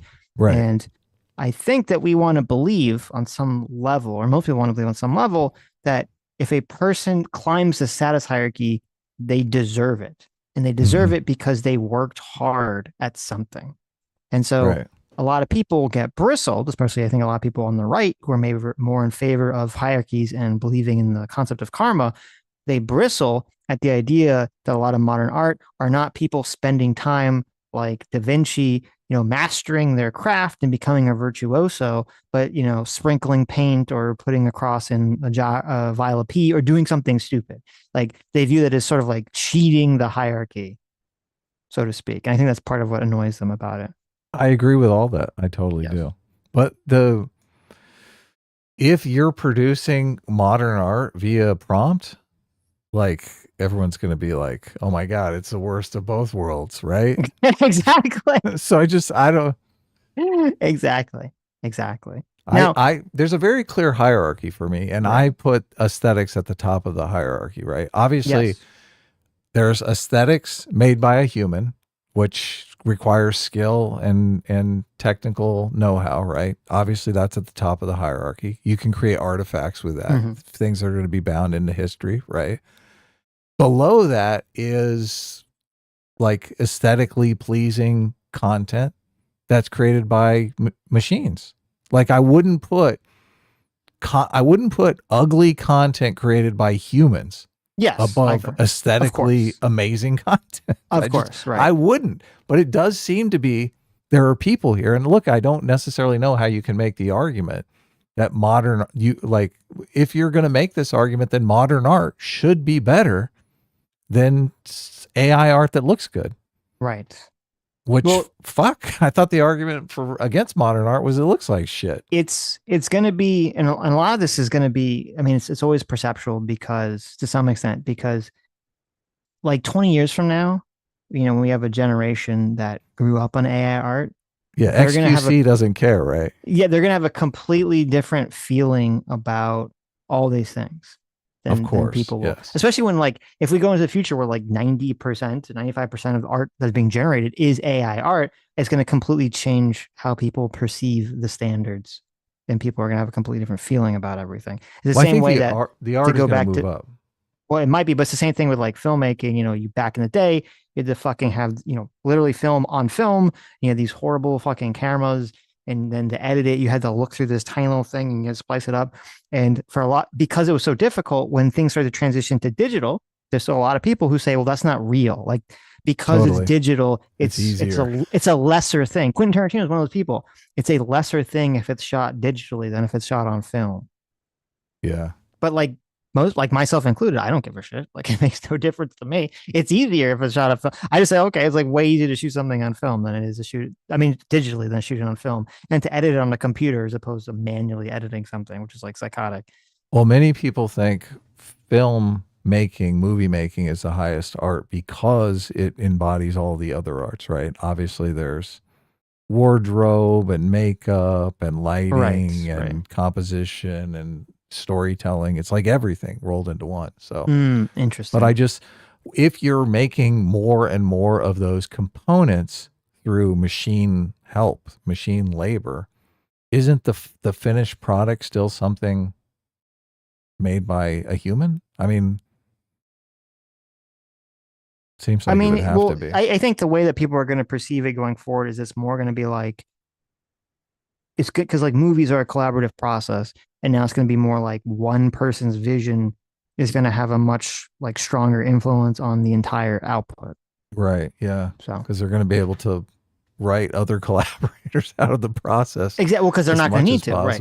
Yeah, they're going to be able to do every element of the project. Yeah. So. All right. I have to run to the bathroom really quick, but you go to the bathroom. Continue with Mr. Nichols here. Publication of the first manifesto contained in this book, revolutionaries in Russia began establishing a socialist state inspired by Karl Marx and Friedrich Engels' Communist Manifesto. The same artist who wrote the Futurist Manifesto in this book would later write a manifesto for Benito Mussolini's Italian fascists. Liberals, too, spent much of the late 18th, 19th and early 20th centuries writing documents which claimed to outline the best way to organize society, from the US Declaration of Independence to the UN Declaration of Human Rights. As with the artists included in this book, the authors of those political tracts clearly disagreed greatly in the specifics of their politics. And yet, the modernist structure of feeling which shaped how they arrived at those beliefs clearly shared a great deal. This was, after all, an era of mass urbanization, industrialization, globalization. And with human ingenuity leading to so much technological progress, there was an underlying sense that perhaps the same could be achieved in relation to how we organize society politically. Many true believers gave their preferred political models names: communism, fascism, liberalism, anarchism, and whether through debate or force, they saw their goal as being to implement those ideologies and to eradicate all others. A key point of Raymond Williams's, however, was that these structures of feeling shift and change over time. Viewed from the present day, all these manifestos seem, at best, a little naive in their rigid commitment to a certain way of making art or organising the world. If a friend told you they'd written a manifesto explaining how to create what they thought was objectively the best form of art, you'd probably find that a little bit cringe. If they told you they'd written an all-encompassing political manifesto, you'd probably be more than a bit worried. And yeah, but I'm back. I mean, this isn't what he's saying isn't even true, because when you look at how the far left was, operating and have been operating under wokeness, it all was, we're following some sort of totalitarian ideology or worldview that says, there's a power structure, a power hierarchy in our society that is unjust and is keeping select groups of people down while while pushing other groups of people up. And here's a bunch of reading by a bunch of fucking randos that, they just say it. None of them actually, prove it with some, with studies or facts or anything, but their worldview, their experiences, their lived experiences claims it to be true. this was the entire makeup of wokeness for the last 8 years. So I don't know how I can sit here and say like, oh, people are all against these ideologies. That's not even remotely true. No, they buy into them wholeheartedly. In fact, yeah, Tom Nichols and the rest of BreadTube, their entire genre, their entire career was just explaining these ideologies to audiences to give their audiences arguments essentially to use against people in the center and people on the right. Yeah. And that's because at some point during the 20th century, the boldness and sense of social progress which runs throughout these manifestos was shaken somewhat, and supplanted by a new structure of feeling, which came to be known, fittingly, as postmodernism. And it took hold, at least in part, because of dudes doing stuff like this.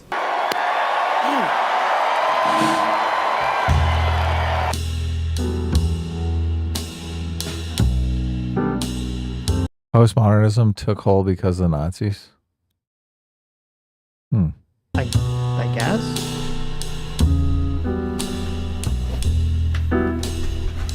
Let me show you another video.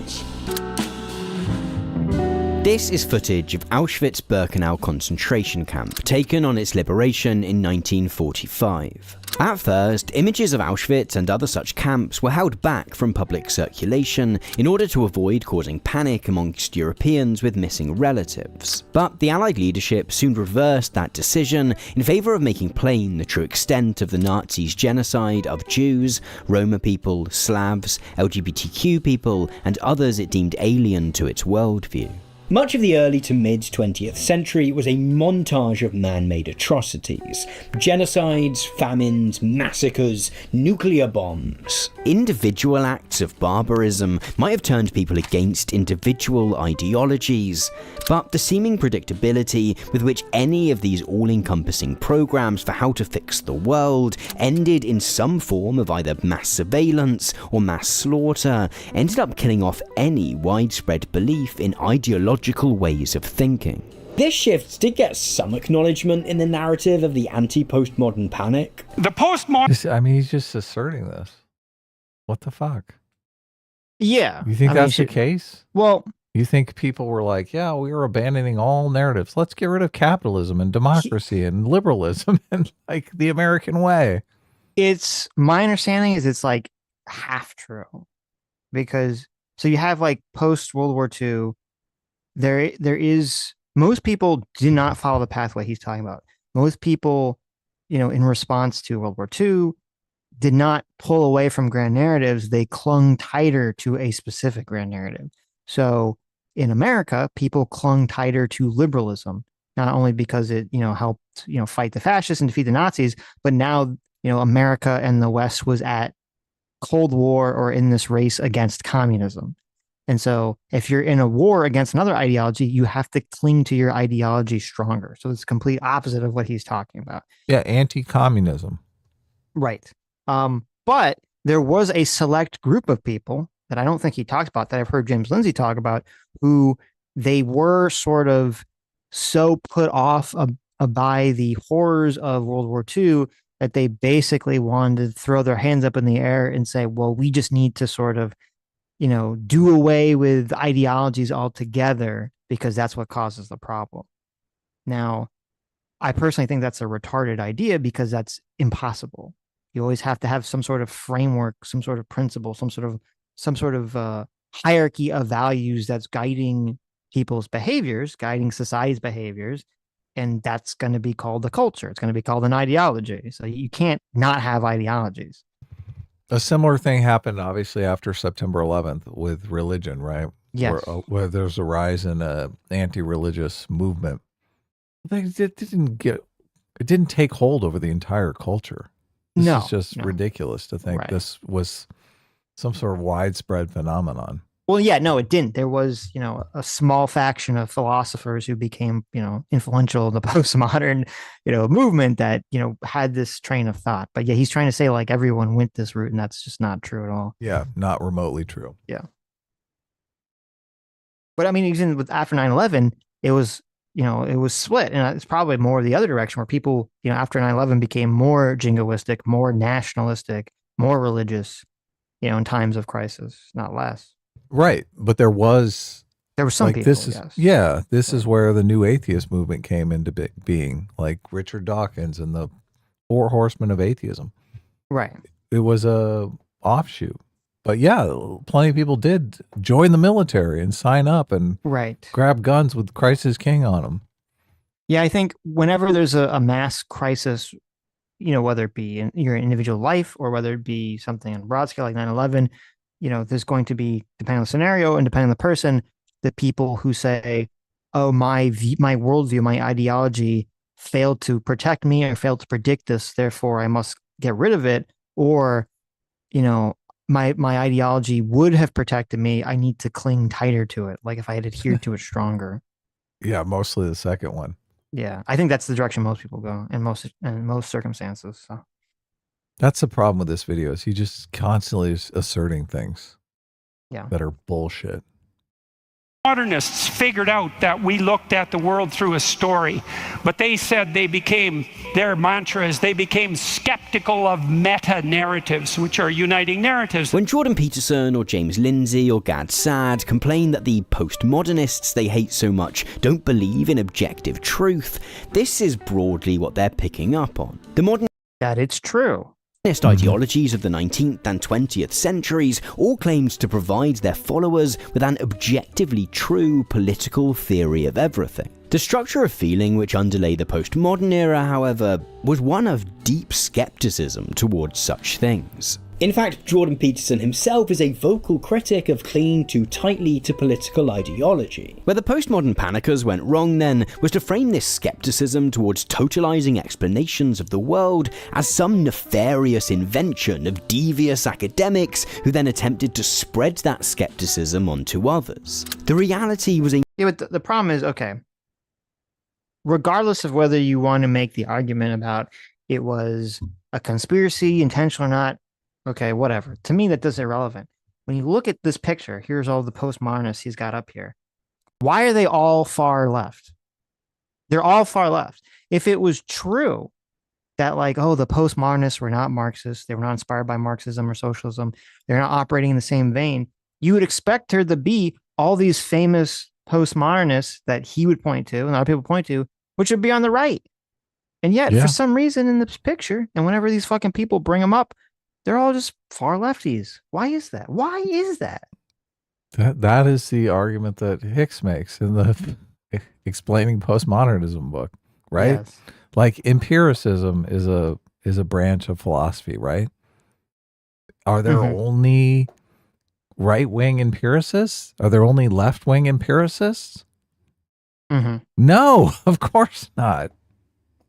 Right. Empiricism spans the political spectrum, but just as you point out, what is going on here? Why is postmodernism not span the political spectrum? Why not? Right.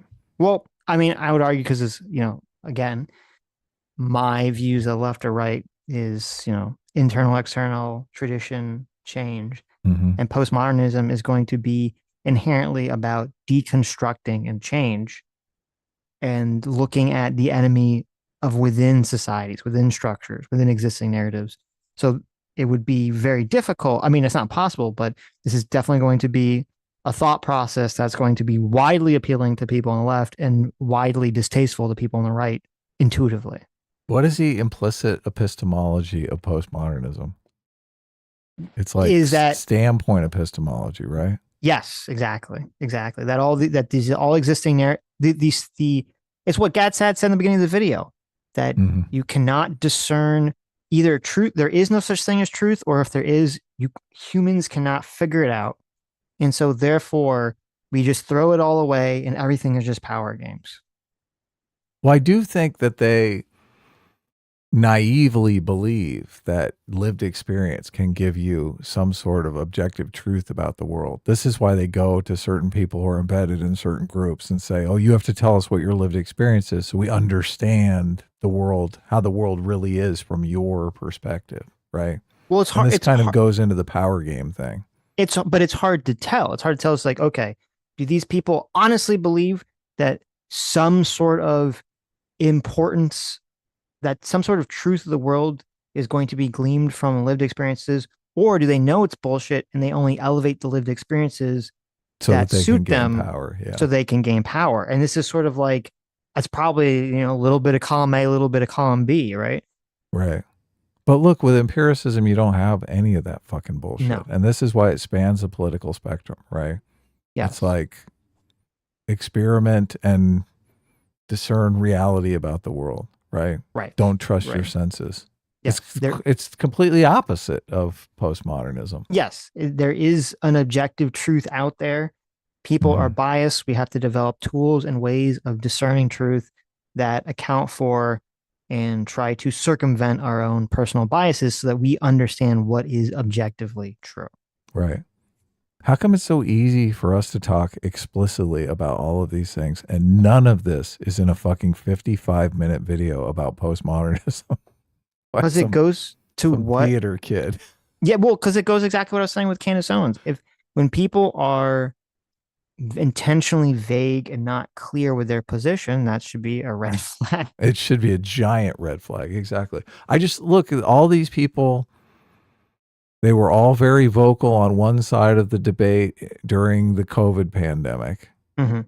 And I don't understand how you can make an argument for postmodernism and at the same time be like, trust the science, what we need to go with objective reality and empiricism during the COVID debate. But all of a sudden we need lived experience, right? How would lived experience help us in the pandemic? It's because saying it's about power it's not, a lot of people's positions and worldview is on power, but it's only a quarter of the picture. The first epistemology, the first lens that the majority of people look at the world through is not about power. It's about team, about what my tribe tells me. It's tribalism. Right. And that is the epistemology is just a fancy word for how you figure out what is real, what is true. So right. I know we're saying it a lot, but yes, the first lens that people use to discern truth making is to say, what is my tribe telling me? Yeah. And so when you have the COVID thing, very quickly it breaks down into, the conservative tribe is saying, open up the lockdown, have no lockdowns, open up things. It's not a big deal. And the left liberal tribe or progressive tribe is saying, it's a huge deal, lock everything down, put masks on everyone, blah, blah, blah. And they're all just kind of reacting to each other because they don't want to be associated with the other tribe. Yeah. And so, that's how you get, the people who should be the postmodernists, who should be against these grand narratives, are suddenly on the pro lockdown everything tribe, even though it doesn't make sense to be consistent with their worldview. Yeah. It's fucking bullshit. Total bullshit. Bunch of charlatans, bunch of sophists. Yep. Explanations of the world as some nefarious invention of devious academics who then attempted to spread that skepticism onto others. The reality was a much more widespread, organic shift in structure of feeling. It was organic. So, I mean... Look at these hippies. He's got a bunch of hippies dancing. Right. It is true that some intellectuals decided to embrace this shift, and to see what doing so might tell us about how the world works. Michel Foucault, for example, argued that what he called the discourse around many social topics often wasn't an objectively true description of how things were in the world, but worked to support certain power relations. In this book, for example, he questions what were then seen as absolute truths about homosexuality, asking why society had elevated the fairly simple matter of who one sleeps with into a whole identity. Well, I mean, it's kind of, he does like a sleight of hand here that to me shows that there's a knowing dishonesty here, because and James Lindsay was bringing this up with Foucault, was Foucault looked around and he was sort of understanding the civil rights movement and the hippie movement, saying, okay, there's an energy here that like we as postmodern neo-Marxists, if you want to coin the phrase, can use to our advantage to fuel our revolutionary movement. Right. Yeah, there's a bunch of soldiers that we can conscript into our war.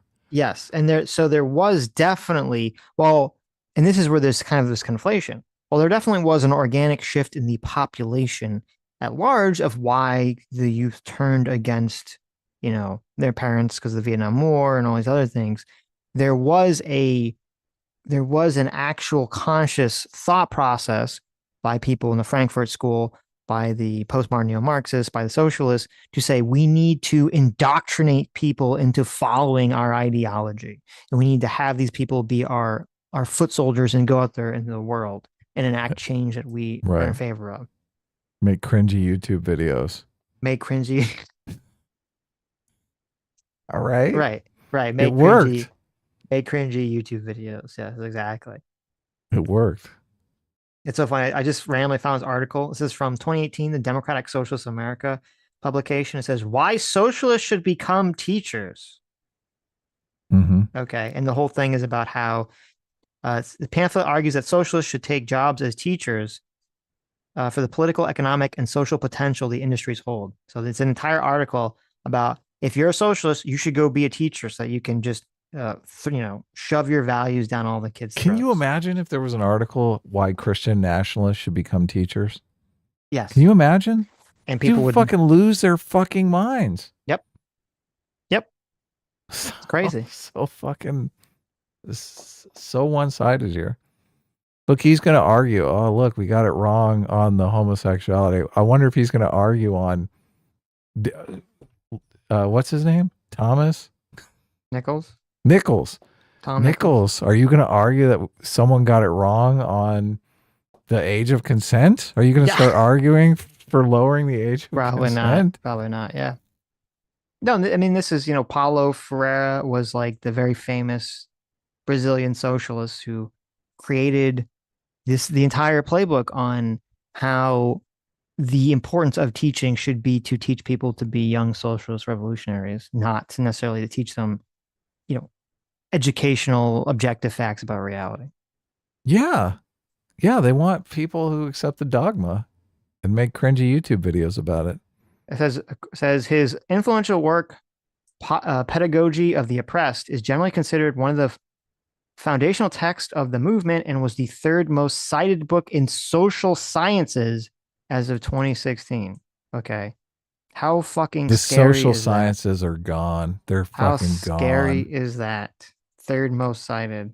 I know it should be Haidt's work should be the most cited. Yes. Especially in social science, sociology, any one of those. Mm-hmm. But no, they're going to look, we got to get the communism going. So weird. There's so much that we know about how people can live better, more anxiety-free lives, and people want to get wrapped up in this fucking communism nonsense. Yep. Sad. Category. And he argued that this often had helped to marginalize and pathologize anyone who engages in gay sex. Why are they pathologizing all? Look, when's he going to talk about the pathology around the age of consent? Sitch, come on, what's going on? I mean, I think they got it right on the age of consent, but look. Sexuality appeared as one of the forms of sexuality when it was transposed from the practice of sodomy onto a kind of interior androgyny. The sodomite had been a temporary aberration. The homosexual was now a species. Many feminists, including Judith Butler of Gender Trouble fame, asked similar questions about gender. Nevertheless, without wanting to diminish the work of Foucault, Butler, or any other broadly postmodern writer, the idea that a small coterie of often tough-to-read philosophers could reshape the way the world thinks in such a deep way is a bit of... It is interesting. He's got Kimberly Crenshaw. I don't think he ever mentions her. Kimberly Crenshaw is the founder, besides Derek Bell, the co-founder or cited co-founder of CRT. So...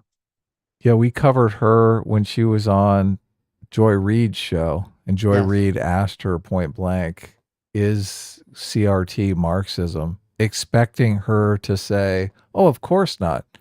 And she just didn't answer the question for like 5 or 6 minutes. Answer. Yeah, exactly. Long rambling answer, hoping you forget the question. Yeah, until Joy Reid got the message that, oh yeah, it is about Marxism, but we shouldn't talk about it, and moved on to a different topic. So yes.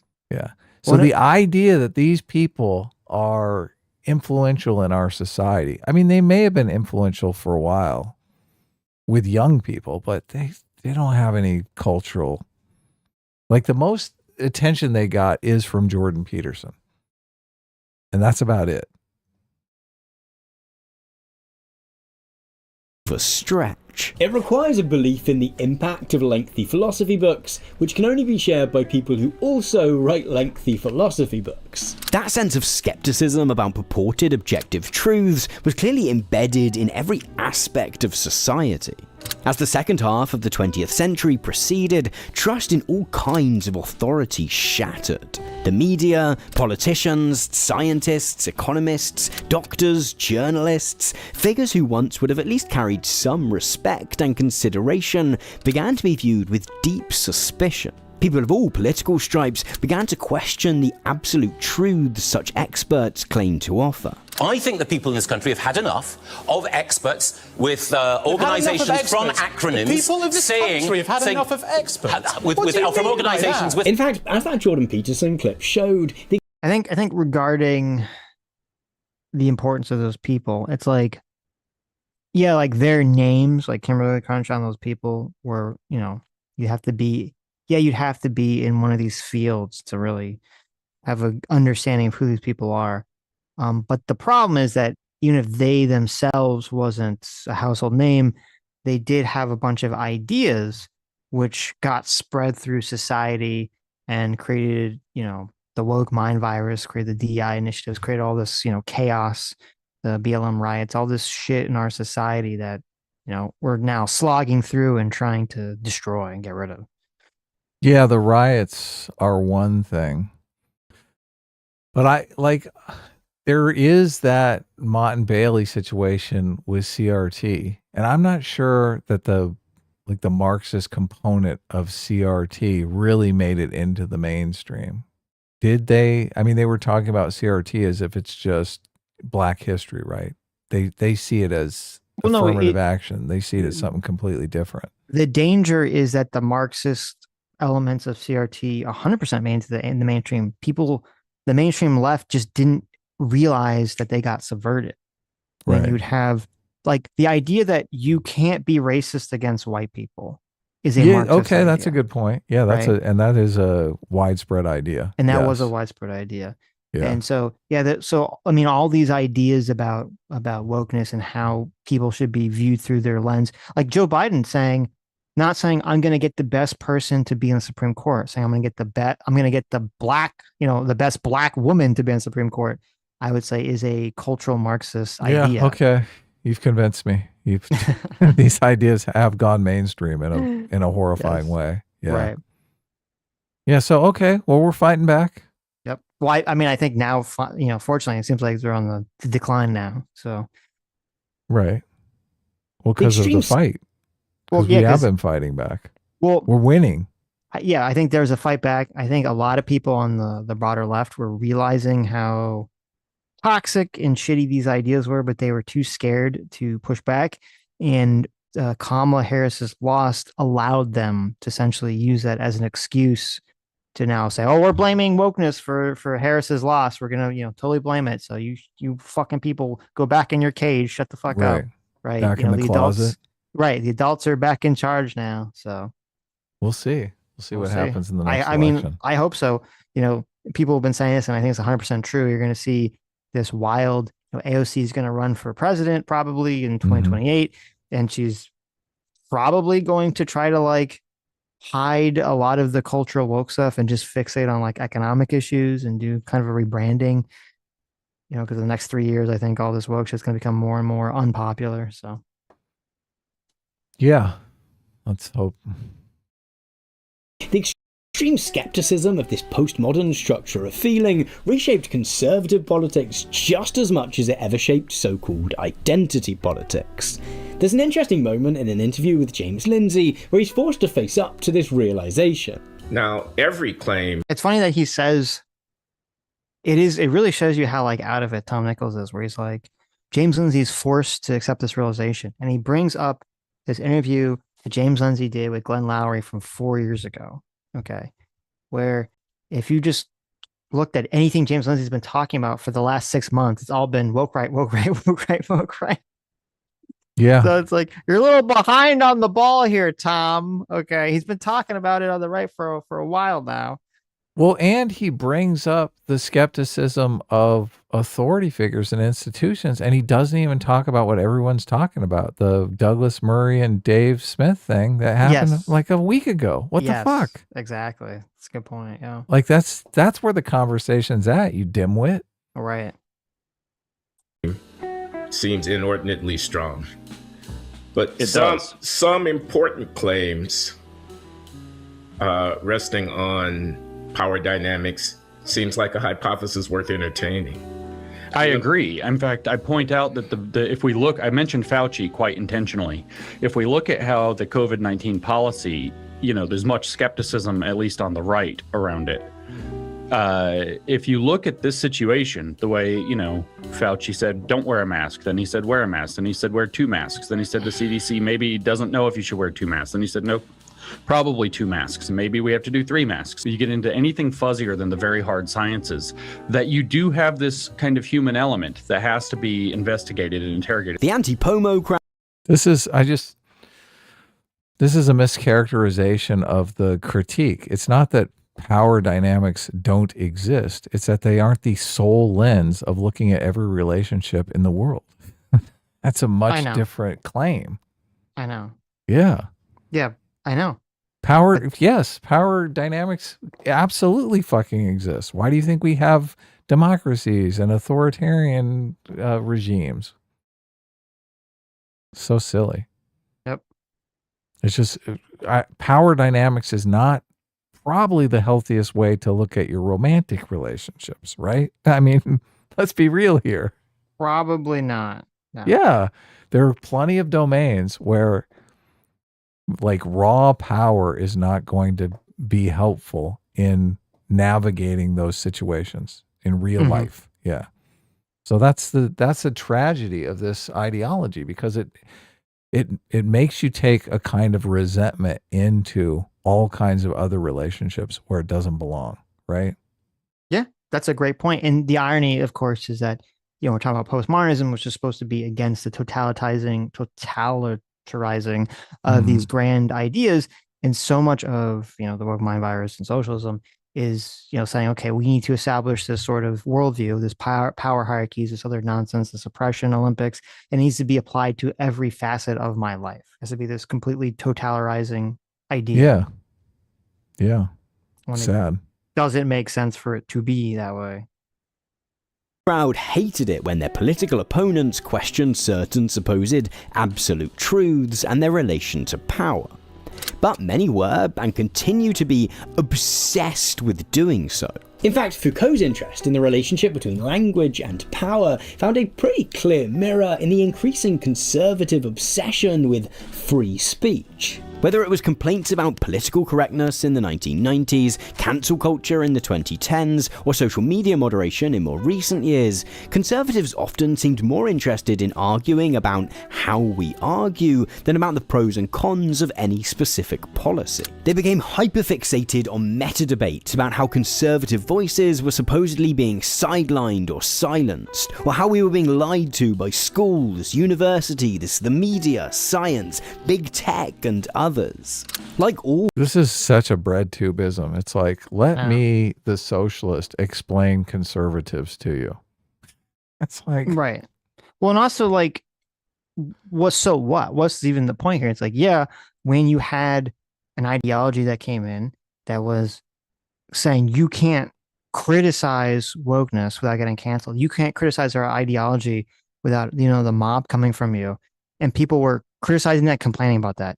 Well, duh, right? What the fuck are you talking about? That's what, when the left viewed the right as having the cultural power to silence them, they complained about this stuff endlessly too. Obviously, that no fucking shit. Why is that a bad thing? That's the way it should be. We should all be in favor of free speech. And if people are going around trying to cancel everyone, that's, we shouldn't be in favor of that shit. Of course not. Yeah, obviously. You couldn't even have a conversation about trans issues. You couldn't object to the framing of trans women or women without facing cancellation. Right. And this was just, and it wasn't even, obviously if people are spreading lies, defaming, advocating for violence, saying some crazy shit, I don't have a problem with saying, okay, we should try to push those ideas outside of the public square, right? That's fine. But like that even wasn't what even was going on. It was like, oh, I just disagree with your worldview. You know, we had a paradigm that was based around Western democracy and liberalism, and a bunch of socialists came in and want to change everything. If you're like, well, hold on, let's not change everything. They said, oh, fuck you. You're a horrible person. You're a Nazi. You're a piece of shit. You're not allowed to speak. Yeah, exactly. We're going to get you canceled. Get all your Right. accounts rejected. And then on top of that, the fact that it was never done reciprocally, the fact that it was all, you know, and they were literally living the life of the power dynamics. It was rules for thee, but not for me, because it was all just, there's not a universal application of what was going on. And, you know, again, bringing up perfect example of this is, you know, Carl Sargon kicked off a Patreon for calling a white nationalist the N-word. And, you know, you saw Bad Empanada and these other pieces of shit, literally advocating for violence and nothing, right? They're totally allowed to be on a platform. They haven't done shit about them whatsoever. Yeah. And as you said, with the whole, you know, you have an article from Democratic Socialists of America advocating for socialists to become teachers so they can indoctrinate children. So then gaslight your fucking children. Right. Totally, you know, doesn't, you know, make waves in the mainstream. But if you had some Groyper publication, you know, pushing the same thing for white nationalists or Christian nationalists, there'd be like, you know, a dozen articles about it. Yeah, totally. All good inhabitants of the postmodern epoch, they argued that the objective truths we hear about the world around us are shaped by who is allowed to speak and... I mean, I will agree. Listen, I will agree this video is pretty fucking cringe. It's Okay, so, I will agree with that. It's so weird. Like, it's just reeks of desperation. I think Stefan Molyneux is the guy in the video here. Yes. How long ago was he kicked off YouTube? This is an old video. This is a real old video that's being brought up. Okay? Yeah, but this guy was literally fucking canceled off of YouTube. That and is has never true. been able to come back. That is true. I think it kind of makes the point. the Yeah. conservative argument. Right. Not It's a big. like- Now I don't remember why he was kicked off YouTube. So Yes, I don't remember either, but I'm sure it was because he was saying horrible things about Jewish people. Look, it's that I'm kidding there. Obviously, I think that's doubtful. I'm not sure why they kicked him off, so I don't know. How many Democrats are worried about cancel culture? 23%. Why? Because they know they're not the ones who are going to get canceled. Okay, you cannot have a country when half the country believes that the other half of the country is inherently evil. In fact, one of the most powerful trends of this postmodern era was the way... You know who else said that today? Who? Pete Buttigieg. Did he really? That's what he said on the Andrew Schultz podcast. Did he really? Holy fucking shit. Yeah. He said the same thing as Ben Shapiro? Yeah. That's hilarious. Yep. Yeah, he knows what's up. He's running for president too. He's so running for president. He knows he is. where what side of the bread the butter is on at the moment. Yeah. Better get himself some stilts. Right. Everyone gets offended when I say that. Like, look, I don't care. I don't think men should be judged on how tall they are. Right. I think you should be able to slay as much to get as many girlfriends as you want at 4 foot tall. So Is it weird when you like type in a famous person, the little overview, it says always has the height? Yeah. It says Always when they were does. born, who they're married to, if they're politicians, their party, their parents, where they're educated, and then it says their height. Isn't that Isn't that so fascinating? Why is someone's height always included? Like it shouldn't really be a thing that is important. So important that Google literally includes it in like the overview, right? Yeah, I don't know. Fascinating. So Pete Buttigieg is 5'8". Wow. Which by internet red pill Short standards, manlets, yes. Subtle manlet territory for being 5'8". Right. It's a thing. I don't know.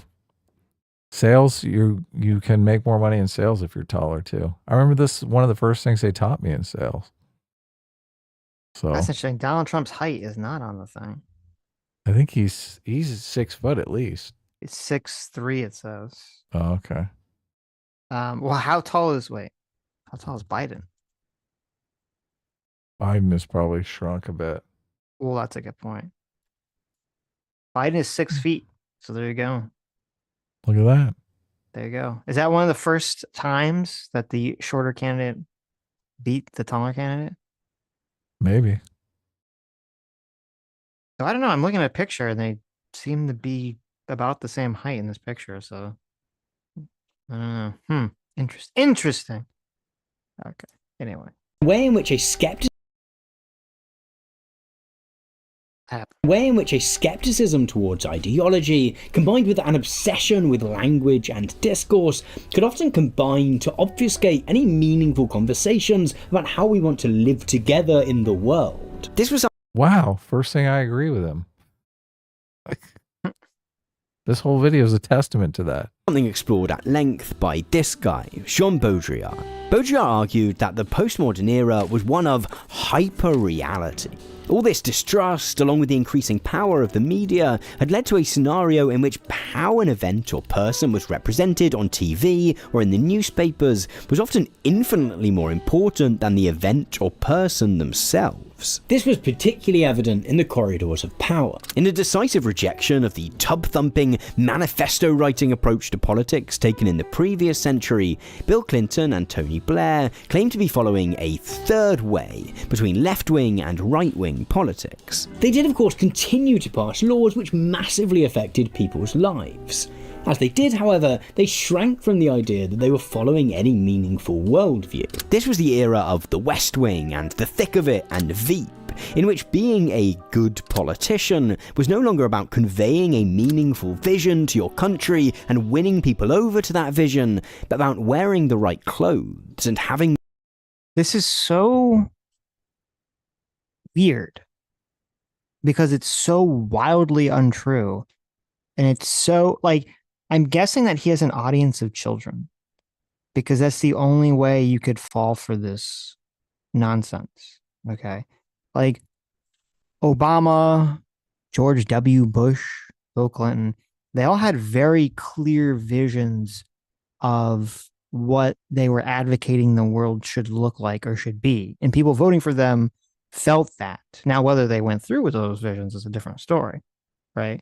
But they were advocating for a clear vision. It wasn't all just like, oh, I'm just playing the part of president. That's complete bullshit. What's a Bush doctrine? Yeah, exactly. And it's so, and what, like, the most interesting part is that he uses West Wing as an example here. Okay. Now, I don't like West Wing. I think it's a highly overrated show. I think it kind of ruined the minds of a lot of liberals. Okay. But it's so bizarre that he cast West Wing as a show that wasn't about principles, but was about like appearance of presidentiality. Okay. Obviously, this person is a bold-faced liar or who's never watched the show and has no fucking clue what he's talking about. The entire like point of West Wing was the opposite, was that you could have a president who could, you know, go and make impassioned speeches and be a good moral person and could say, you know, some clear vision of, you know, reality, and that would change the hearts and minds of people, right? Really? Wow. Or actually that's not true because almost every time in West Wing they would fail to actually do the thing they wanted. But I guess it was the claim was like the whole show would be like, look at Bartlett, who was a president, look at his staff. These are like moral people. And then they couldn't get anything done oftentimes because like the political machine was so tribal or was so partisan or was so mired in like nonsense that they failed to do some change that they wanted to do. But they themselves were all people that were, you know, highly moral people that were promoting the moral values that they stood for. They were not just like playing these figures. Wow. And so it's so strange so no one could have watched that show or even existed in that era where people were watching that show and come to this like complete facade, this complete lie of a conclusion that Nichols is trying to push on, that like, oh, this is what West Wing was about. This is what the 2000s or the 90s was about. Yeah, Veep was very much about superficiality in politics. Right, so Veep was because it was completely different. Yeah, it was a satire. Yeah, Veep was a satire of West Wing, of shows like that. Okay. Look, I've never watched one episode of West Wing, so Right. I'll take your word for it. Well, it's But not I a do- direct satire, but it's like making fun of West Wing. It's making fun of, the Kevin Spacey show and all this other stuff. Like, obviously, the Bush Doctrine was a reaction to 9/11, which was all around preemptive war, right? What is preemptive war moral? Should we do preemptive war? Like, so Yes. I don't understand. Did Obama come in and he's like, yes, preemptive war? Is that the Obama doctrine? No, he was that's part of why Obama won, is he was against all that. Yeah, He was exactly. running against Hillary Clinton in the primary, and Hillary Clinton voted for the war in Iraq, and he voted against it, and that was a primary reason he got the nomination. Right. He voted against the preemptive war doctrine. Yes. Yeah. But no, So we're everything he's saying is just complete fucking horseshit here. Yep. Politics is really about substance. It is. It's about the course of action we will take. The right body language. Put on a proper suit, do up your tie, and sing the national anthem. Which brings us back to this. And then also, it's bullshit too. So he plays this clip. I don't even know what the context is. That clip is of Tony Blair talking about that. I have no clue whatsoever. But you can't be going on and on, waxing on and on about all these like postmodernists and socialists and all this other nonsense, and not understand that the clothes you wear, whether you sing the national anthem with pride or not, the posture that you hold, all these things are, and you should believe this as a fucking postmodernist, as a socialist, all these things project information about who you are to society and to the people around you. Okay. If you come in there and you're wearing a suit and tie and you stand up straight, that's projecting an image versus, if you come in and you're dressed like a fucking hippie from the 1960s, that's going to produce a completely different image. Yeah. This And that's- dude's wearing a fucking suit Yes. and tie. That's why he's doing it. Well, yeah, but that's literally why the hippie movement dressed the way it dressed. They grew their hair long. They'd have long beards. All these things were saying, it's all the tribalism I was talking about. There's a tribe here. The tribe is conformity. Conformity says you should have your hair short and you should have your face clean and you should wear suits and you should wear nice clothing. And we're going to do the exact opposite of all those things. Yeah. Come join our anti-conformity tribe. Exactly. By conforming to the anti-conformity, the irony of the situation. Every weekend we masturbate on templates. On magic tablets. Yes, exactly. On tablets. That's Yes. it. Right. Thank you. One.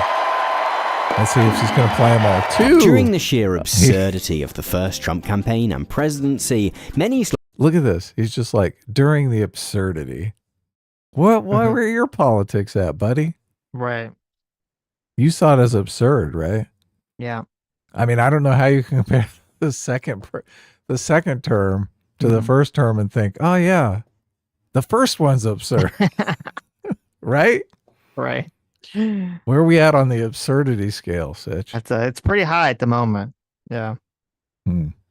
Slightly nerdier commentators reached... Look, if the tax cut passes, I can't believe it. I can't believe it because like Trump talked down the market so people could get in, and then he passes a huge tax cut on top of that. Oh my God! Are you talking about just the general tax cut or the new income tax cut he's trying to talk about? Well, that would be interesting if he did, but just passing the tax cut that exists now, Right. because if we're going back to those old tax rates, oh my God.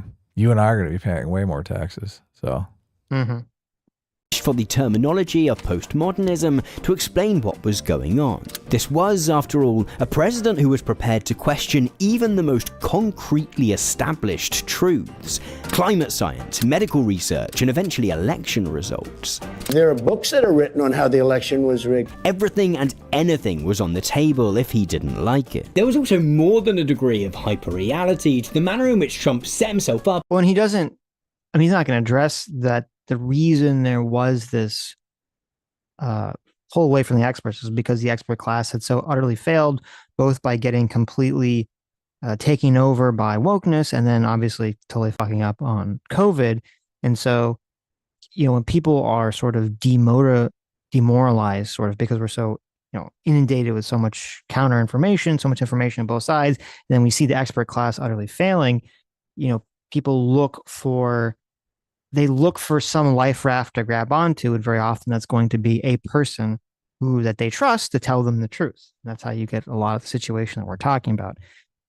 But obviously, Tom Nichols is not going to talk about how the massive failing of the left and the mainstream in that regards created or had a big part of this creation of the situation he's talking about. Yeah, who tilled the soil that Trump planted in? Yes. Fucking this guy. This Yes. motherfucker right here. But he's going to take no responsibility for that at all. They never do. Yeah. They never do. While he's making his video about how postmodernism is fucking great. Right. Postmodernism is what got us in this place by undermining these institutions. Well, I think that's the real rub here. The real answer to the question is, what killed postmodernism? Postmodernism killed itself because it bred a generation of cynical, narcissistic, egomaniacal people that are crying out for meaning in their life. And when people are crying out for meaning in their life, they need a grand narrative to provide that meaning. Right. And someone may come along and give them that grand narrative. Yes. The election was stolen. Yes. Like everyone's against you. Yes. All the white people are against you. All the Jews are against you. Right. Yeah, all the immigrants are against you. The immigrants are all against you. Right. The elites are all against you. Up as a campaigner against the elite, despite himself being a multi-billionaire businessman. That even this status as a successful multi-billionaire businessman was partly constructed through his playing a successful multi-billionaire businessman on reality TV meant it was easy to view his insurgent candidacy as postmodernism amplified to absurdity. Reality. Now, why wouldn't you make this argument against FDR, which everyone says FDR was a traitor to his class as well? Was FDR magnified to absurdity? I mean, I don't know. Like that's the answer to the question is people just don't know. Most people don't know the truth about, right. They weren't alive at that time period. They don't really know. So just so silly. And truth meant nothing anymore. No one really believed. If Trump gets no tax on tips, man, there's going to be a generation of young people that are going to be fucking MAGA till they die. Listen, I'll be willing to forgive a lot if we can get our YouTube supers to be tax free. Okay, I'll be willing to forgive a lot. There's just so many young people. Their first job is like in a restaurant or some service job where they make tips. They're going to think my first job, basically, I got a lot of tax-free money at my first job thanks to Donald Trump. Right. They ain't going to forget that. In anything, and appearances had fully trumped substance. They say, I have the most loyal people. Did you ever see that? Where I could stand in the middle of Fifth Avenue and shoot somebody and I wouldn't lose any voters, okay? It's like incredible. And yet, well, there is so much of... He was dead serious about that too, Sitch, obviously. He meant it for realsies. Yeah. What do you think would happen if he stood on 3rd Avenue and shot someone? I mean, is that someone an illegal immigrant? No. It's Nancy Pelosi. Well, it's going to depends who he shoots, right? Depends who he shoots. I guess it does. J.D. Vance. I mean, J.D. Vance has been asking for it, honestly, if you okay. think about it. Pete Hegseth. I mean, Pete Hegseth was probably drunk at the time. He was trying to leak more information on Signal to his wife or something. Right. Yeah, Trump was acting in protection of national security when he shot Trump Pete could Hegseth. convince everyone that Pete shot himself. There you go. His campaigns and his presidencies, which have channeled some of these postmodern tendencies, there also clearly is a substance to MAGA politics, increasingly so over time. And this has often been a key part of his appeal. In each of the 3 elections that Donald Trump has stood in, it's not only been that the 2 candidates' policy platforms have felt worlds apart. Their fundamental conceptions of what politics is were in different universes. On the one hand, were a set of competent managers, 2 of whom might have shaken things up a touch by being the first woman president, but whose pitches didn't extend much beyond a vague promise of competency. Biden's spoke at a private fundraiser earlier this week and told the big donors that he didn't want to demonize the wealthy, and added that under his presidency, no one's standard of living will change. Nothing will fundamentally change. On the other hand, was someone who was willing to completely reimagine what America and the world could be, who was unafraid of doing big things. All illegal entry will immediately be halted, and we will begin the process of returning millions and millions of criminal aliens back to the places from which they came. There are many aspects of Donald Trump's campaigns and presidencies which have been deeply postmodern. And yet, also in there is an emotive political sincerity of precisely the kinds that postmodernism rejected. It might not be a politics you agree with. I mean, is that even true? Trump is a postmodernist now? Fuck this guy. Well, I'm just trying to think, like, he's not really explaining it, because all he's saying is that, like, okay, so Trump was very, and Trump supporters would be skeptical of established narratives, some established narratives, that's true, but they were advocating for a grand narrative of their own. They weren't anti-grand narratives. So the irony here is that by saying that Trump is postmodern, he's basically giving up on the argument that all, because the argument that all the neo-Marxists and the critical theorists and all those people would say, oh, they're not really Marxist, is because, you know, postmodernism can't be Marxism because it's about, you know, you can't have a grand theory of the world and be a postmodernist, right? And yet he's kind of making the same argument. He has to give up that argument if he's going to call Trump a Marxist or a postmodernist, because, I mean, while it's true that Trump is throwing out some of the grand narratives, and Trump supporters don't agree with some of the existing grand narratives, they still have a grand narrative that they are putting forward, that Trump is putting forward. It is a grand narrative that immigrants are flooding into the country and bringing with them crime and drugs. Yeah. That is a grand narrative. And that in order for the country to be, you know, fixed, you must expel all these people by any means necessary. Yeah. Yep. The exact shape of it might regularly chop and change, but amid all the silliness, Trump supporters believe in him and in MAGA with an earnestness which many assumed to be a thing of the modernist past. Even those who chose to believe that this wasn't a Hitler salute still connect to the passion with which it was delivered. So, have we found our killer? Did Donald Trump murder postmodernism through reintroducing people to the idea that another world is possible? Well, we're certainly getting closer. Both Trump and Musk's political careers do represent a clear break from the postmodernism which dominated much of the late 20th and early 21st century. But once again... Look, postmodernism was back in the 90s. Okay, now. so I don't know. He's all over the place. This is very unclear. Yeah. Yeah. It's just slop for his audience, for his bread tube audience. They'll buy anything. I mean, Bill Clinton is postmodern? Yeah. How? Neoliberalism, right? How is that postmodern? It's not. What does that even mean? That's the idea that free trade is going to make the world a more peaceful and safe place. That is totally a grand narrative. So you can just say a bunch of random shit without even explaining any of it. How is this video so long? He doesn't explain anything. Yeah, stupid. He probably thinks this is amazing shit in his head. Right. I can't wait till he does something narrative so we can see what a fucking scatterbrain piece of shit he is. But what's going on in this movie? Who knows? We have to ask whether they truly caused this break, or whether the emergence of this new structure of feeling might be a much broader phenomenon. And then he bases it all on the structure of feeling hypothesis that this one fucking secondary dude came up with that he just found in some book in the library. Right. Well, what's this structure of feeling thing? What is that? I mean, yeah, he didn't even explain it really. Is that a personal thing or is that like a cultural thing? Are we talking like a zeitgeist or are we talking just individuals? It's supposed to be a cultural thing. Okay. But yeah, he didn't really explain it. It was the Raymond Williams idea that every historical period has some emerging emotional cultural experience that doesn't fit neatly into an official political ideology. That sounds like fourth turning. Well, there you go. Maybe But he accepts the fourth turning now.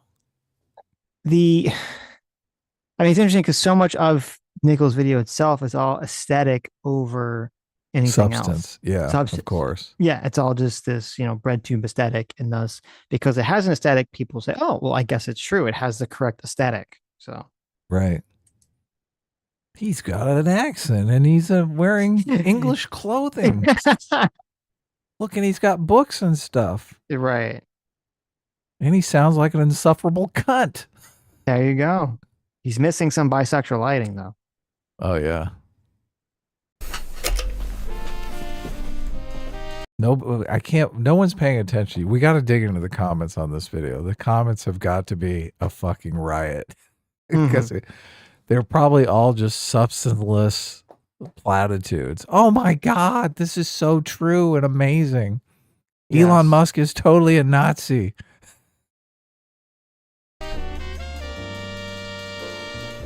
Suspect number 3.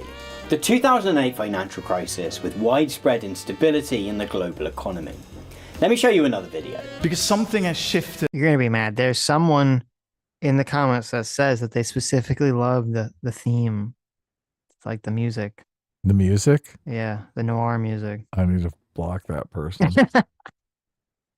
Since, I would say, the late 90s, early 2000s. The music would be 1,000 times better if he played several minutes of the piece instead of just looping the tiniest little section of it, because it's just, if you were listening to that just as music, it would drive you insane. Yes. Yeah. It's like, let the music play, you fucking motherfucker. I don't want to listen to the intro of your song for 45 minutes. Oh my God. Something fundamental, something that everyone has noticed, but that people have found very hard to put their finger on. This is Timotheus Vermeulen, Professor of Media, Culture and Society at the University of Oslo. In 2010, Vermeulen and a colleague, Robin van der Akker, published an article titled Notes on Metamodernism. It was far from the first academic publication to suggest that postmodernism might be dead or dying. But it was one of the first to offer a really compelling explanation of what might have replaced it. Vermeulen and Akker argued that the deeply cynical, sceptical way of viewing the world which defined postmodernism had been shaken by a series of crises. They named the 2008 financial crisis and the climate crisis in particular, but we might add on the global housing crisis, aging populations, rising inequality, and the collapse of the international institutions which were supposed to fend off both trade wars and real ones to that. So this made people less cynical? Where the fuck is this going? List. Perhaps it was possible to roll our eyes at truth and ideology during eras of far-off wars and economic bubbles, but a world as crisis-stricken as ours seems to demand actual positive action. It seems to demand a plan. It kind of demands some ideology. Vermeulen and Akker primarily focused... It's hilarious that he sort of accidentally shitting all over wokeness. It's just a bunch of people complaining about a bunch of nonsense, not actually producing anything of value. Yeah, an action plan. Right. Their thoughts on art, but in ways which lead to interesting revelations about politics too. See, so this article is about postmodern art ending? Apparently. I mean, that's a pretty big difference. Yeah, it's a big difference. Oh my God. Postmodern art, often intentionally or otherwise, invited audiences to question our socially constructed objective truths about what does and doesn't count as art, what is and isn't real. Thus, okay, so now we're talking about art. We're in a totally different domain. It's all the same, Adam. This is so ridiculous. This is so fucking ridiculous. Roy Lichtenstein elevates comic book panels to the status of art through placing them on canvases. Jeff Koons places the childish motif of the balloon dog in the role of a statue. In film and TV, we saw the embrace of both reality TV and mockumentary, genres which, in their own ways, dance on the border between truth and fiction. Carry it back with me. Right? What? They're filming. That's the film crew. Oh. I told you about it. It's the film crew. Martin? Hi, Mark. This is Janine. Part of the argument that postmodernism is dead rests on the simple idea that such devices and genres have kind of just run their course. Koons or Lichtenstein's suggestion that anything can be art if you kind of think about it might be a genuine revelation at first, but once you get it, you've kind of got it. And the same can be said for the idea that all ideologies can be bad if you accept them uncritically. In fact, is he trying to say Jeff Koons is a postmodern artist? Yes. Jeff Koons is a modern artist. Jeff Koons is definitely in the school of modern art. I don't know anything about Jeff Koons. Let's see here. Jeff Koons is a modern artist born in 1955. He's known for his work in contemporary art, often blending pop culture, consumerism, and kitsch with high art aesthetics. His icon pieces like Balloon Dog and Rabbit emerged in the 1980s and continue to influence the art world, placing him firmly within the modern and contemporary art movements. In fact, it's notable that postmodern trash. Why is he even talking about this shit? I'm pretty sure Lichtenstein's part of the modern movement too.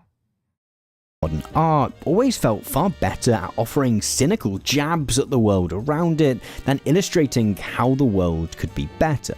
Take Borat. The first Borat film utilizes a number of postmodern devices in order to poke fun at the one-dimensional view that many Americans had, and still have, about the world beyond their borders. But it has no interest in rectifying that problem. It largely just perpetuated it. Dudes who wear Borat costumes or mankinis on stag weekends aren't doing so as a nuanced parody of American chauvinism. They just think it's funny when the Kazakh guy says, "My wife." My wife! Borat! Do it again. Jeff, get in here. You gotta hear this. My wife! Yes! This inability of postmodern... Is Borat... I mean, does it even make sense to think of Borat as postmodern? Is it Borat? just the... Yeah. I mean, I think of postmodern art as being referential to other art movements. That's a distinguishing feature of postmodernism. Yeah, but I mean, they're using it mostly to mean it is a rejection of modern truths, absolute truths, modern formal structures. What they're saying. I don't, just because something is like a parody doesn't mean it's a rejection of a truth or a formal structure. I mean, I guess you could say Borat is not structured the way a normal movie is structured. It's just kind of like a long skit that was based off his Borat skit on the Ali G show.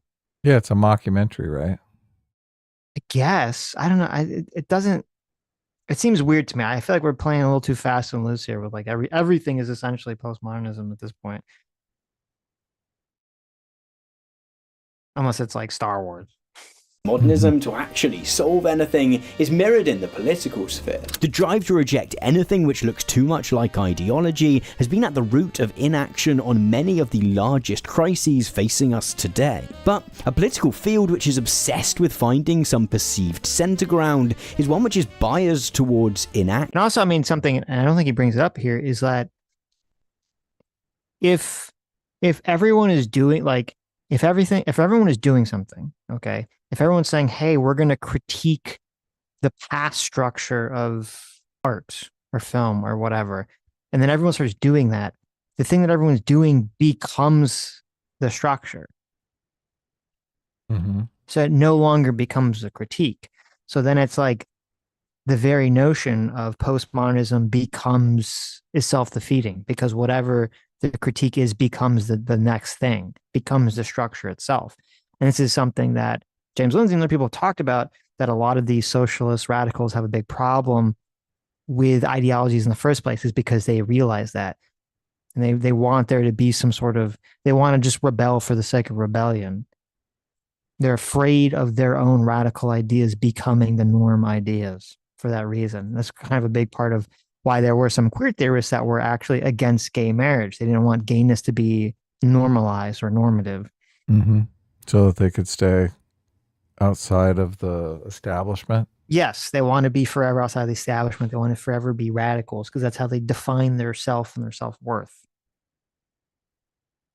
Towards inaction. Our living standards, our environment, our economies, our social fabric have all been just allowed to collapse by a politics which has been scared to do anything more than tinker around the edges for fear of being deemed too ideological. Vermeulen and Acker suggests that in a world of crisis, we've begun to look.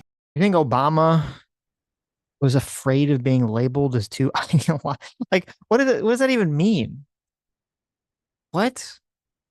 Obama was afraid of being labeled too ideological. Yes, that's why he didn't. Okay. I mean, Obama did, I think it was twofold. Number one, Obama wasn't as radical as people thought he was in terms of his economic policies when he ran. He just wasn't. People thought he was going to be like a super big economic leftist, and he just wasn't. That just wasn't who he was. That was number one. Number two, I mean, he didn't have.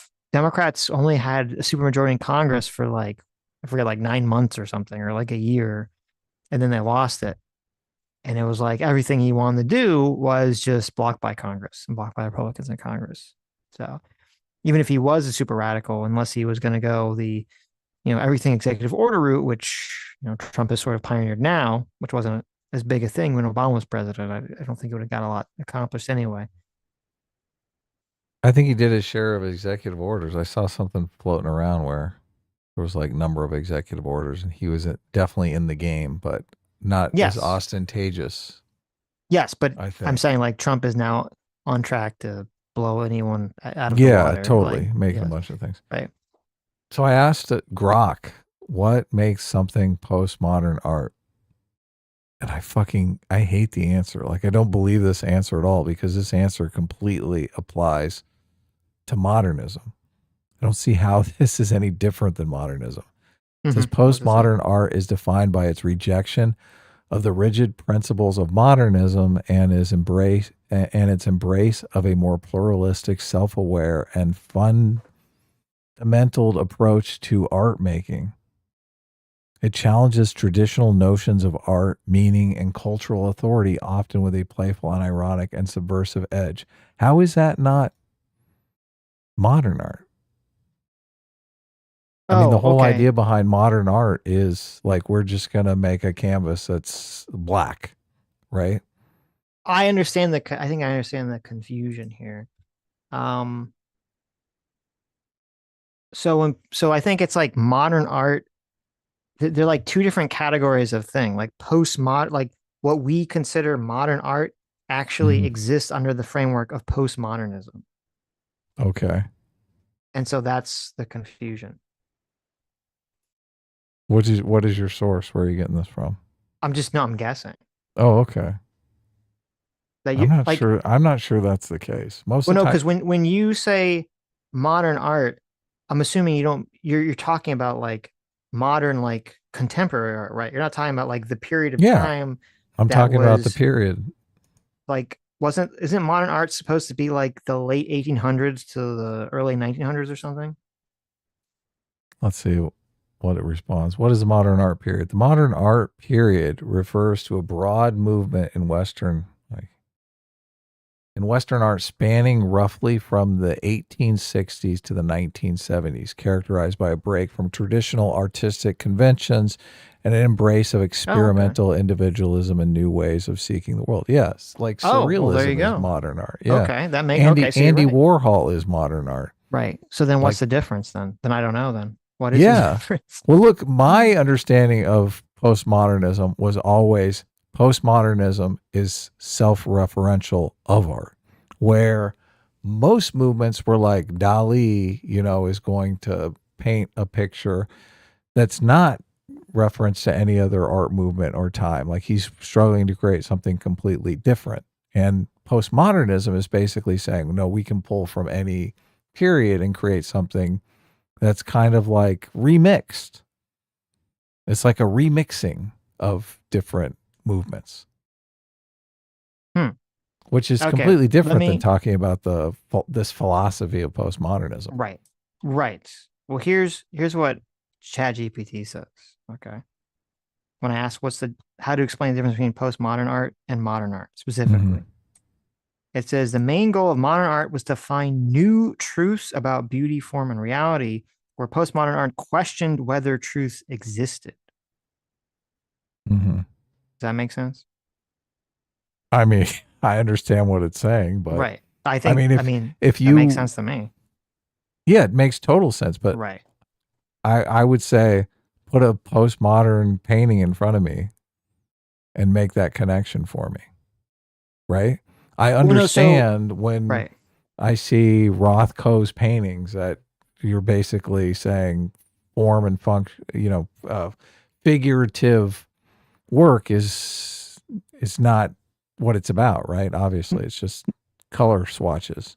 No, but I guess it would be, at least in this context, it'd be the ideas like, so modern art is saying, you're going to break established rules to create something new that is beautiful. So you have cubism, surrealism, all abstract expressionism, all these other things, right?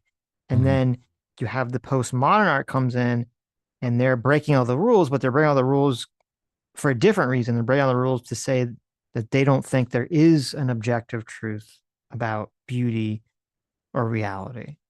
Does that make sense? And it looks exactly the same. Okay. I'm just saying that's the argument, right? Yeah.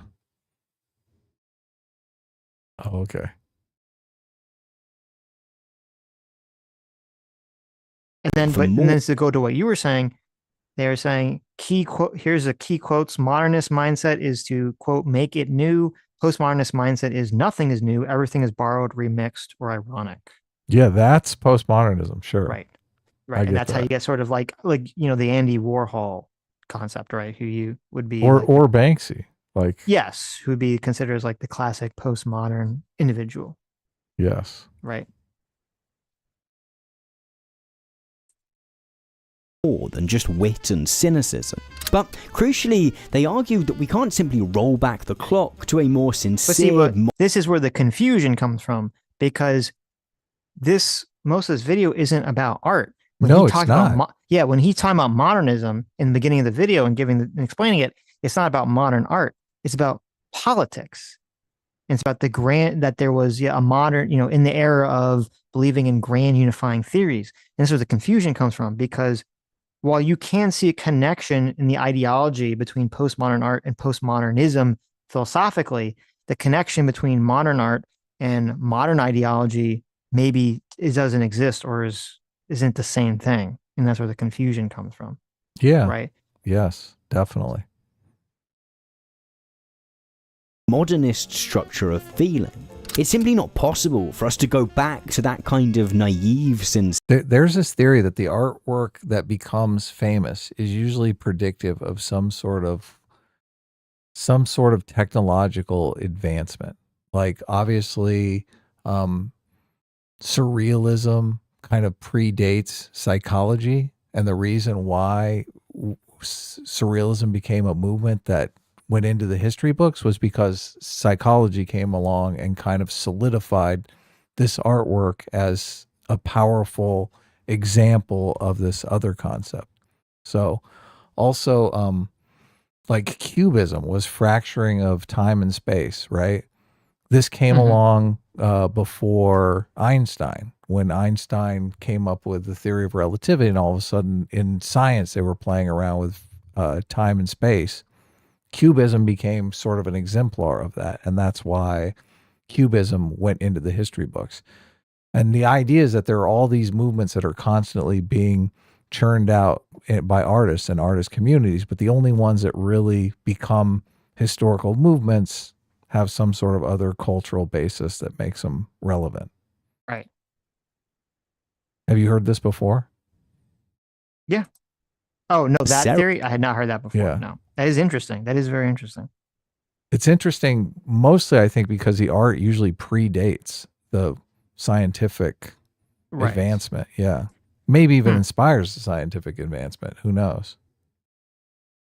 We're all too brain fried for that now. They thus argue that postmodernism has given way to a new structure of feeling which they call metamodernism.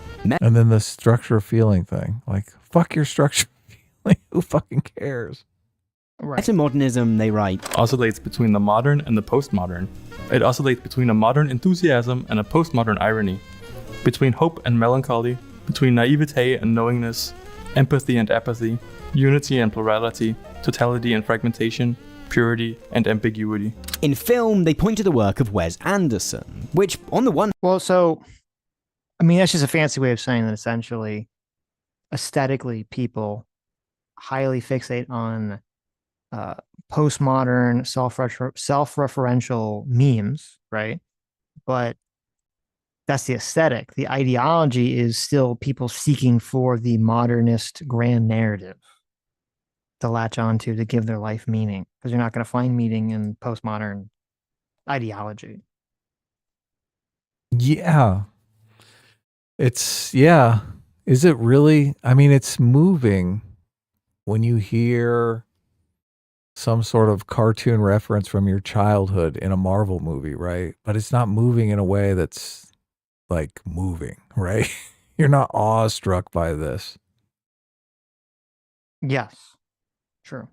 Which this is why I like postmodernism, and I think I do like a lot of the meme references, right? Like we got a new one here, chicken jockey. It's gonna go down. It's gonna go down in the history books, right? This is the creation of a meme, right? We're gonna see chicken jockey in 10 other movies, future movies, right? Well, it's gonna be a reference. But it is. Look, it's going to be in a Marvel movie. Someone's going to look at somebody and say, chicken jockey. Oh, no.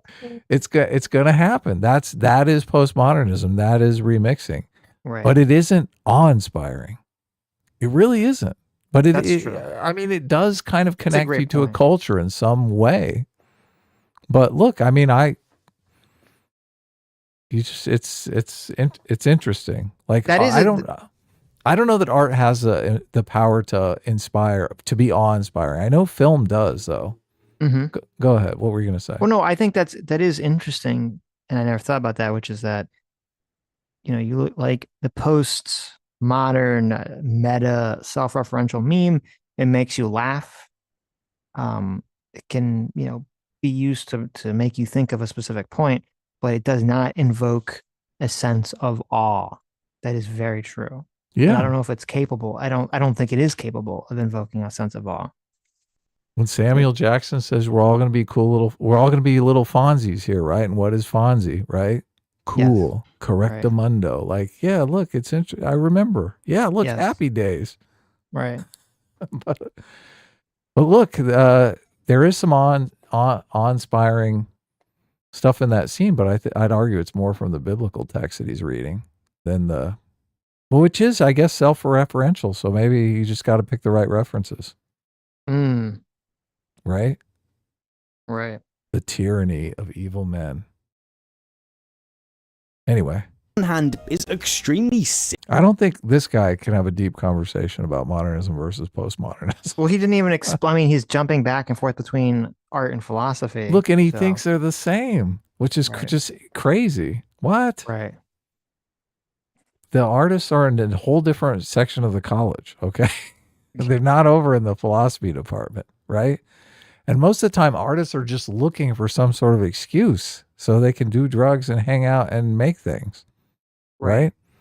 And to sell it, when the marketing comes in, that's when they go hang out with the philosophers. They're like, hey, how do I sell this piece of shit I made, right? Mm-hmm. I want to get top dollar for it.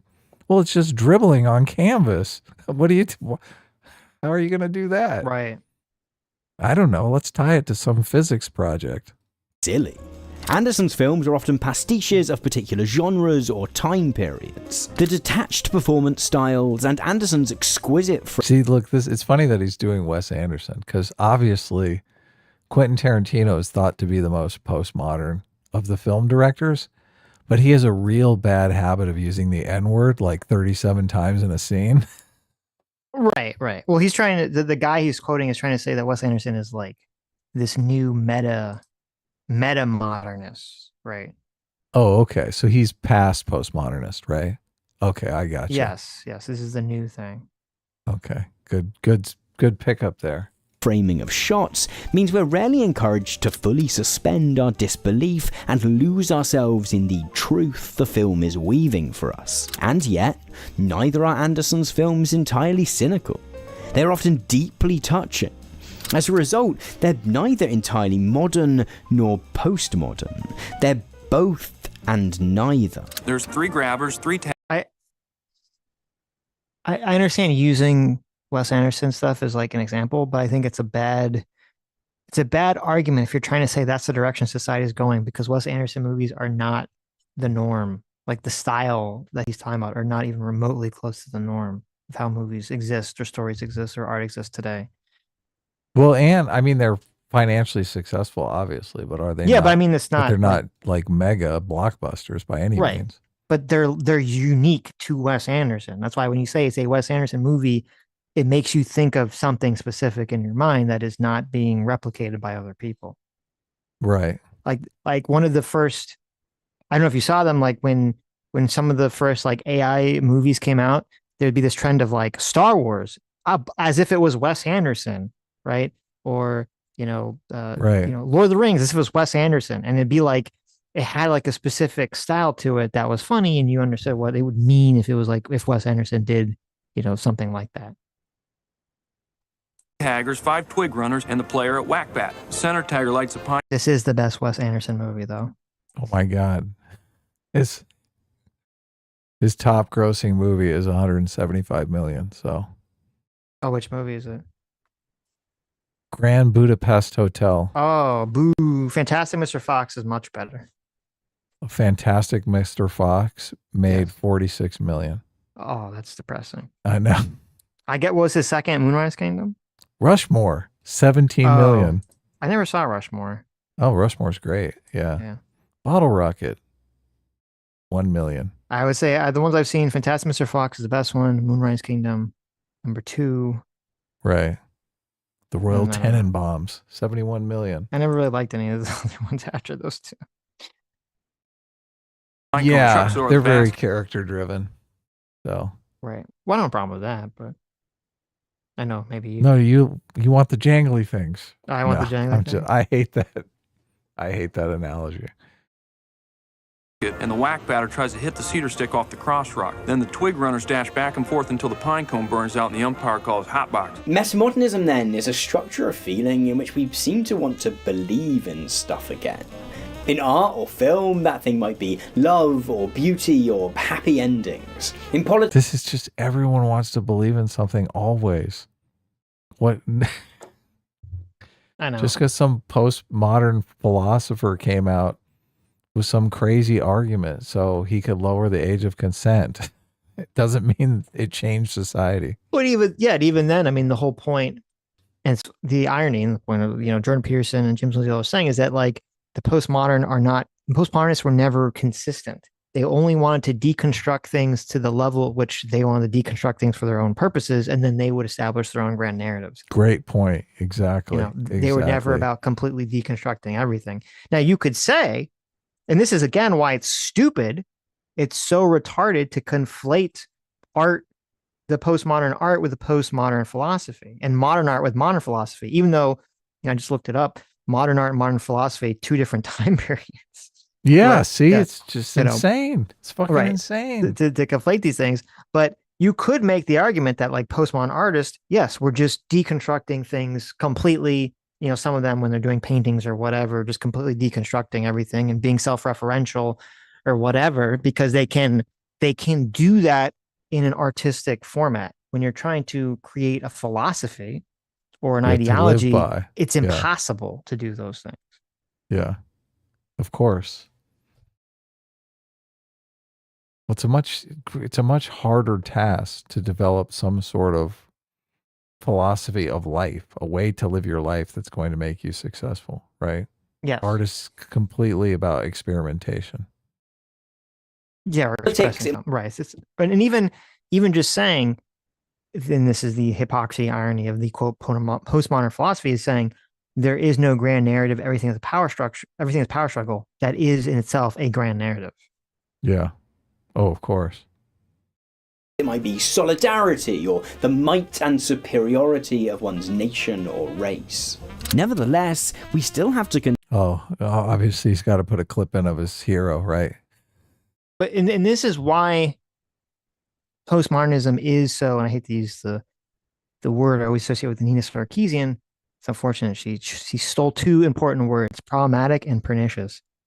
This is why postmodernism is so pernicious, is so toxic, is so damaging, is that it's basically a deconstructive excuse for the postmodernists or the Marxists to deconstruct all the elements they don't like, but then they hypocritically will just reinforce their own power structure, their own grand narratives outside of that.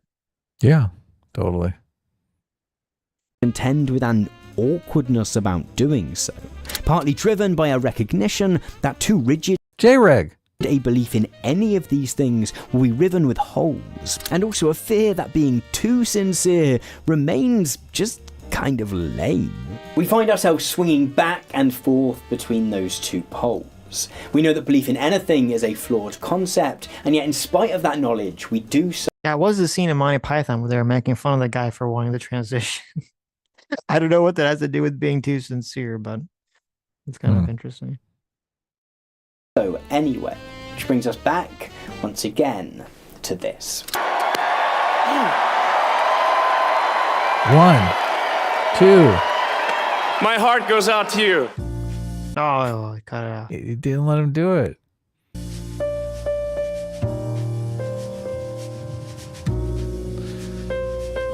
So boring a video. See, Elon Musk's Hitler salute at the 2025 inaugural parade was shocking. But it wasn't the first time that a Donald... Were you shocked, Sitch? Were you completely shocked? Were you like, oh my God? What did he say was shocking? I just heard like British. I didn't even understand what he just said.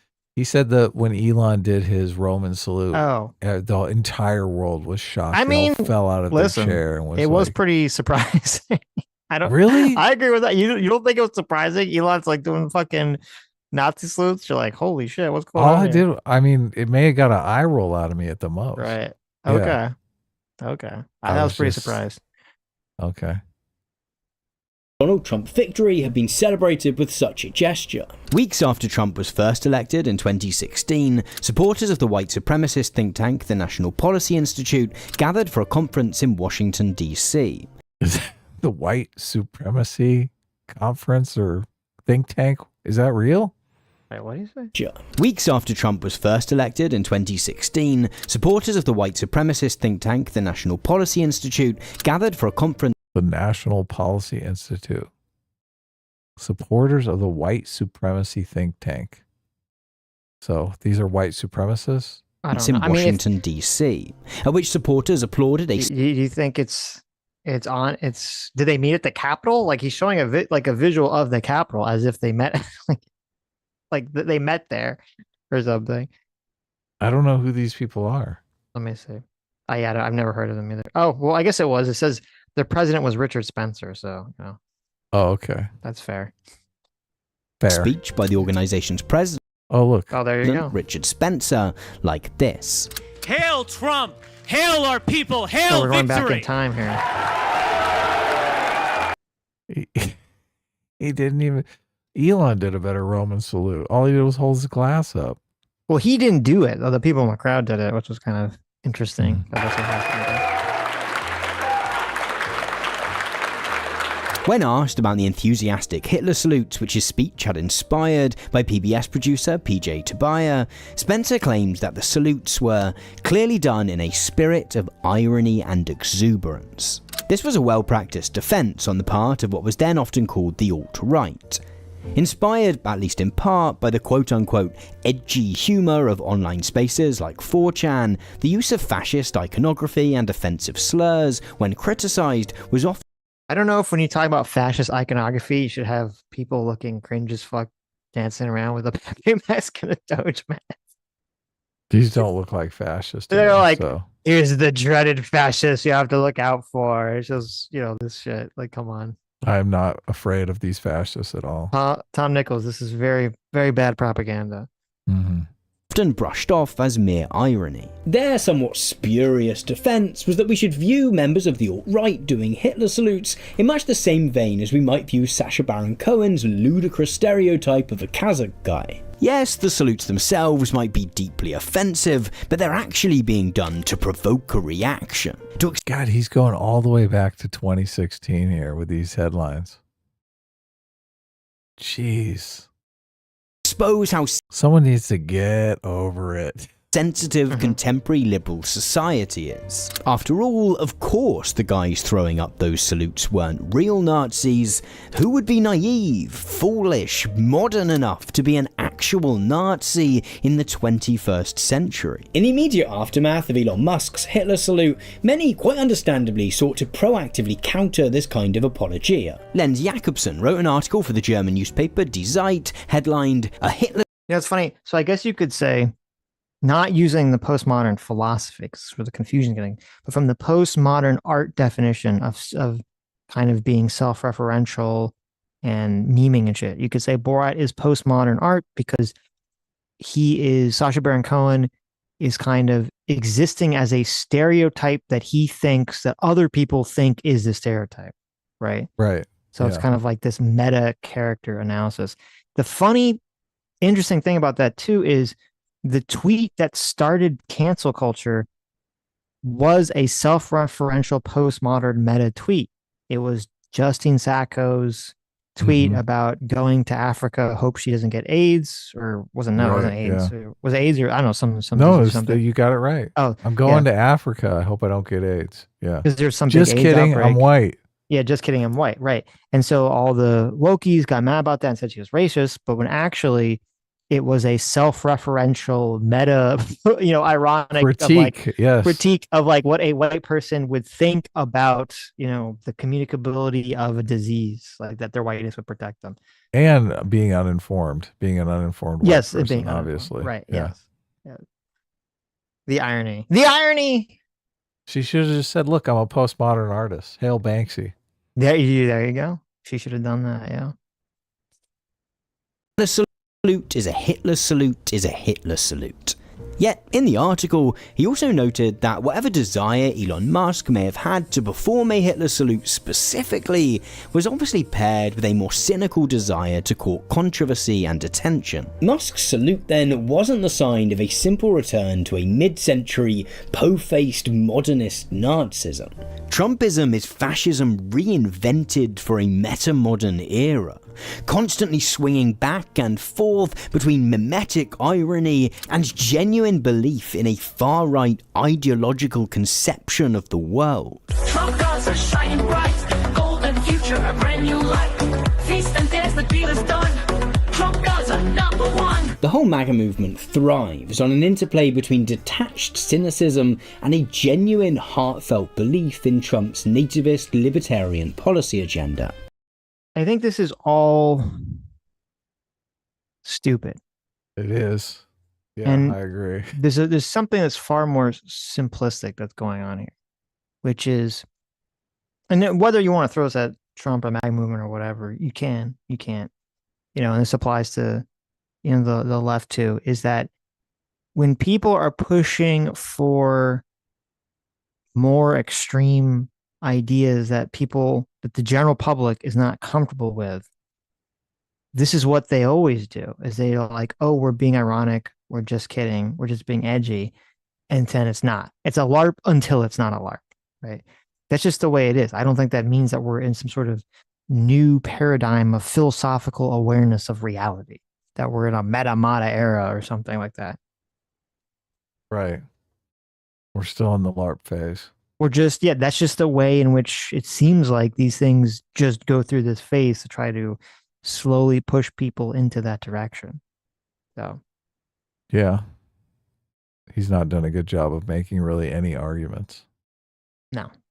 This is a political movement which is a vector for both the ridiculousness of the Trump coin, but also the raw brutality of extrajudicial imprisonment and deportation. It sometimes gets obsessed with deeply postmodern, language-focused debates over, for example, the naming of the Gulf of Mexico, but will then also go and throw up tariffs and cut SNAP payments. At least part of the success of the contemporary populist right lies in their ability to channel this meta-modern structure of feeling at a time when many establishment liberal parties seem deeply stuck in the past. It's not only that their specific technocratic policies seem incommensurate with the challenges facing us today, but that their entire mode of doing politics feels awkward and out of step with how most of us are engaging with the world. And yet, Trumpism certainly... You know, I mean, first of all, I agree that the Democrats doing that at the Trump speech was super cringe and lame. Yeah, I agree with that. But it's just like, what the fuck? But Tom Nichols is, I mean, this is just classic. He is in this, him and his audience are just in a bubble that's detached from reality. Oh, yeah, totally. Because, like, he's all like, oh, you know, the Democrats are doing these things that are just not resonating with people. No, they're not resonating with the eternally online youth who are a tiny proportion of the voting class in America who don't fucking go out and vote anyway. Yeah, inconsequential. So, right. So obviously they're not doing things to appeal to these people because they don't need to do them. They don't want them. If, you know, if the internet base was all mattered, then yeah, you know, Kamala would have fucking kept going with her stupid coconut pill Brat Summer bullshit, and that would have propelled her to victory. Remember the numbers on how the young people shifted over to Trump by astronomical numbers? Like Trump just fucking won. Well, no, men did. Boys did. Yeah, I don't know if girls did, but young men. Young men definitely did. Yeah, I don't know if young women did. I think because I remember when we looked at that thing, there was like there's this huge gender gap for the young, not for necessarily the old, but for the young in terms of men and women voting for Trump or Harris. So, yeah, we covered that podcast with who was that liberal? Can't remember his name now.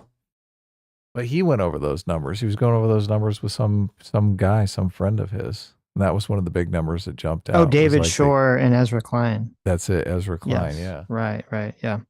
Yeah, but no, so and that was shift, it only men though? I thought it was just young people in general, and he was like shocked. He's like, "Oh my God."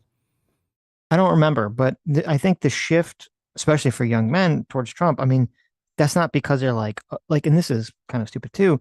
It's not like, oh, you know, it's because the Trump campaign is like doing memes that the young people are following them. It's like, no, it's because like young men feel like society has given, that the left specifically has given them the finger and told them to fuck off.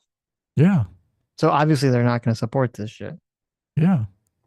They're trading crypto and working in seedy bars. They want no tax on tips, and they want to make sure their crypto's safe.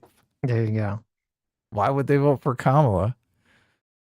Isn't unique in its ability to cohere with this emerging meta-modern era. Political movements on the left have regularly channeled this structure of feeling too. Bernie Sanders' 2 runs for the Democratic presidential nomination. I mean, is AOC wearing a expensive tax the rich dress a meta-modern meme? Or how? Yeah, to a $15,000 a plate dinner. Yeah, it doesn't make sense, but okay.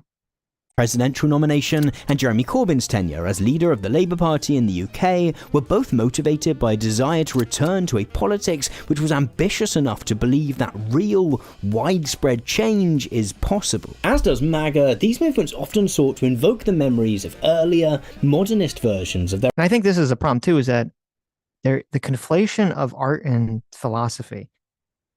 Because like, yeah, you can have a movement in art that dictates how people talk about politics of the philosophy of the time. That doesn't mean it's the same philosophy guiding the art into the politics of the time. And he doesn't seem to address this. Yeah. Yeah. Most art philosophy is based on things like aesthetics. Right? Right. What's 100%. Political philosophy based on? Purely aesthetics. Aesthetics is a huge part of it, or what? Purely aesthetics, right? You know, that's why, you know, you look at all those Nazis with their nice, you know, little uniforms. political leanings. The team which designed Alexandria Ocasio-Cortez's posters intentionally drew inspiration from the color palettes of posters made for mid-century Labor leader Cesar Chavez, and with their strong single-color fonts, evoked old-school letterpress printing far more than the Adobe Creative Cloud. The UK Labour Party under Jeremy Corbyn fought the 2017 general election on the slogan, "For the many, not the few," a reference to a poem by Percy Shelley about a pro-democracy demonstration which was violently suppressed in 1819. But again, like MAGA, these were not simple, uncritical returns to a modernist socialism. They were. I like that they have AOC playing fucking Among Us. Oh, there she goes. She's really making strides with the youth here. Playing with Among Hamas Us Piker. With Hassan, yes. Often steeped in the low-level silliness of meme culture. As the FEC fundraising deadline for 2019 approaches, I am once again asking for your financial support. In fact, this Wasn't that funny? Based. Oh god, that was hilarious. What a good meme. You had Bernie Sanders asking for money, but you put a bisexual filter on it and you gave him a robot voice. We should do that robot voice when we ask for money. There you go. Yeah. Ooh, that's a great meme. That really got me there. Modern approach to politics hasn't been confined to electoral campaigns. Many of the identity-based movements which the postmodern panickers explicitly set themselves up against, Black Lives Matter for instance, leaned far more into the metamodern than the postmodern. There were certainly aspects of these movements which had a primarily postmodern interest in how language and representations uphold certain power dynamics. When protesters in Bristol tore down a long-despised statue of slaver Edward Colston, for example, they did so precisely because they argued that having a statue celebrating a slaver in the city centre helped to uphold a white supremacist view of the world. Nevertheless, much of the political content of Black Lives Matter was explicitly about pushing beyond these conversations about language to highlight the very material ways in which black people continue to be treated less favourably. A particular focus being discriminatory policing, which is perhaps the most visceral political concern that you can imagine. As you well know by now, all of these broadly left. I mean, if we're going to talk about hyper-reality, George Floyd, I guess, would be a good example. Perfect example, yes. That really... Tens of thousands of black men every day are accosted by the police officers and killed, Sitch. You don't know that?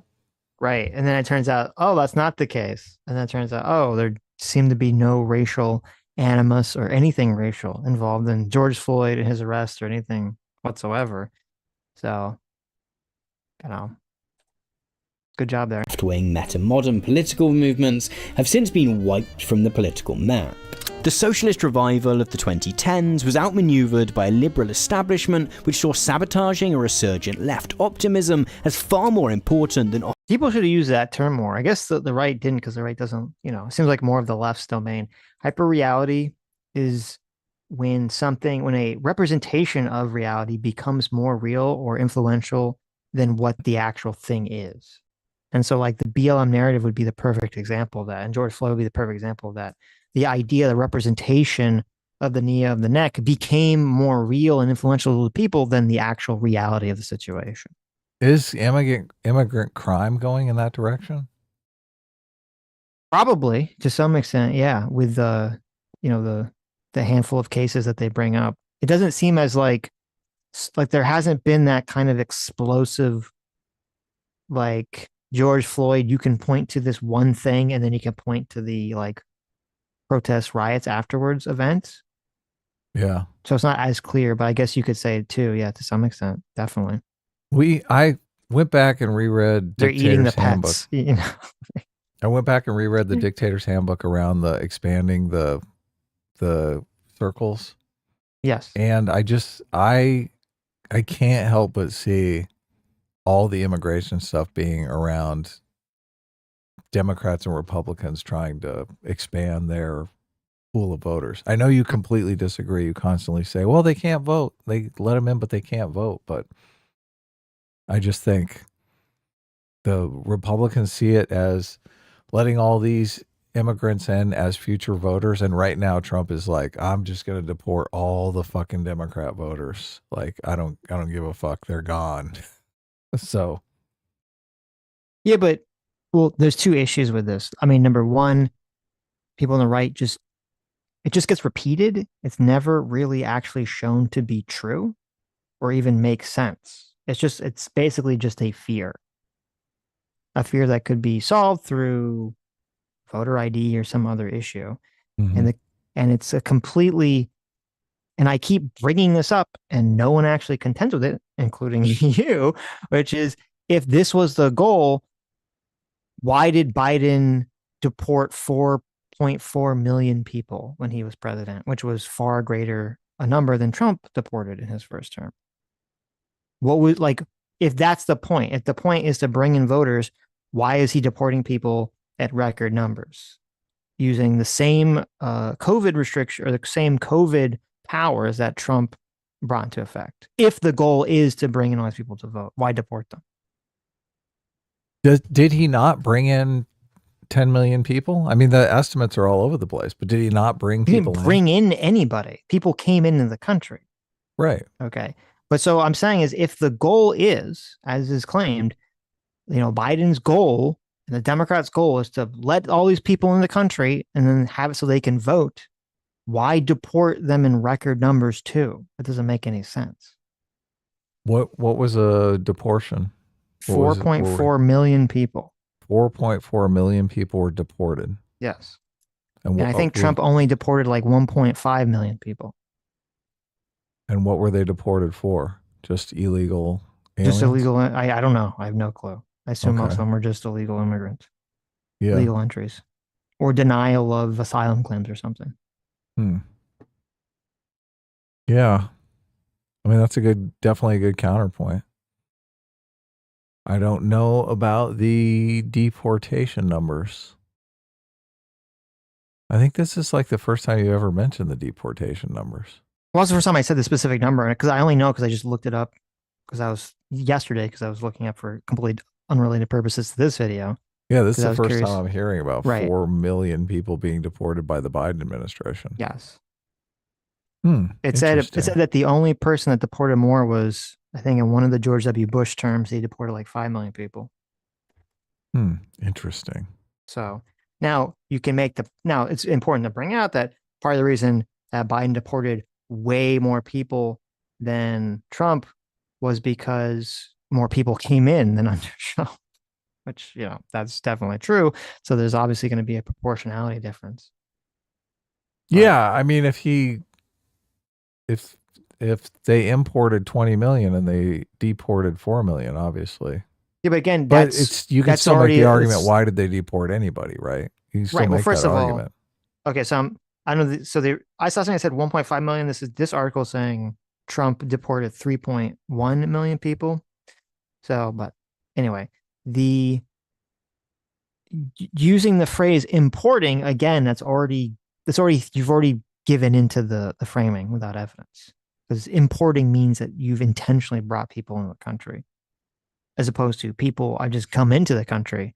Lots of people were coming into the country under Trump. I don't think Trump was importing people into the country. I use it just for ease of language, but you have to admit, and this is just, I mean, it seems impossible to argue against. There is an open door policy with the Democrats. They literally marched around and said borders are racist and all this stuff. That makes an impact on people who are going to come to America. Yeah, but okay. If you have the Republicans saying we're going to do mass deportation, and we might even throw some legal people at the same time, that's gonna foster a culture that's just like repellent to people coming here, right? Sure, I've never disagreed with that. Yeah. Okay. Right. So when I say import, I just mean as soon as you say, "Oh, look, we're not doing anything. The doors are open. Borders are racist. Come on in." Well, no, okay. I'm arguing against a very specific point. I'm not arguing that immigration did not increase under Biden, illegal immigration or people seeking asylum claims increased under Biden, because it did. That's a fact. Right. Okay. And I'm not arguing that the Democrats' leniency or whatever you want to call it about, oh, you can't be against it because it's racist, is not going to create an attitude of permissiveness, or not going to create an attitude that's going to incentivize people to come to America, because that did happen. Or That's all I mean, I I'm guess we don't saying. know for 100%, but that's a logical thing to assume would happen. We're totally in agreement. Yes. Okay. What I'm contesting here is this idea that, well, there's some sort of Machiavellian notion by the Democrats to intentionally import people into the country so that either they will vote, somehow you'll get them to illegally vote, or they will have children who will then vote for Democrats. And it's part of it's all part of some sort of plan. When what you said is what I think actually happened before, which is that you have because if you look at, under Obama, and you look under, it started happening at the tail end of Obama, but you look at the beginning of Obama, and you look under before that with Bill Clinton, the Democrats were not like, oh, we need to have, importing a bunch of people. We need to have open borders, and none of that shit. That wasn't like a big Democrat talking point. And the only thing that changed is that wokeness comes into play. It takes over the mainstream. It takes over the left. And the big idea about wokeness is everything is racist. You have to be so afraid of racism. And they're going to hit white people with the racist stick and make everyone guilty and say, oh, everything you do is racist. And so then you have a situation where the Democrats are afraid now, because they're getting hit with the racist stick, to push back against, to tighten up immigration restrictions, because it's going to be perceived as racist by the woke mob. Okay. To me, that seems to be the main motivation, then combined with the fact that Trump pushed so strongly on immigration in his first term, in his first campaign, and the Democrats are just reacting to counter that, to be against that. So they're going to hit Trump with a racist stick. So then they have to take the opposite position. Those are the motivations, the very clear motivations I think we all saw publicly, for why the Democrats had the positions they had on immigration, under Trump's first term and under Biden's first term. Not this sort of Machiavellian, completely never proven, never shown to be proven, completely goes against Biden deporting 4.4 million people idea to bring in people into the country to have them vote for Democrats, which again, that doesn't, and then another reason that doesn't even make sense is, and this came up in the David Shore, Ezra Klein conversation, the Hispanic population is swinging more to Trump. They're swinging Republican. If it's just about the votes, the Republicans should then see that information and then switch their position to be more favorable to people coming in the country and voting Republican. I mean, you look at Florida. Florida's going more red, I think, has shifted more red than any other state. And it's shifting red in direct proportion to its Hispanic population increasing.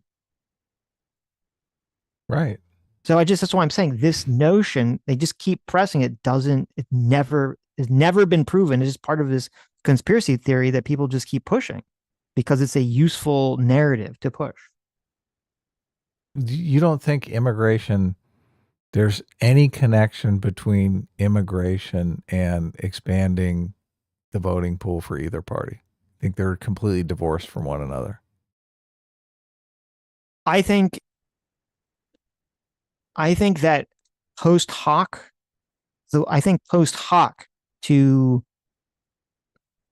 there were Democrats that post hoc would celebrate the quote browning of America because they thought it would help them win elections.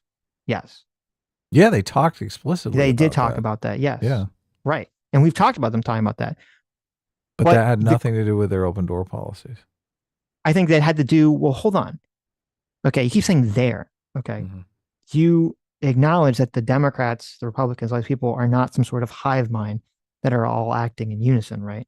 Of course not. Look, okay. Obama probably deported far more people because he was black and he wasn't worried about being called a racist. Well, Biden, as I said, Biden deported 4.4 million people, right?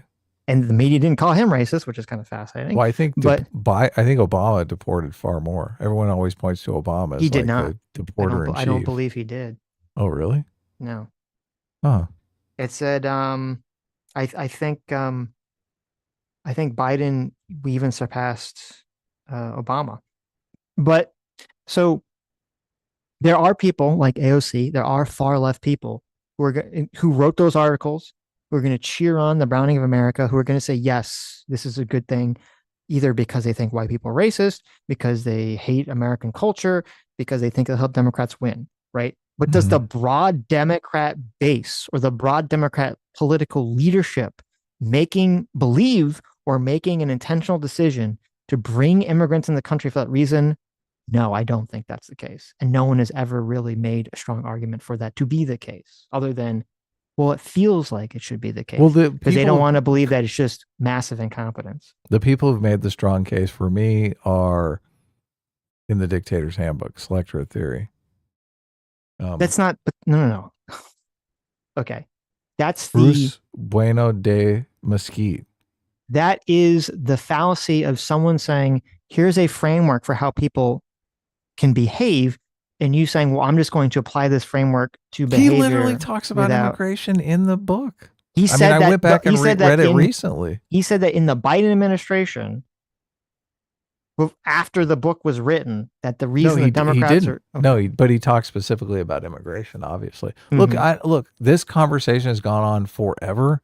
Back when I was firmly on the left and thought all Republicans were just lying pieces of shit, I would hear Republicans make this argument, and I would say, oh, this is not the case at all, obviously. Liberals just care about people. Like, we're more caring. We have empathy. You guys don't have any empathy, so you don't understand.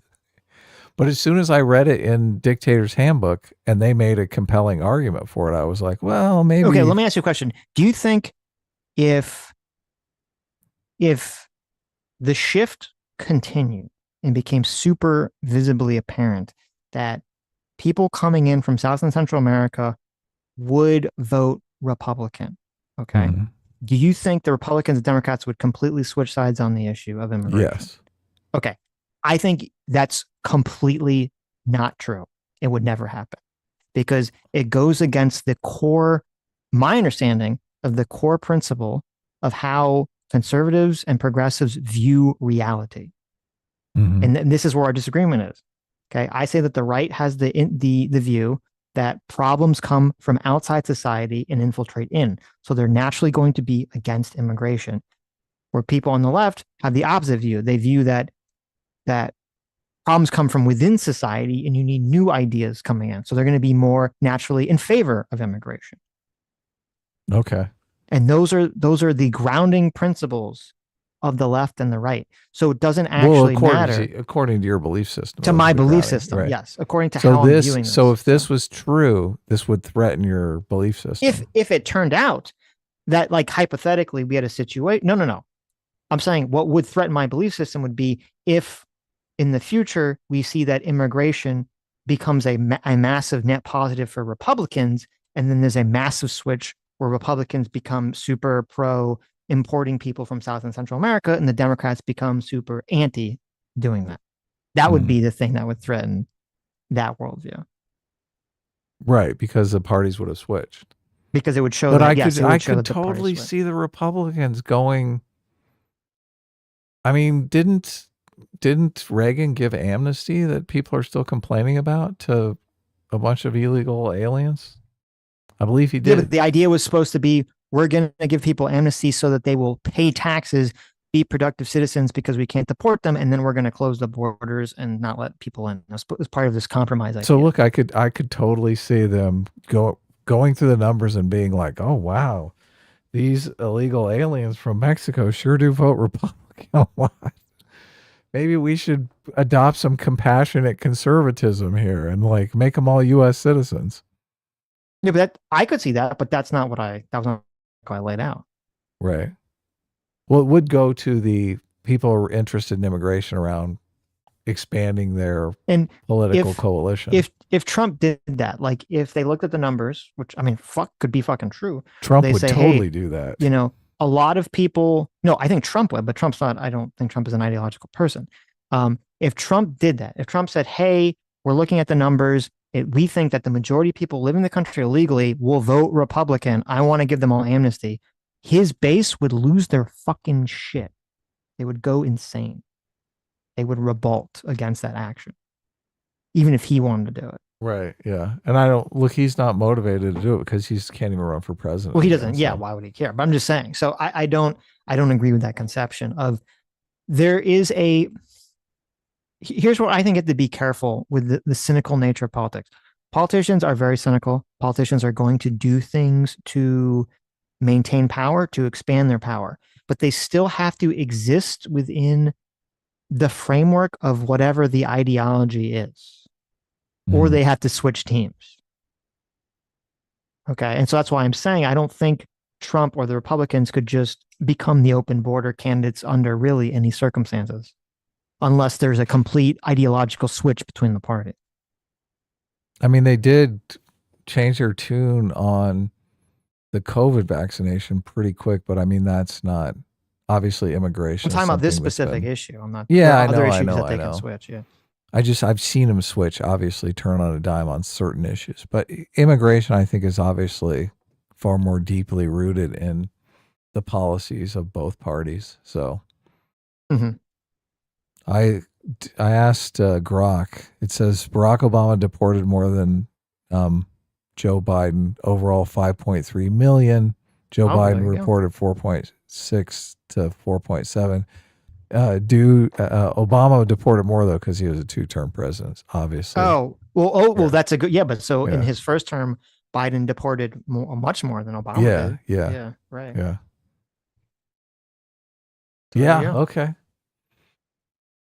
I do look, it's not a, and I understand your revulsion because I think obviously Elon Musk and many Republicans completely overclaim that that's happening.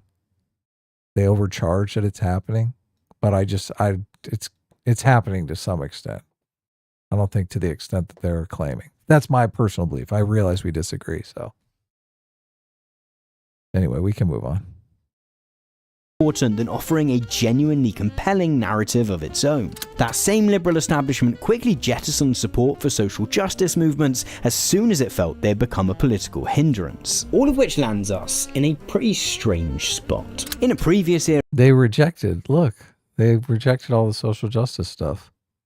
They turned on BreadTube. This video of Elon Musk hurling a Hitler salute would have been political suicide. In 2025, it's the mark of someone who has a deep understanding of our shared structure of feeling. In a video I made nearly 5 years ago now, I argued that a key part of Elon Musk's appeal as a real-life Tony Stark, as he was then seen, was that the technologies he sells offered an enticing vision of the future in an era which had largely forgotten how to dream of such things. That appeal is a key part of his newfound popularity on the right. But what I perhaps overlooked in that previous video was that it's not only about being able to visualize a different future on a practical level, but about a desire for a politics which makes us feel again. For better or probably for worse, Musk and Trump's politics is a highly emotive one. It has heroes and villains. It speaks to greatness, and not only power, but empowerment. It channels a... This guy. This whole video is about fucking heroes and villains. Fuck.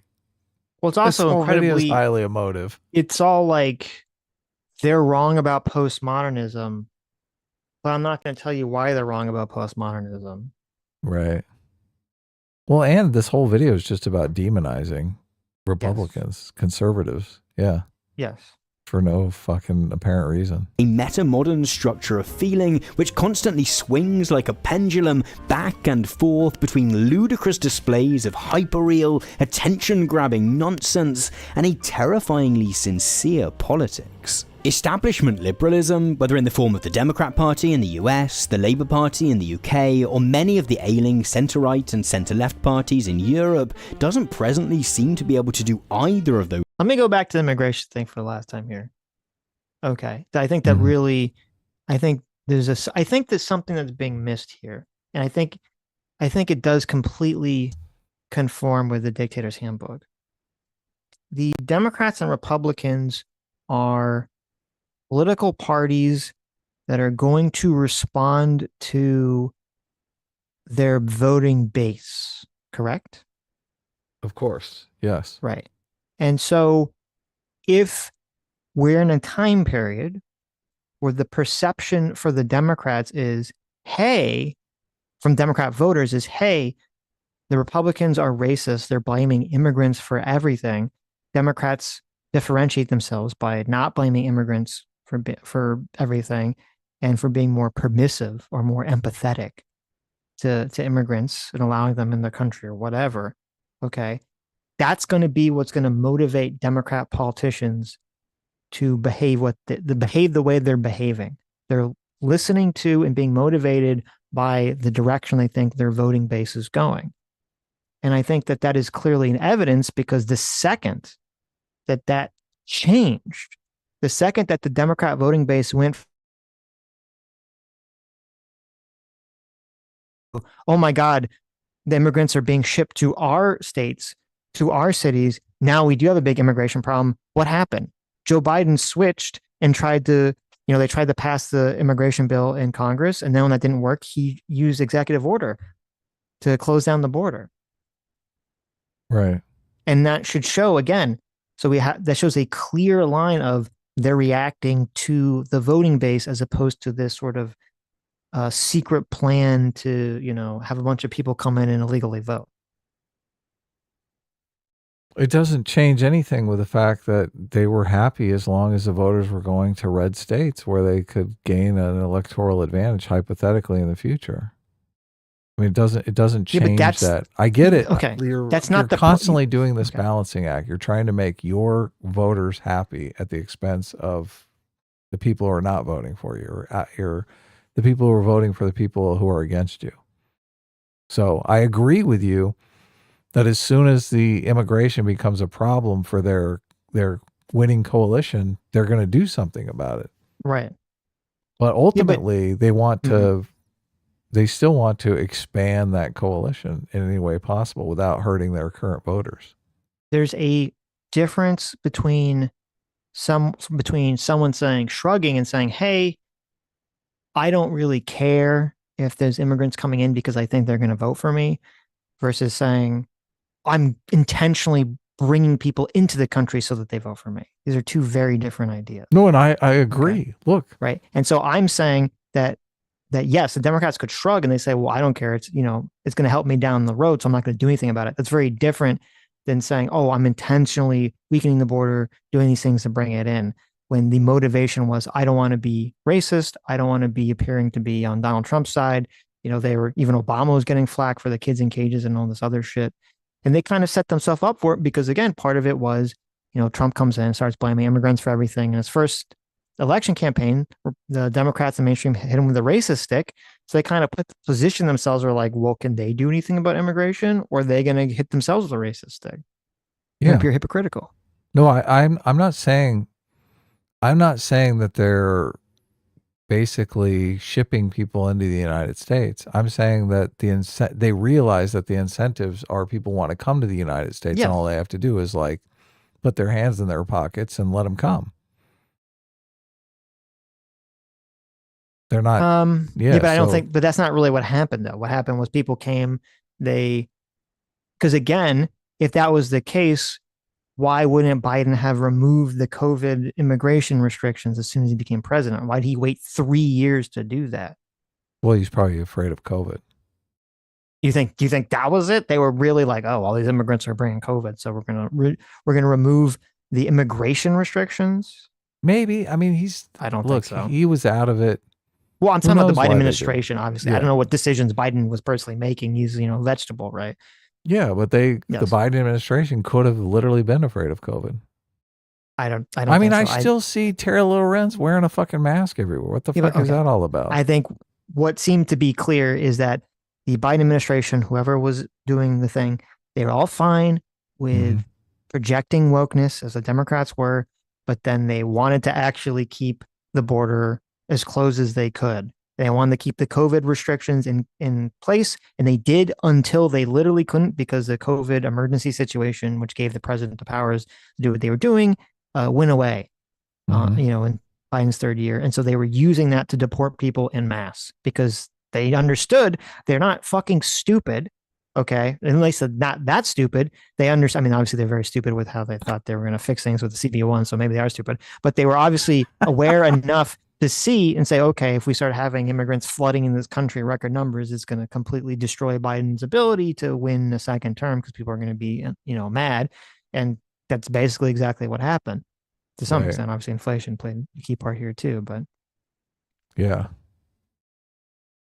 Well, I mean, I don't think that they're actively like recruiting people. I don't think they're on the phone in secret meetings saying we got to get more immigrants. Well, that's the argument that's being levied by yeah. Elon Look, Musk and I said the Republicans are completely overstating this. They're turning it into like a conspiracy theory, right? Right. But I do think generally Democrats think, okay, brown people are going to increase our electoral advantage in the future, and if we can just look the other way, and we're incentivized to look the other way because of racism and stuff like that, it's like a twofer. It's like a win. Yeah, no, I agree with that. I do agree with that. Yeah, it is tougher for the Republicans to turn. Like if they discover that a lot of the immigrants are voting for Republicans, and they're like, wow, this is good for us. Maybe we should just change our position on immigration. It's going to be difficult because of the current cultural environment doesn't align with that interest. But I'm sure they're going to be working on it. They're going to be working on turning those cultural interests around because it's too big. It's like free money. It's too big an incentive for them to not take advantage of. I don't think it's unless there was another massive party switch. I don't think it would be possible for the Republicans to switch on immigration. I mean, this completely goes along with what Elon Musk and people in the Trump administration are saying, though. When they're deporting people, they're kind of making the argument that they're deporting like fraudulent voters, right? Democrat voters. That's the justification. Yeah. Right. Right. So you believe that that's motivating them on mass deportation, right? They're like, we're getting rid of their fucking voters. Well, I don't know if Elon or Trump believe that. I think they're saying that because it's good propaganda for their voting base to support the actions. Mass deportations without due process. So they're just saying it. They don't actually believe it. I have no clue. I don't know if Elon, I mean, Elon's a liar. I think Elon could 100% believe that shit. I think Elon believes a lot of stupid shit. I don't know what the fuck Trump believes, but. Right. So. Anyway, we don't have to argue about immigration anymore. I mean, there's a bunch of horror stories, but I'm not keeping super track of them. So, I'll let you know when one of my friends gets deported.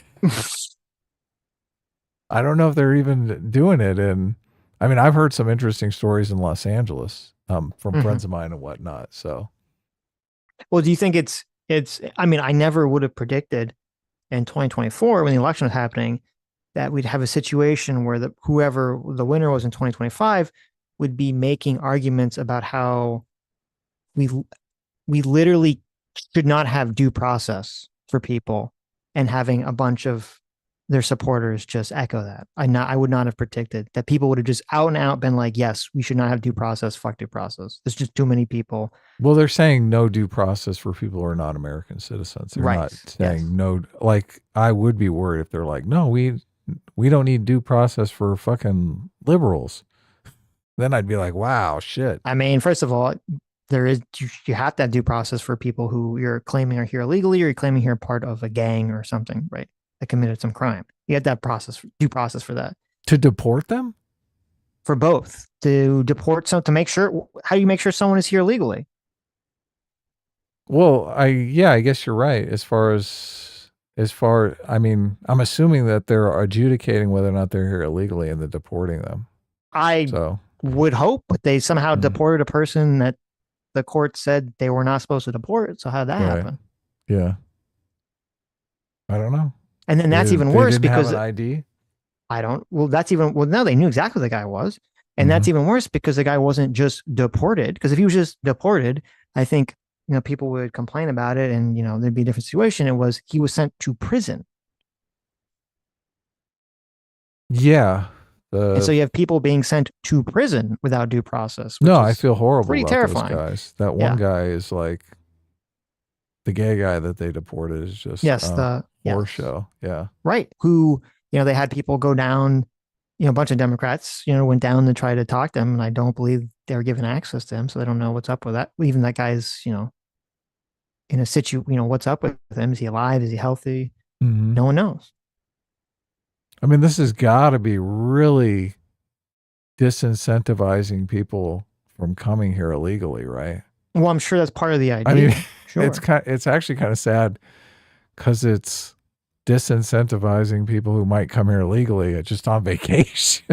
Well, that's another thing too, because there's like, I don't know if you've been seeing, They're like terrified. I've seen dozens of stories of people who are not coming to America to immigrate, who fly to America, who are Europeans, who are flying to America for vacation or something, who Border Patrol is all tizzy about something that they have, and they send them back, or they hold them in detention for a week before they send them back to Canada or England or whatever fucking country they're in.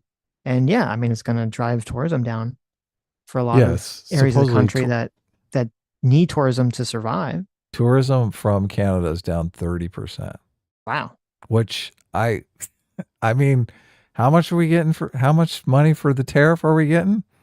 It seems That's a like good we're question. losing the money on tourism. Right. And we're a complete service economy.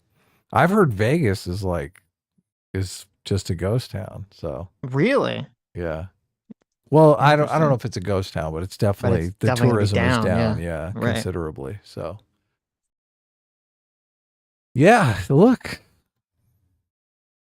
Trump is getting kind of pounded into submission here. So he came in, he's like, I'm going to get a bunch of stuff done. And now everything is, he's starting to blow think, up. do I want to leave the White House with the economy in worse shape than when I actually came in after all my fucking braggadocio and complaining about Biden and Biden's economy and Bidenomics? Yep. He's like, I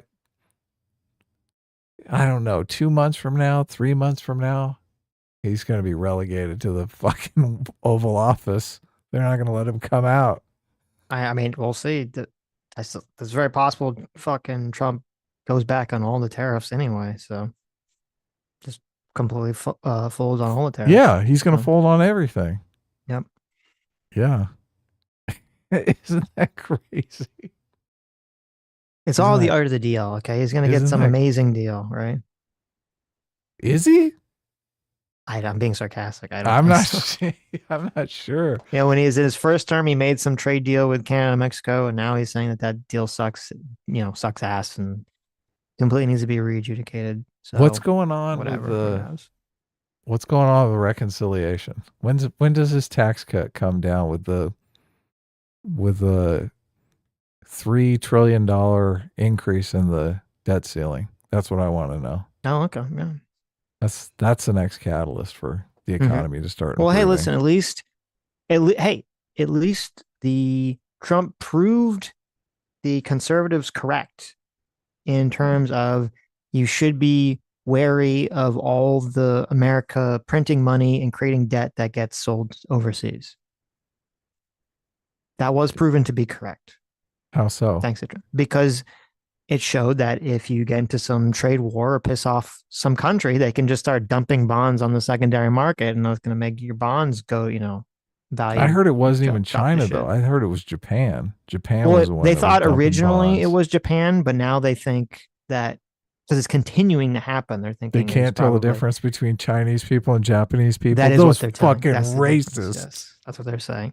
So, no, it was originally Japan that did it, that caused the big kerfuffle originally, but now they think China is also participating in it continually as When's part of Powell their resigning?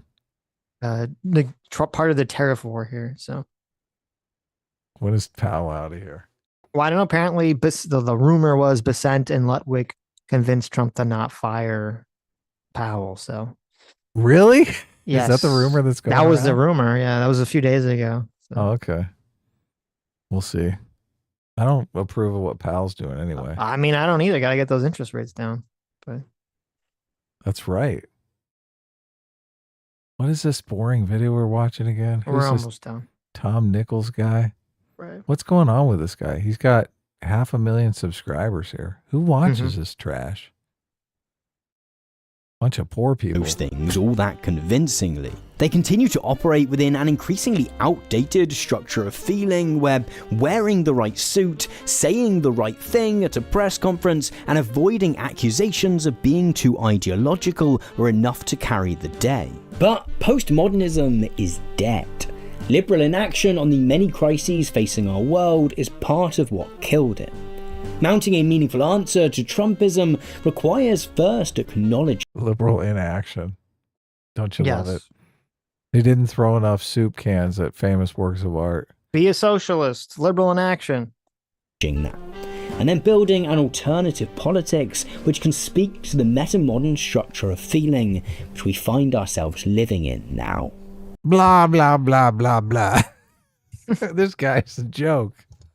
This guy's a joke. No wonder no one's voting for you. You're all a bunch of losers.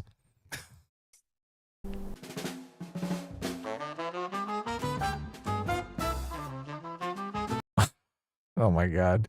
Witnessing the worst tracking shot of all time. That was pretty bad, yeah. And if you want to join a very serious political movement, I'm sure you'll be able to find one in Abolish Everything, the new comedy panel. Was that a digital track, or you think that was like real? No, that was like... Wait a minute. Which can speak to the meta-modern structure of feeling which we find ourselves living in now. Fluid head there. And if you want to join... It's like, okay, I mean, it's, first of all, the focus is all fucked.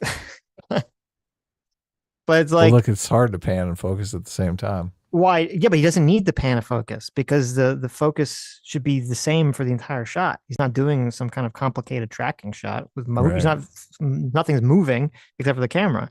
Yeah. But no, it's because, I mean, it's like, you know, when you zoom in on something, all the little tiny movements you make with the camera are going to become exaggerated. I got a tripod though that has like a super fluid head that you can just totally. Well, do you that got to with. do that if you're going to do that kind of U-shaped or L-shaped tracking shot. Yeah. Or zoom, I should pan, I should say. Look at us. A pan. Yeah. Don't talk That's to really us bad, about though. film. I mean, why? We'll make fun of your tracking shot. We would. Well, if the pan comes out like shit, why don't you just get some different B-roll? Because obviously that was a fucking mistake, right? Yeah. In a very serious political movement, I'm sure you'll be able to find one in Abolish Everything, the new comedy panel show brought to you by the team behind Jetlag the Game and available to watch exclusively on Nebula. Okay, so wait, get this. Listen to like how even their comedy show is socialist themed. Okay. Is it? Okay. Yes. Listen to this. Each episode of Abolish Everything features 4 comedians using every ounce of their rhetorical skills to rouse a live studio audience into abolishing some aspect of modern life which really grinds their gears, all the while opposed by the political establishment, who will try to shoot their arguments down. The first season of Oh my God. It's literally a fucking socialist comedy show. You have to argue in favor of abolishing something, and the political establishment is going to stop you. I got to admit, Really? I'm conflicted on the abolish the dentist. That you're in favor of, yeah. There you go. God. How do we get to abolish them by beating them to death? And you know they were sitting around like, okay, guys, we got to make a comedy show. How do we make a comedy show, but that also aligns with our socialist values? So silly. You know that was the thought process. Yes. of Abolish Everything features some great special guests, including Kyle Gordon, Annie Rauwerder from Depths of Wikipedia, and Dan Toomey from Good Work, and it's been so popular it's already been recommissioned for a second season. Abolish Everything is available to watch exclusively on Nebula, which I will never subscribe to, so fuck off. Yes. I mean, we do want to watch Philosophy Tube's movie one of these days, right? Yeah, someone sent me the movie. Oh, really? Yeah, I have it, so we don't have Okay, to then subscribe there we to go. We Nebula. don't have to do it. subscribe. Perfect. Yeah. All right. Anyway. All right. Tom. Goodbye, Very, Tom. very depressing work. The poll was 2,158 people voted. Oh, yeah. How'd The it turn question out? was, I watched Candace Owens. Right. 5% said I'm a regular viewer. Mm-hmm. Okay, wait, hold on a second. This is a very poorly worded poll. You think it the says, number 4 is Candace is an evil grifter? Well, hold on. It says, I watch Candace Owens, and then it says, I'm a regular viewer. I'm a regular viewer of Candace Owens, or are you a regular viewer of us? Oh, yeah. I mean, of Candace Owens, obviously. Okay. Well, I hope everyone interpreted that correctly. So 5% said, I'm a regular viewer of Candace Owens, maybe. 12% said they're an occasional viewer. 48%, the clear majority, said they never watched Candace Owens. And then 35%, second place, says Candace is an evil grifter. Yeah, look at that. Look at that. There's I'm your poll. surprised. No one in our audience really, I mean, it's minuscule that even pay any attention to go. Candace Owens. So Right. good for you guys. Good for you guys. Yeah. Yeah, that's great. It's very cool. David Puff says, would you please finish this video or kill me? Yeah, I pinned that. That's funny. Do you guys like it when I pin your comments? Sometimes it's funny when I pin one and the person like retracts the comment because they're like, what are you doing? Oh, really? They're Why like, are you pinning no! that comment? Yes. Look, people do funny comments when I pin them, so Right. I figure they get that now. Thanks so much, JMac or Circuit 5 for the 50 gifted memberships. Thank Yes. Thank you so much. Thank you, new members. Welcome. Welcome to the jungle. Scrolling Oz for 10. Aussie Buck says, search is wrong. Search. The Jews did not have the legal right to put people to death because they were under Roman rule. Also, Pilate found no fault in him. It was the priests who demanded he be crucified. I don't think, well, in the first part, I don't think that's true. I'm pretty sure Jews were able to enact laws against other Jews even under Roman rule. Because the way that Romans would rule, and I believe this was the case too with the Jews, is that they would install some local leader who was, supposed to be managing things, and it was kind of like, well, as long as you don't rebel and you pay your taxes, Rome kind of let you do whatever the fuck you want. So I'm pretty sure the Pharisees and the other Jews enacted laws against other Jews. So I don't think that's accurate, historically accurate. But. And also, I've talked at length. I don't really want to get into it. The whole Pontius Pilate thing is probably bullshit. If you look at non-biblical historical context for Pilate, not being a big fan of the Jews. Ace for $5 says Noah's call to arms for pro-Hamas supporters came to fruition as Josh Shapiro's home was attacked by one. Really? Yes. Wow. I saw that. Was pretty. Well, I mean, they don't know if it's not necessarily direct Noah Samson person, but yes, I saw that. It was pretty crazy. So. I mean, it probably was Noah Samson, though. Probably, Yeah. right? Well, Sure if it was, if Josh Shapiro was black and it was some, white nationalist guy, oh yeah, they would be jumping down the throat of whatever YouTube person would be even remotely involved. So, yeah, they'd be blaming him. Fluppy for $10 says Jordan Peterson gets a lot of his ideas about archetypes from Carl Jung, who in turn was influenced by mystic lore, notably the Hermetic Order of the Golden Dawn, same order in which Aleister Crowley got his start. Interesting. I didn't know it was the same order, but that's part of why I always assume Jordan Peterson is kind of into woo, is because how much he likes Carl Jung. So, Are there any pictures of this Sarah girl that they were fighting over? The old L. Ron and his roommate. Ooh. It occurred to me that we have some more research to do. That's a great question. Let's see. She's probably like ugly as can be. She's probably Chief Uggo. Right. At the commune, right? Let's see. They're just like so desperate. I mean, maybe she's hot. Okay, you don't know. No, I'm guessing, obviously. So. Okay. I'm seeing a picture. I'm not really feeling it. This feels like a lot of people fighting over nothing. Is this? Oh, okay. Are you sure it's her? Are you positive it's her? I am sure it is her. Yes. Double check. I don't want to give anyone the wrong. I don't want to mislead anyone. You don't want to miss any. Okay, here's a picture. This is the Sarah girl they were all fighting over. Okay. Okay. And you can tell by the big smile on her face that she's like, that's right. I got two guys fighting over me. I mean, she did marry Hubbard, who had a second wife, so she ended up being part of a stable, I guess. Hmm.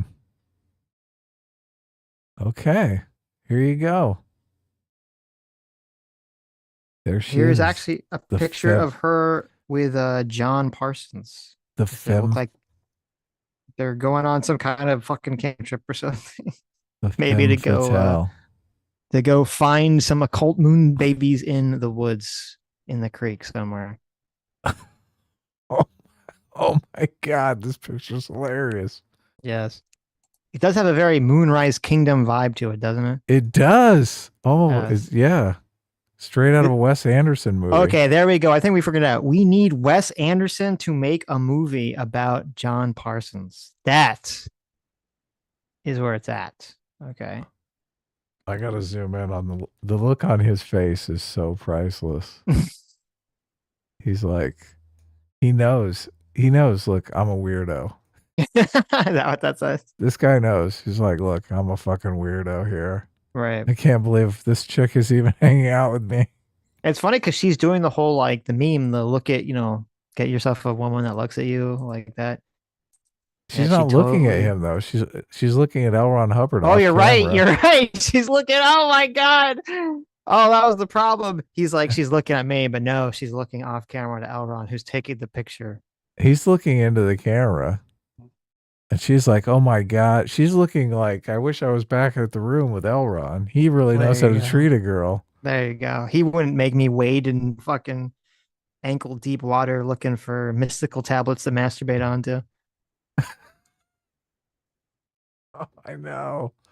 He'd be having me hold his rods, talking about Dianetics. Okay. That's where it's at. Hmm.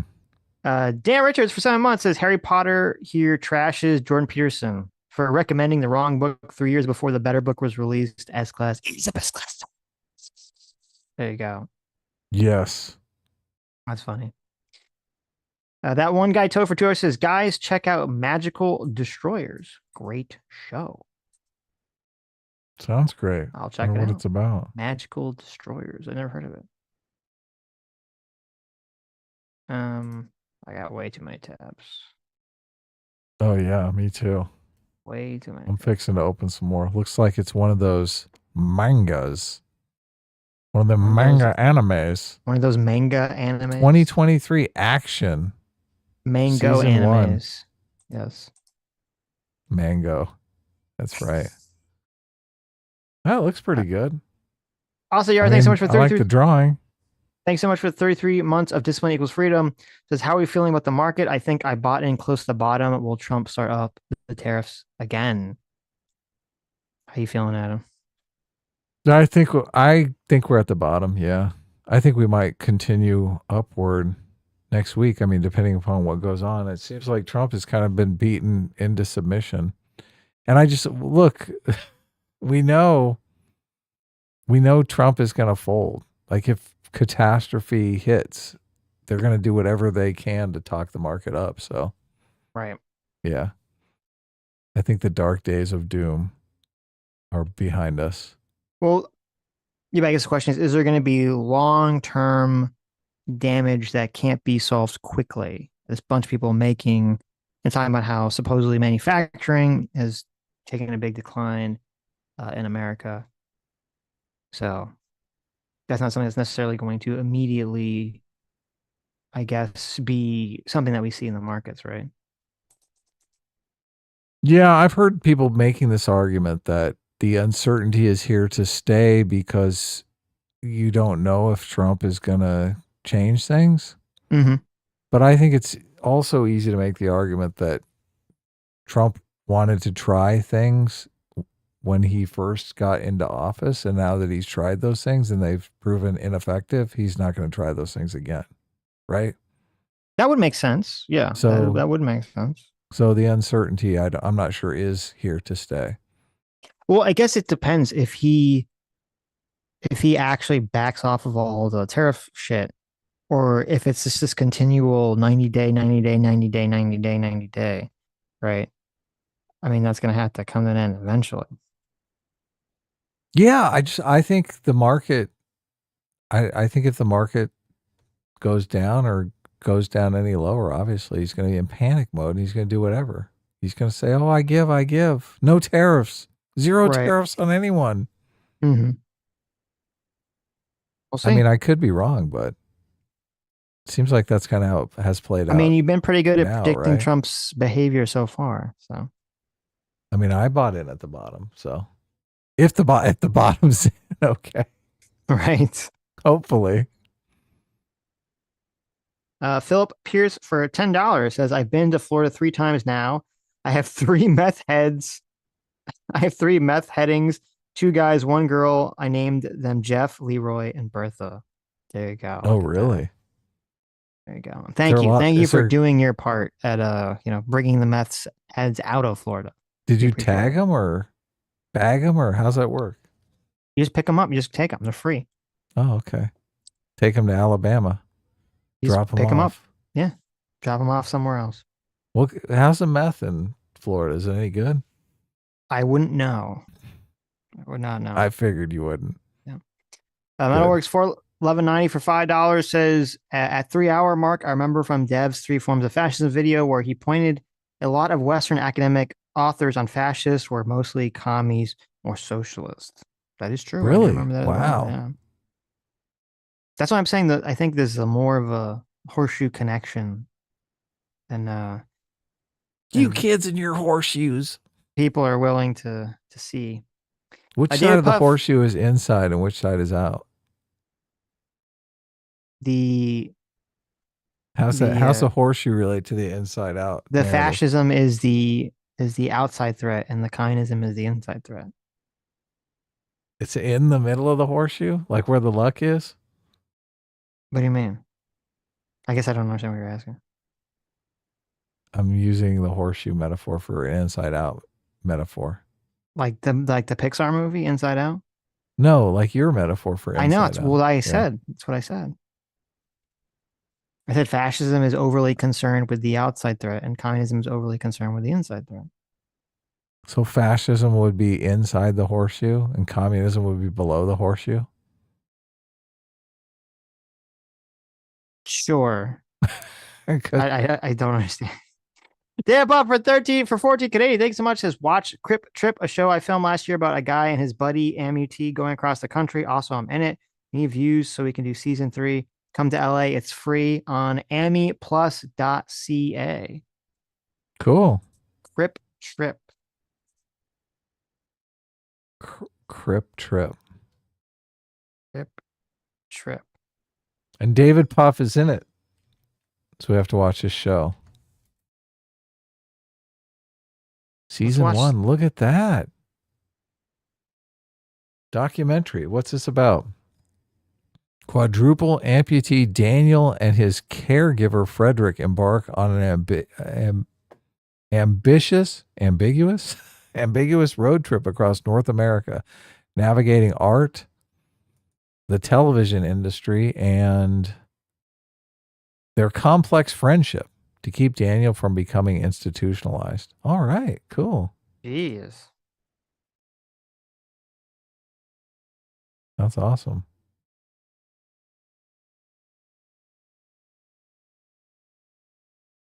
That's crazy. Look at that. Hold on. Just to watch together. Oh, is there a... Did you find the... I found there's a bunch of different trailers here. Okay, bring it up. Are we going to get in trouble? Well, I don't know. I think I said we could watch it last time. Well, hold on. Just you hold your horses. Got a bunch of stuff going on here. Hold the horses. Okay. I'm scared to death we're going to get our whole stream demonetized over this one trailer. If we played the Minecraft trailer, they would they would take our trail. They would. Are we allowed to claim play our this video. wrong video? Are we allowed to play this, David Puff? Are we allowed to play this video? Will we get in trouble if we play this? He doesn't know. Will Is that you David right copyright there? strike? Are you in this picture, David? David, Tell are us. you the guy with missing the limbs? Steve I mean, I'd be off. impressed with your ability to type on stream if that was the case. You're doing great. Yeah, How do you you're do doing that? pretty- Are you typing with your feet? You're doing pretty good. Okay. There he is. Right. No, that's Fred. No, he's this guy. Right. Well, I'll wait for the answer if we can watch this. He Caleb doesn't Cynic for- know. Maybe he knows if he's involved. I don't know. He Is it has your no- YouTube channel? Tell me, David, what's going on here? He has no idea.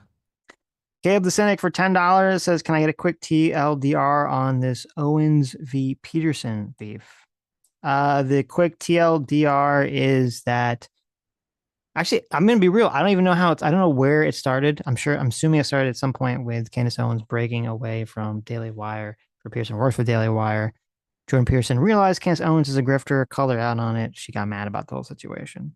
So Well, she also thinks that Jordan Peterson is being secretly controlled by the Jewish people. by the He's Jews and the Israelis, right. yes. Yeah. Right. Yes. He's an agent of the Israeli occupation of America. So she's David super said, chapped "I about doubt you'll get struck for showing this." Doubt. that. I know that Hmm. doesn't sound very good. That doesn't breed a lot of confidence in me. Well, This is anyway, on- guys, Yeah. check it out. Crip Trip. Okay, Crip Trip. Type in Put the Crip Trip link. trailer We'll on put the YouTube. link in the. Put the link in the chat here, so you guys can go over and watch it. I'm gonna watch it right after the stream. So Yes.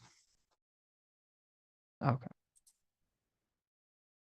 thank you for sharing. Obviously, That's me," said David. Oh, sweet. Which one's you? Are you that fat Asian guy in the background? No, Which it's one's this you? guy right here Which one? in the The guy in the sweatshirt. middle? Here, The let me guy, take the guy in the green gray sweatshirt. Yeah, that's it. Yeah, Okay. Look at that. that's him. Looking good, David. Cool. I have a jacket I have to show. I have to take a picture of it.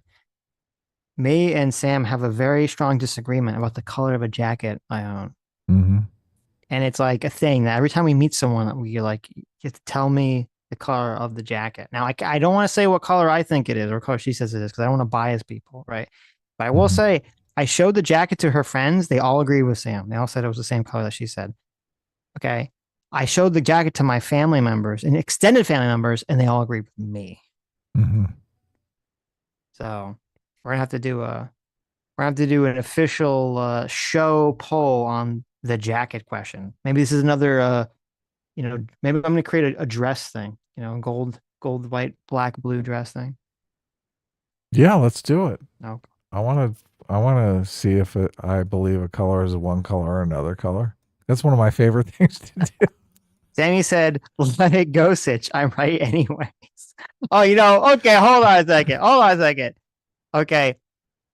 When we showed this to Sam's friends and everyone said I was crazy and it was the color she was hyper pumped and excited to have chat, see the jacket, and assumingly side with her. But then when I showed it to my family, and they'll side with me. Now she's suddenly sweating. Now she's getting nervous. Now she's like, I don't know. Maybe we just let it go. Let it go, Sitch. Okay. Oh, you think she's nervous, huh? I think she's nervous. You got her on the ropes. Well, part of the reason I've been holding off on the jacket is I want to make a bet. Okay. I'm trying to get her to actually agree to something. So What are you trying We'll to get her see. to agree to? I don't know. We'll see. I can get her to agree to anything. So I gotta put something on the line, right? Yeah, look. Life is about risk. Exactly. Risk versus reward. Yes. I have been teasing the jacket thing for months. That is true. Zero Flex. But listen, you guys got to pressure Sam. You got to make her agree to some kind of bet, some kind of penalty. Yeah. If she loses, or a penalty if I lose.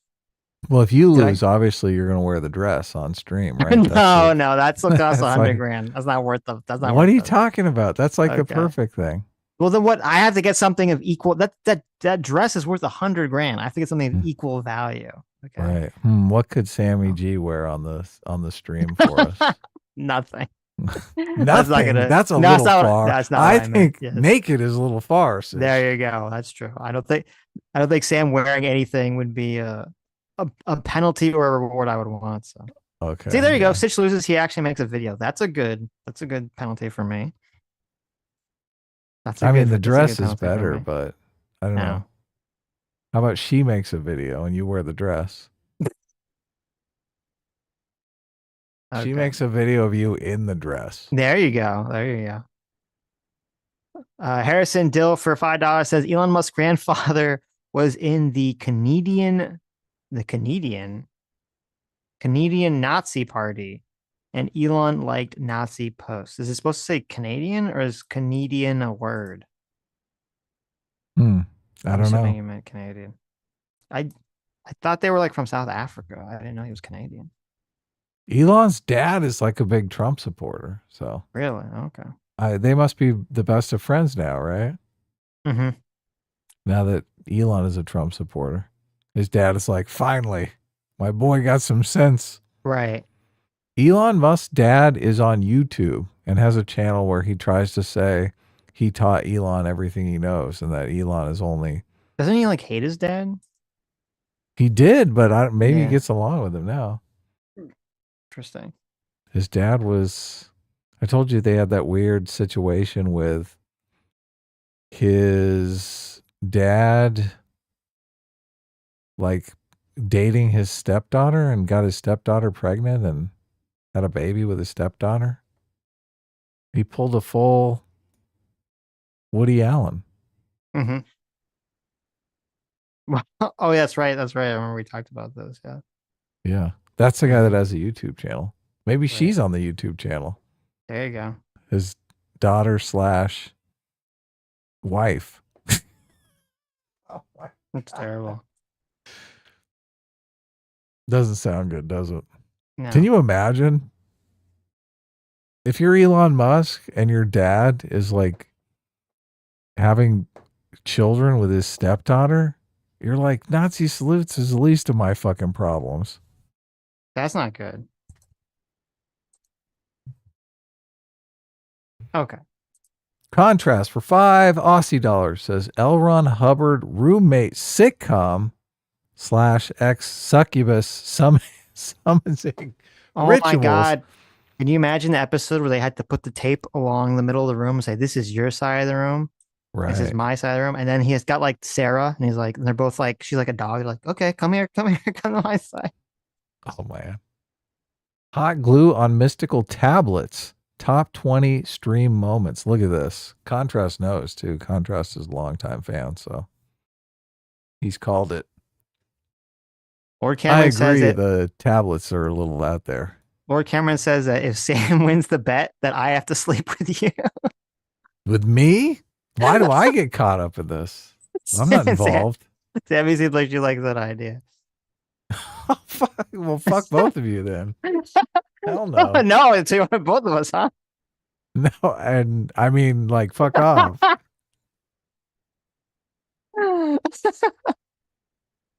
Disgusting. Listen, we're not living on a commune and we're not summoning, any succubus, all right? There'll be no hot glue on tablets around here. Exactly. I do wonder why Sammy's so into, like, gay shit. It's concerning.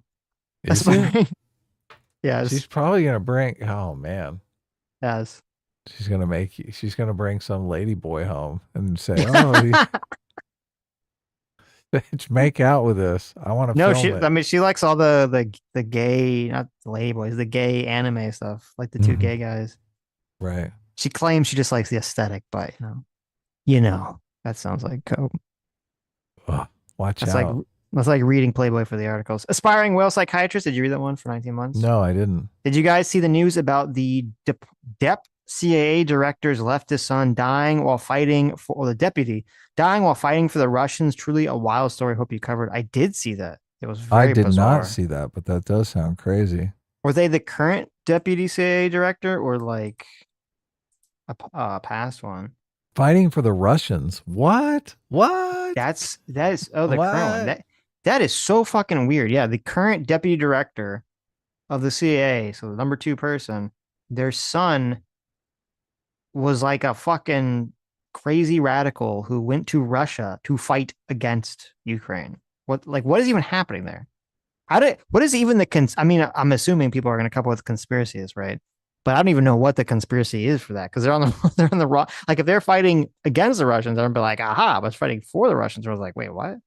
Yeah, they're fighting for the fascists. Very strange.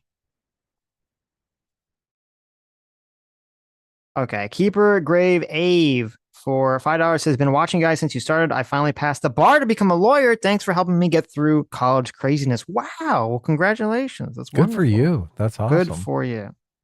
Yes. WTF 1A for $5 says, I saw Jonathan Haidt book at the school library I work at. Well, there you go. Did you like put it front and center so everyone can see it very prominently? Rent it, take it out. You need a big sign pointing to it saying, check this book out. Yes. Bluppy for $5 says, modern art museums would see a lot more success if they were marketed like some kind of Twilight Zone themed haunted house. Ooh, that's a good idea. True. Yeah. Yes. Dr. Fire for 5 Canadians says, thinking face, not just Sargon. There's also what Tommy Robinson had been put through over the UK. Hell, the man is still in prison. Oh, yeah, that's right. I don't know that much about the Tommy Robinson case, but I don't either. I know that Piers Morgan doesn't like Tommy Robinson. I do know that, yes. The Mongolian Leprechaun Superman from Saturn for 21 months. This one equals freedom. Thank you so much. Says, hey, Sitch and Adam, have you guys ever watched Train to Busan? It's a good South Korean zombie movie. Also, can I get Sitch to say green dog in the style of Hulk Hogan, like he says, brother? Green dog. Green dog. Green dog. There. Pretty sure I've seen Train to Busan too. I don't get it. What's this green dog reference? I think I used some clips from that movie in one of my videos a long time ago too. It's got some. I have not good seen violence. it. I have not seen it. No. Stacy Pastry for $10 says, oh, look at this. S-Class sucks ass on his Kubrick stance. A-Team reigns, and reigns. They spelled reigns all 3 ways. Supreme. There you go. Supreme. Look at that. Nice. Nicely done, Stacy. Thank you. Megan J for $2 says, can you look at YouTube of Scripture and Tradition FRJM? What? Sure. I'll look at it. What? Okay. Some biblical channel. Metalworks 411.90 for $5 says no tax on tips would not benefit servers. They don't need it, but it could benefit gig workers and whatever you qualify streamers as. Why would it not benefit servers? Yeah, because aren't they Don't they get tips? getting tips? Yeah. The Rooster for $5 says, did you guys watch Andor season 2 yet? It's so good. Sad this is the last season. Here's hoping show creator Tony Gilroy gets more Star Wars projects. Didn't you say that Andor season 2 was like anti-Trump or something? My favorite part is the rape scene. I think they could have okay. gone much further though. I think there actually should have been like, they should have shown it. Jesus Christ. No. Look, I know obviously people are having a tizzy over, and I think we talked about it a bit. We talked about it briefly, I think, yeah.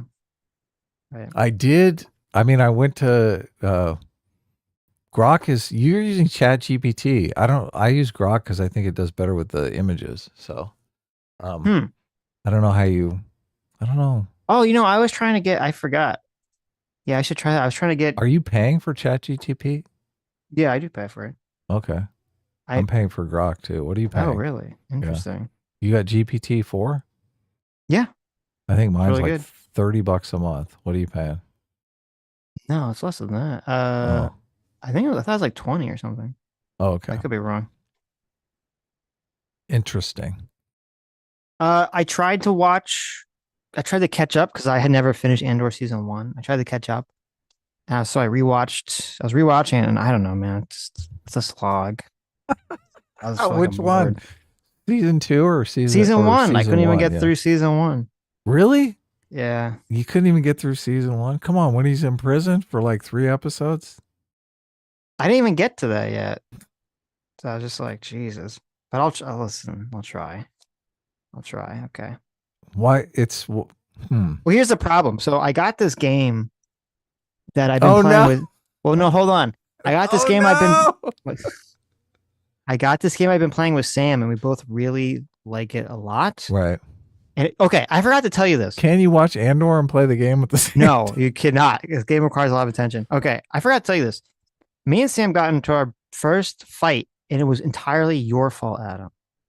What the fuck? Why? I am totally getting beat up here. It's entirely your fault. Okay? This is impossible. This is how can it be my 100% fault? your fault. So we're watching Severance because you recommended it. Okay. I thought you already finished Severance. You're still watching this? Okay. No. This was a fight that happened a while ago. I just forgot to tell you about it. Oh, okay. So we get to the end of season 2. And she's like, Sam really likes it. She's really like invested. And she's like, oh, when is the next season going to come out? And I'm like, I don't know, probably like next year. When I say that, her face drops. She's like, what do you mean next year? I'm like, what do you mean? I don't know. It takes them like a year to film these shows generally.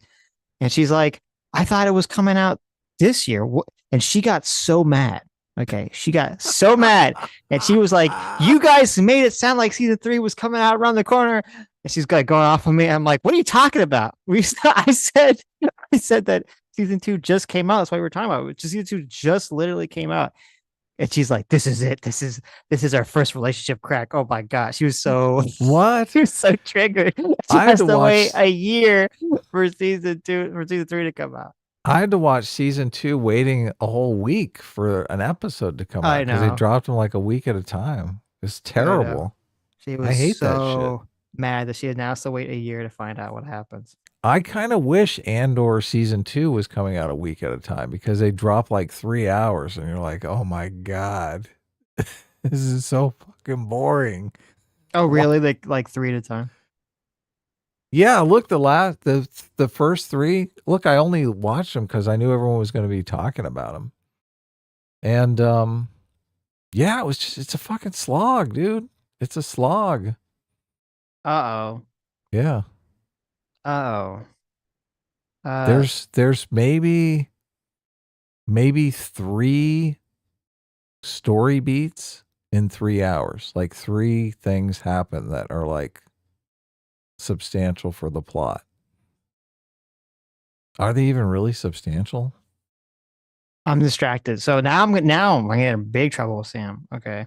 So Vanessa said it took 3 years between season 1 and season 2. Oh, I know. Yeah, I know. Oh my God. I only watched season 1 because I knew season 2 was going to come out. And I literally watched the first scene in season 1 and I was like, I'm hooked. I'm totally hooked. Right. That's why whenever anyone's talking about TV shows that are like, oh, it's a slow burn. Slow burn means you're waiting for something to happen. That's literally what slow burn means. Slow burn means, why am I watching this? It means you're spending most of your time thinking, when's something going to happen? Right. That I'm actually invested in. Look, the super Star Wars fans, they know every little detail about, like, there's so many things that they're picking up on that I'm not picking up on because I haven't read all the books and stuff like that. So there's almost an Andor. Yeah. No. There's this long exchange that takes place on a planet where there's a bunch of like dipshits that are fighting with one another. It's so ridiculous, and I don't have any faith that any of these characters are going to be consequential later. Like, it would be interesting if one of the characters stood out as prominent, and you're like, okay, there's some sort of conflict between him and Cassian, and you're thinking, okay, well, this guy's going to be back later. Like, there's some unfinished business here that this series is setting up to finish later. But there's absolutely none of that. So, and then everyone, like they take off and it's the planet that Rogue One takes place on. So everyone online is basically talking about how, oh yes, this is the planet. So it's very interesting that we got to see this take place on this planet. I mean, it just looks like forest from any Vietnam style movie. So right. Okay. But is that meaningful for, I guess that's not meaningful. Maybe I'm super out of it because I'm like, oh, I don't give a fuck. Why do I care that it's that planet? It's that planet. It's the planet. Look, I'm open-minded about it. If someone has read a bunch of books and they're like, oh my God, I know everything about this planet. I can't believe they're on the planet that I spent 2 hours, reading that book about. Then obviously they're going to think it's way better. They're going to be like, oh, that planet kicks ass. Thank goodness they finally showed it. Right. But anyway, as I was saying, are you still in trouble or what happened? No. So I found this game that I started playing, and me and Sam are playing it together because it kind of reminds her of Severance. Okay. It's called Blueprints.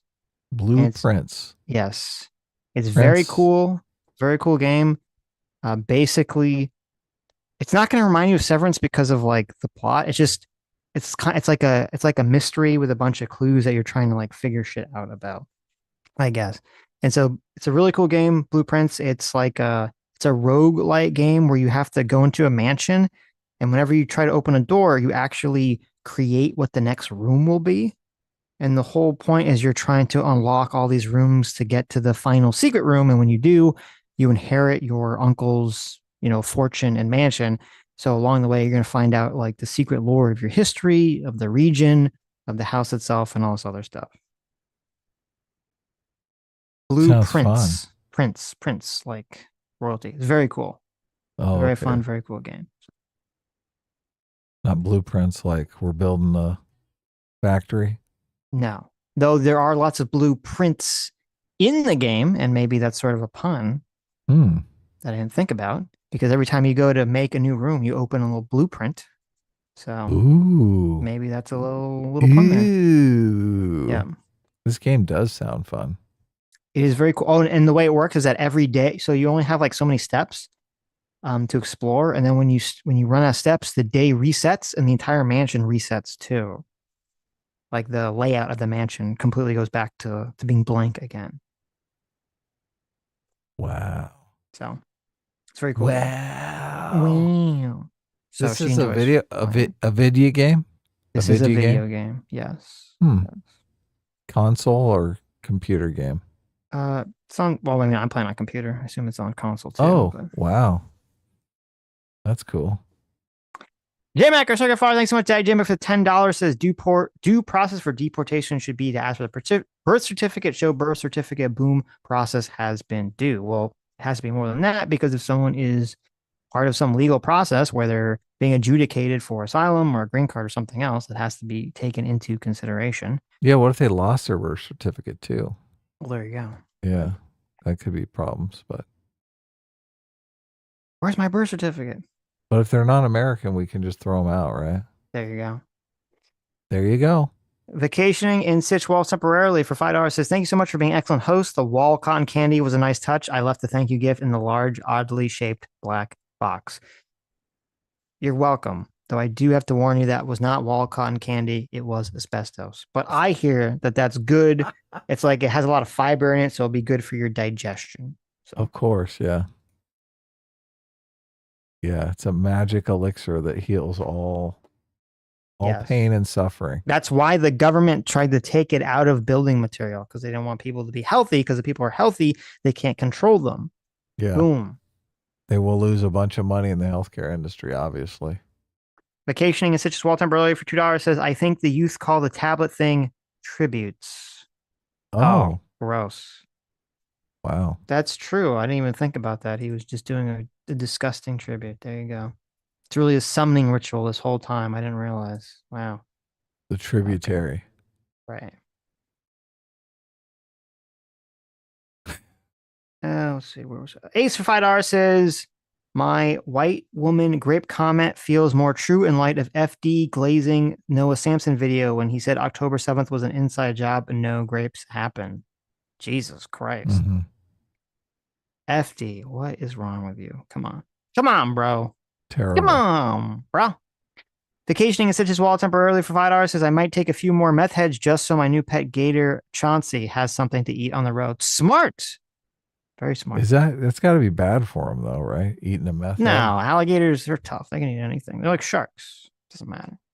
You can have a methed up gator in your cab there. Right. JMac for $20. Thanks so much. JMac says, now that I'm back from Dave Con, we're going to be entering our alpha test for Chronicles of Myth. I'll be sending people the PDF for the rules for anyone wanting to try it out. Look at that. I think JMac might come on and talk to us about his game development and stuff. So that's super cool. I think we'll talk about it on our second channel, our media Very channel. Cool. Occultology for $5. Look at this. It says, I practice Enochinian magic. I never even heard of this word before. Enochinian? How do you, am I saying it right? How do you I say don't know. this? Enochinian pronunciation.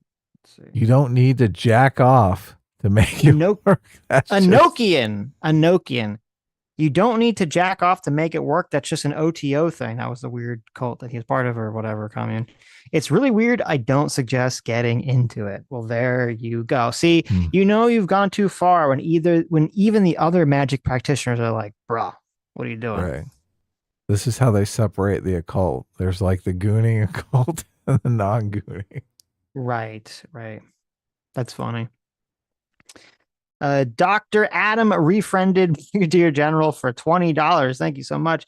Says if Sitch loses, we get him singing a song Sammy picks. If Sammy loses, we get Tifa cosplay feet pick. Why? Okay. It's supposed to be something I want. I don't want that. I don't want Sammy Tifa fucking feet pick. Yeah. Okay. That's not good.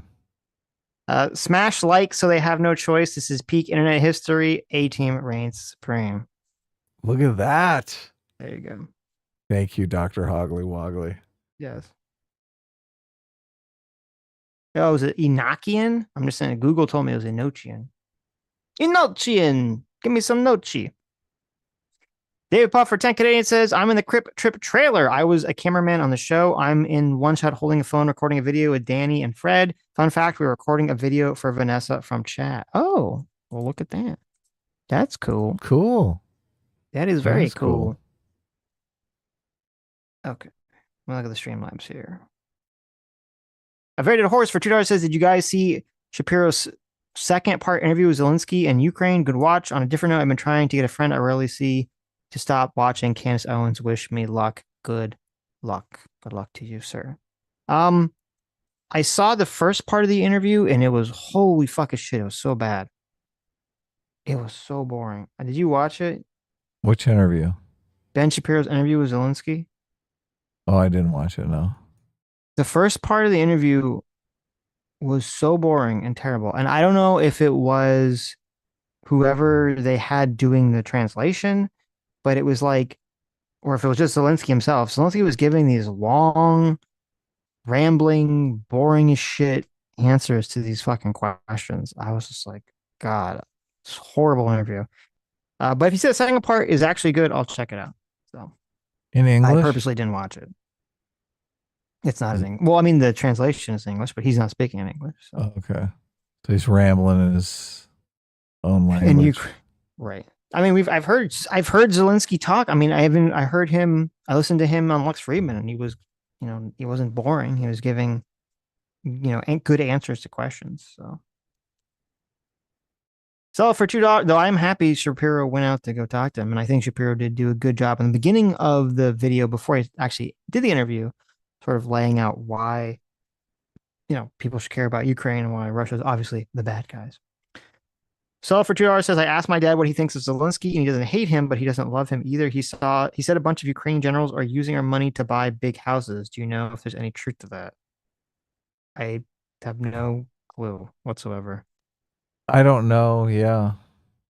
It does seem like something. I'm sure somewhere that there is someone in Ukraine that is using the money corruptly. Is it some important percentage of the money that has been sent there? I highly doubt it.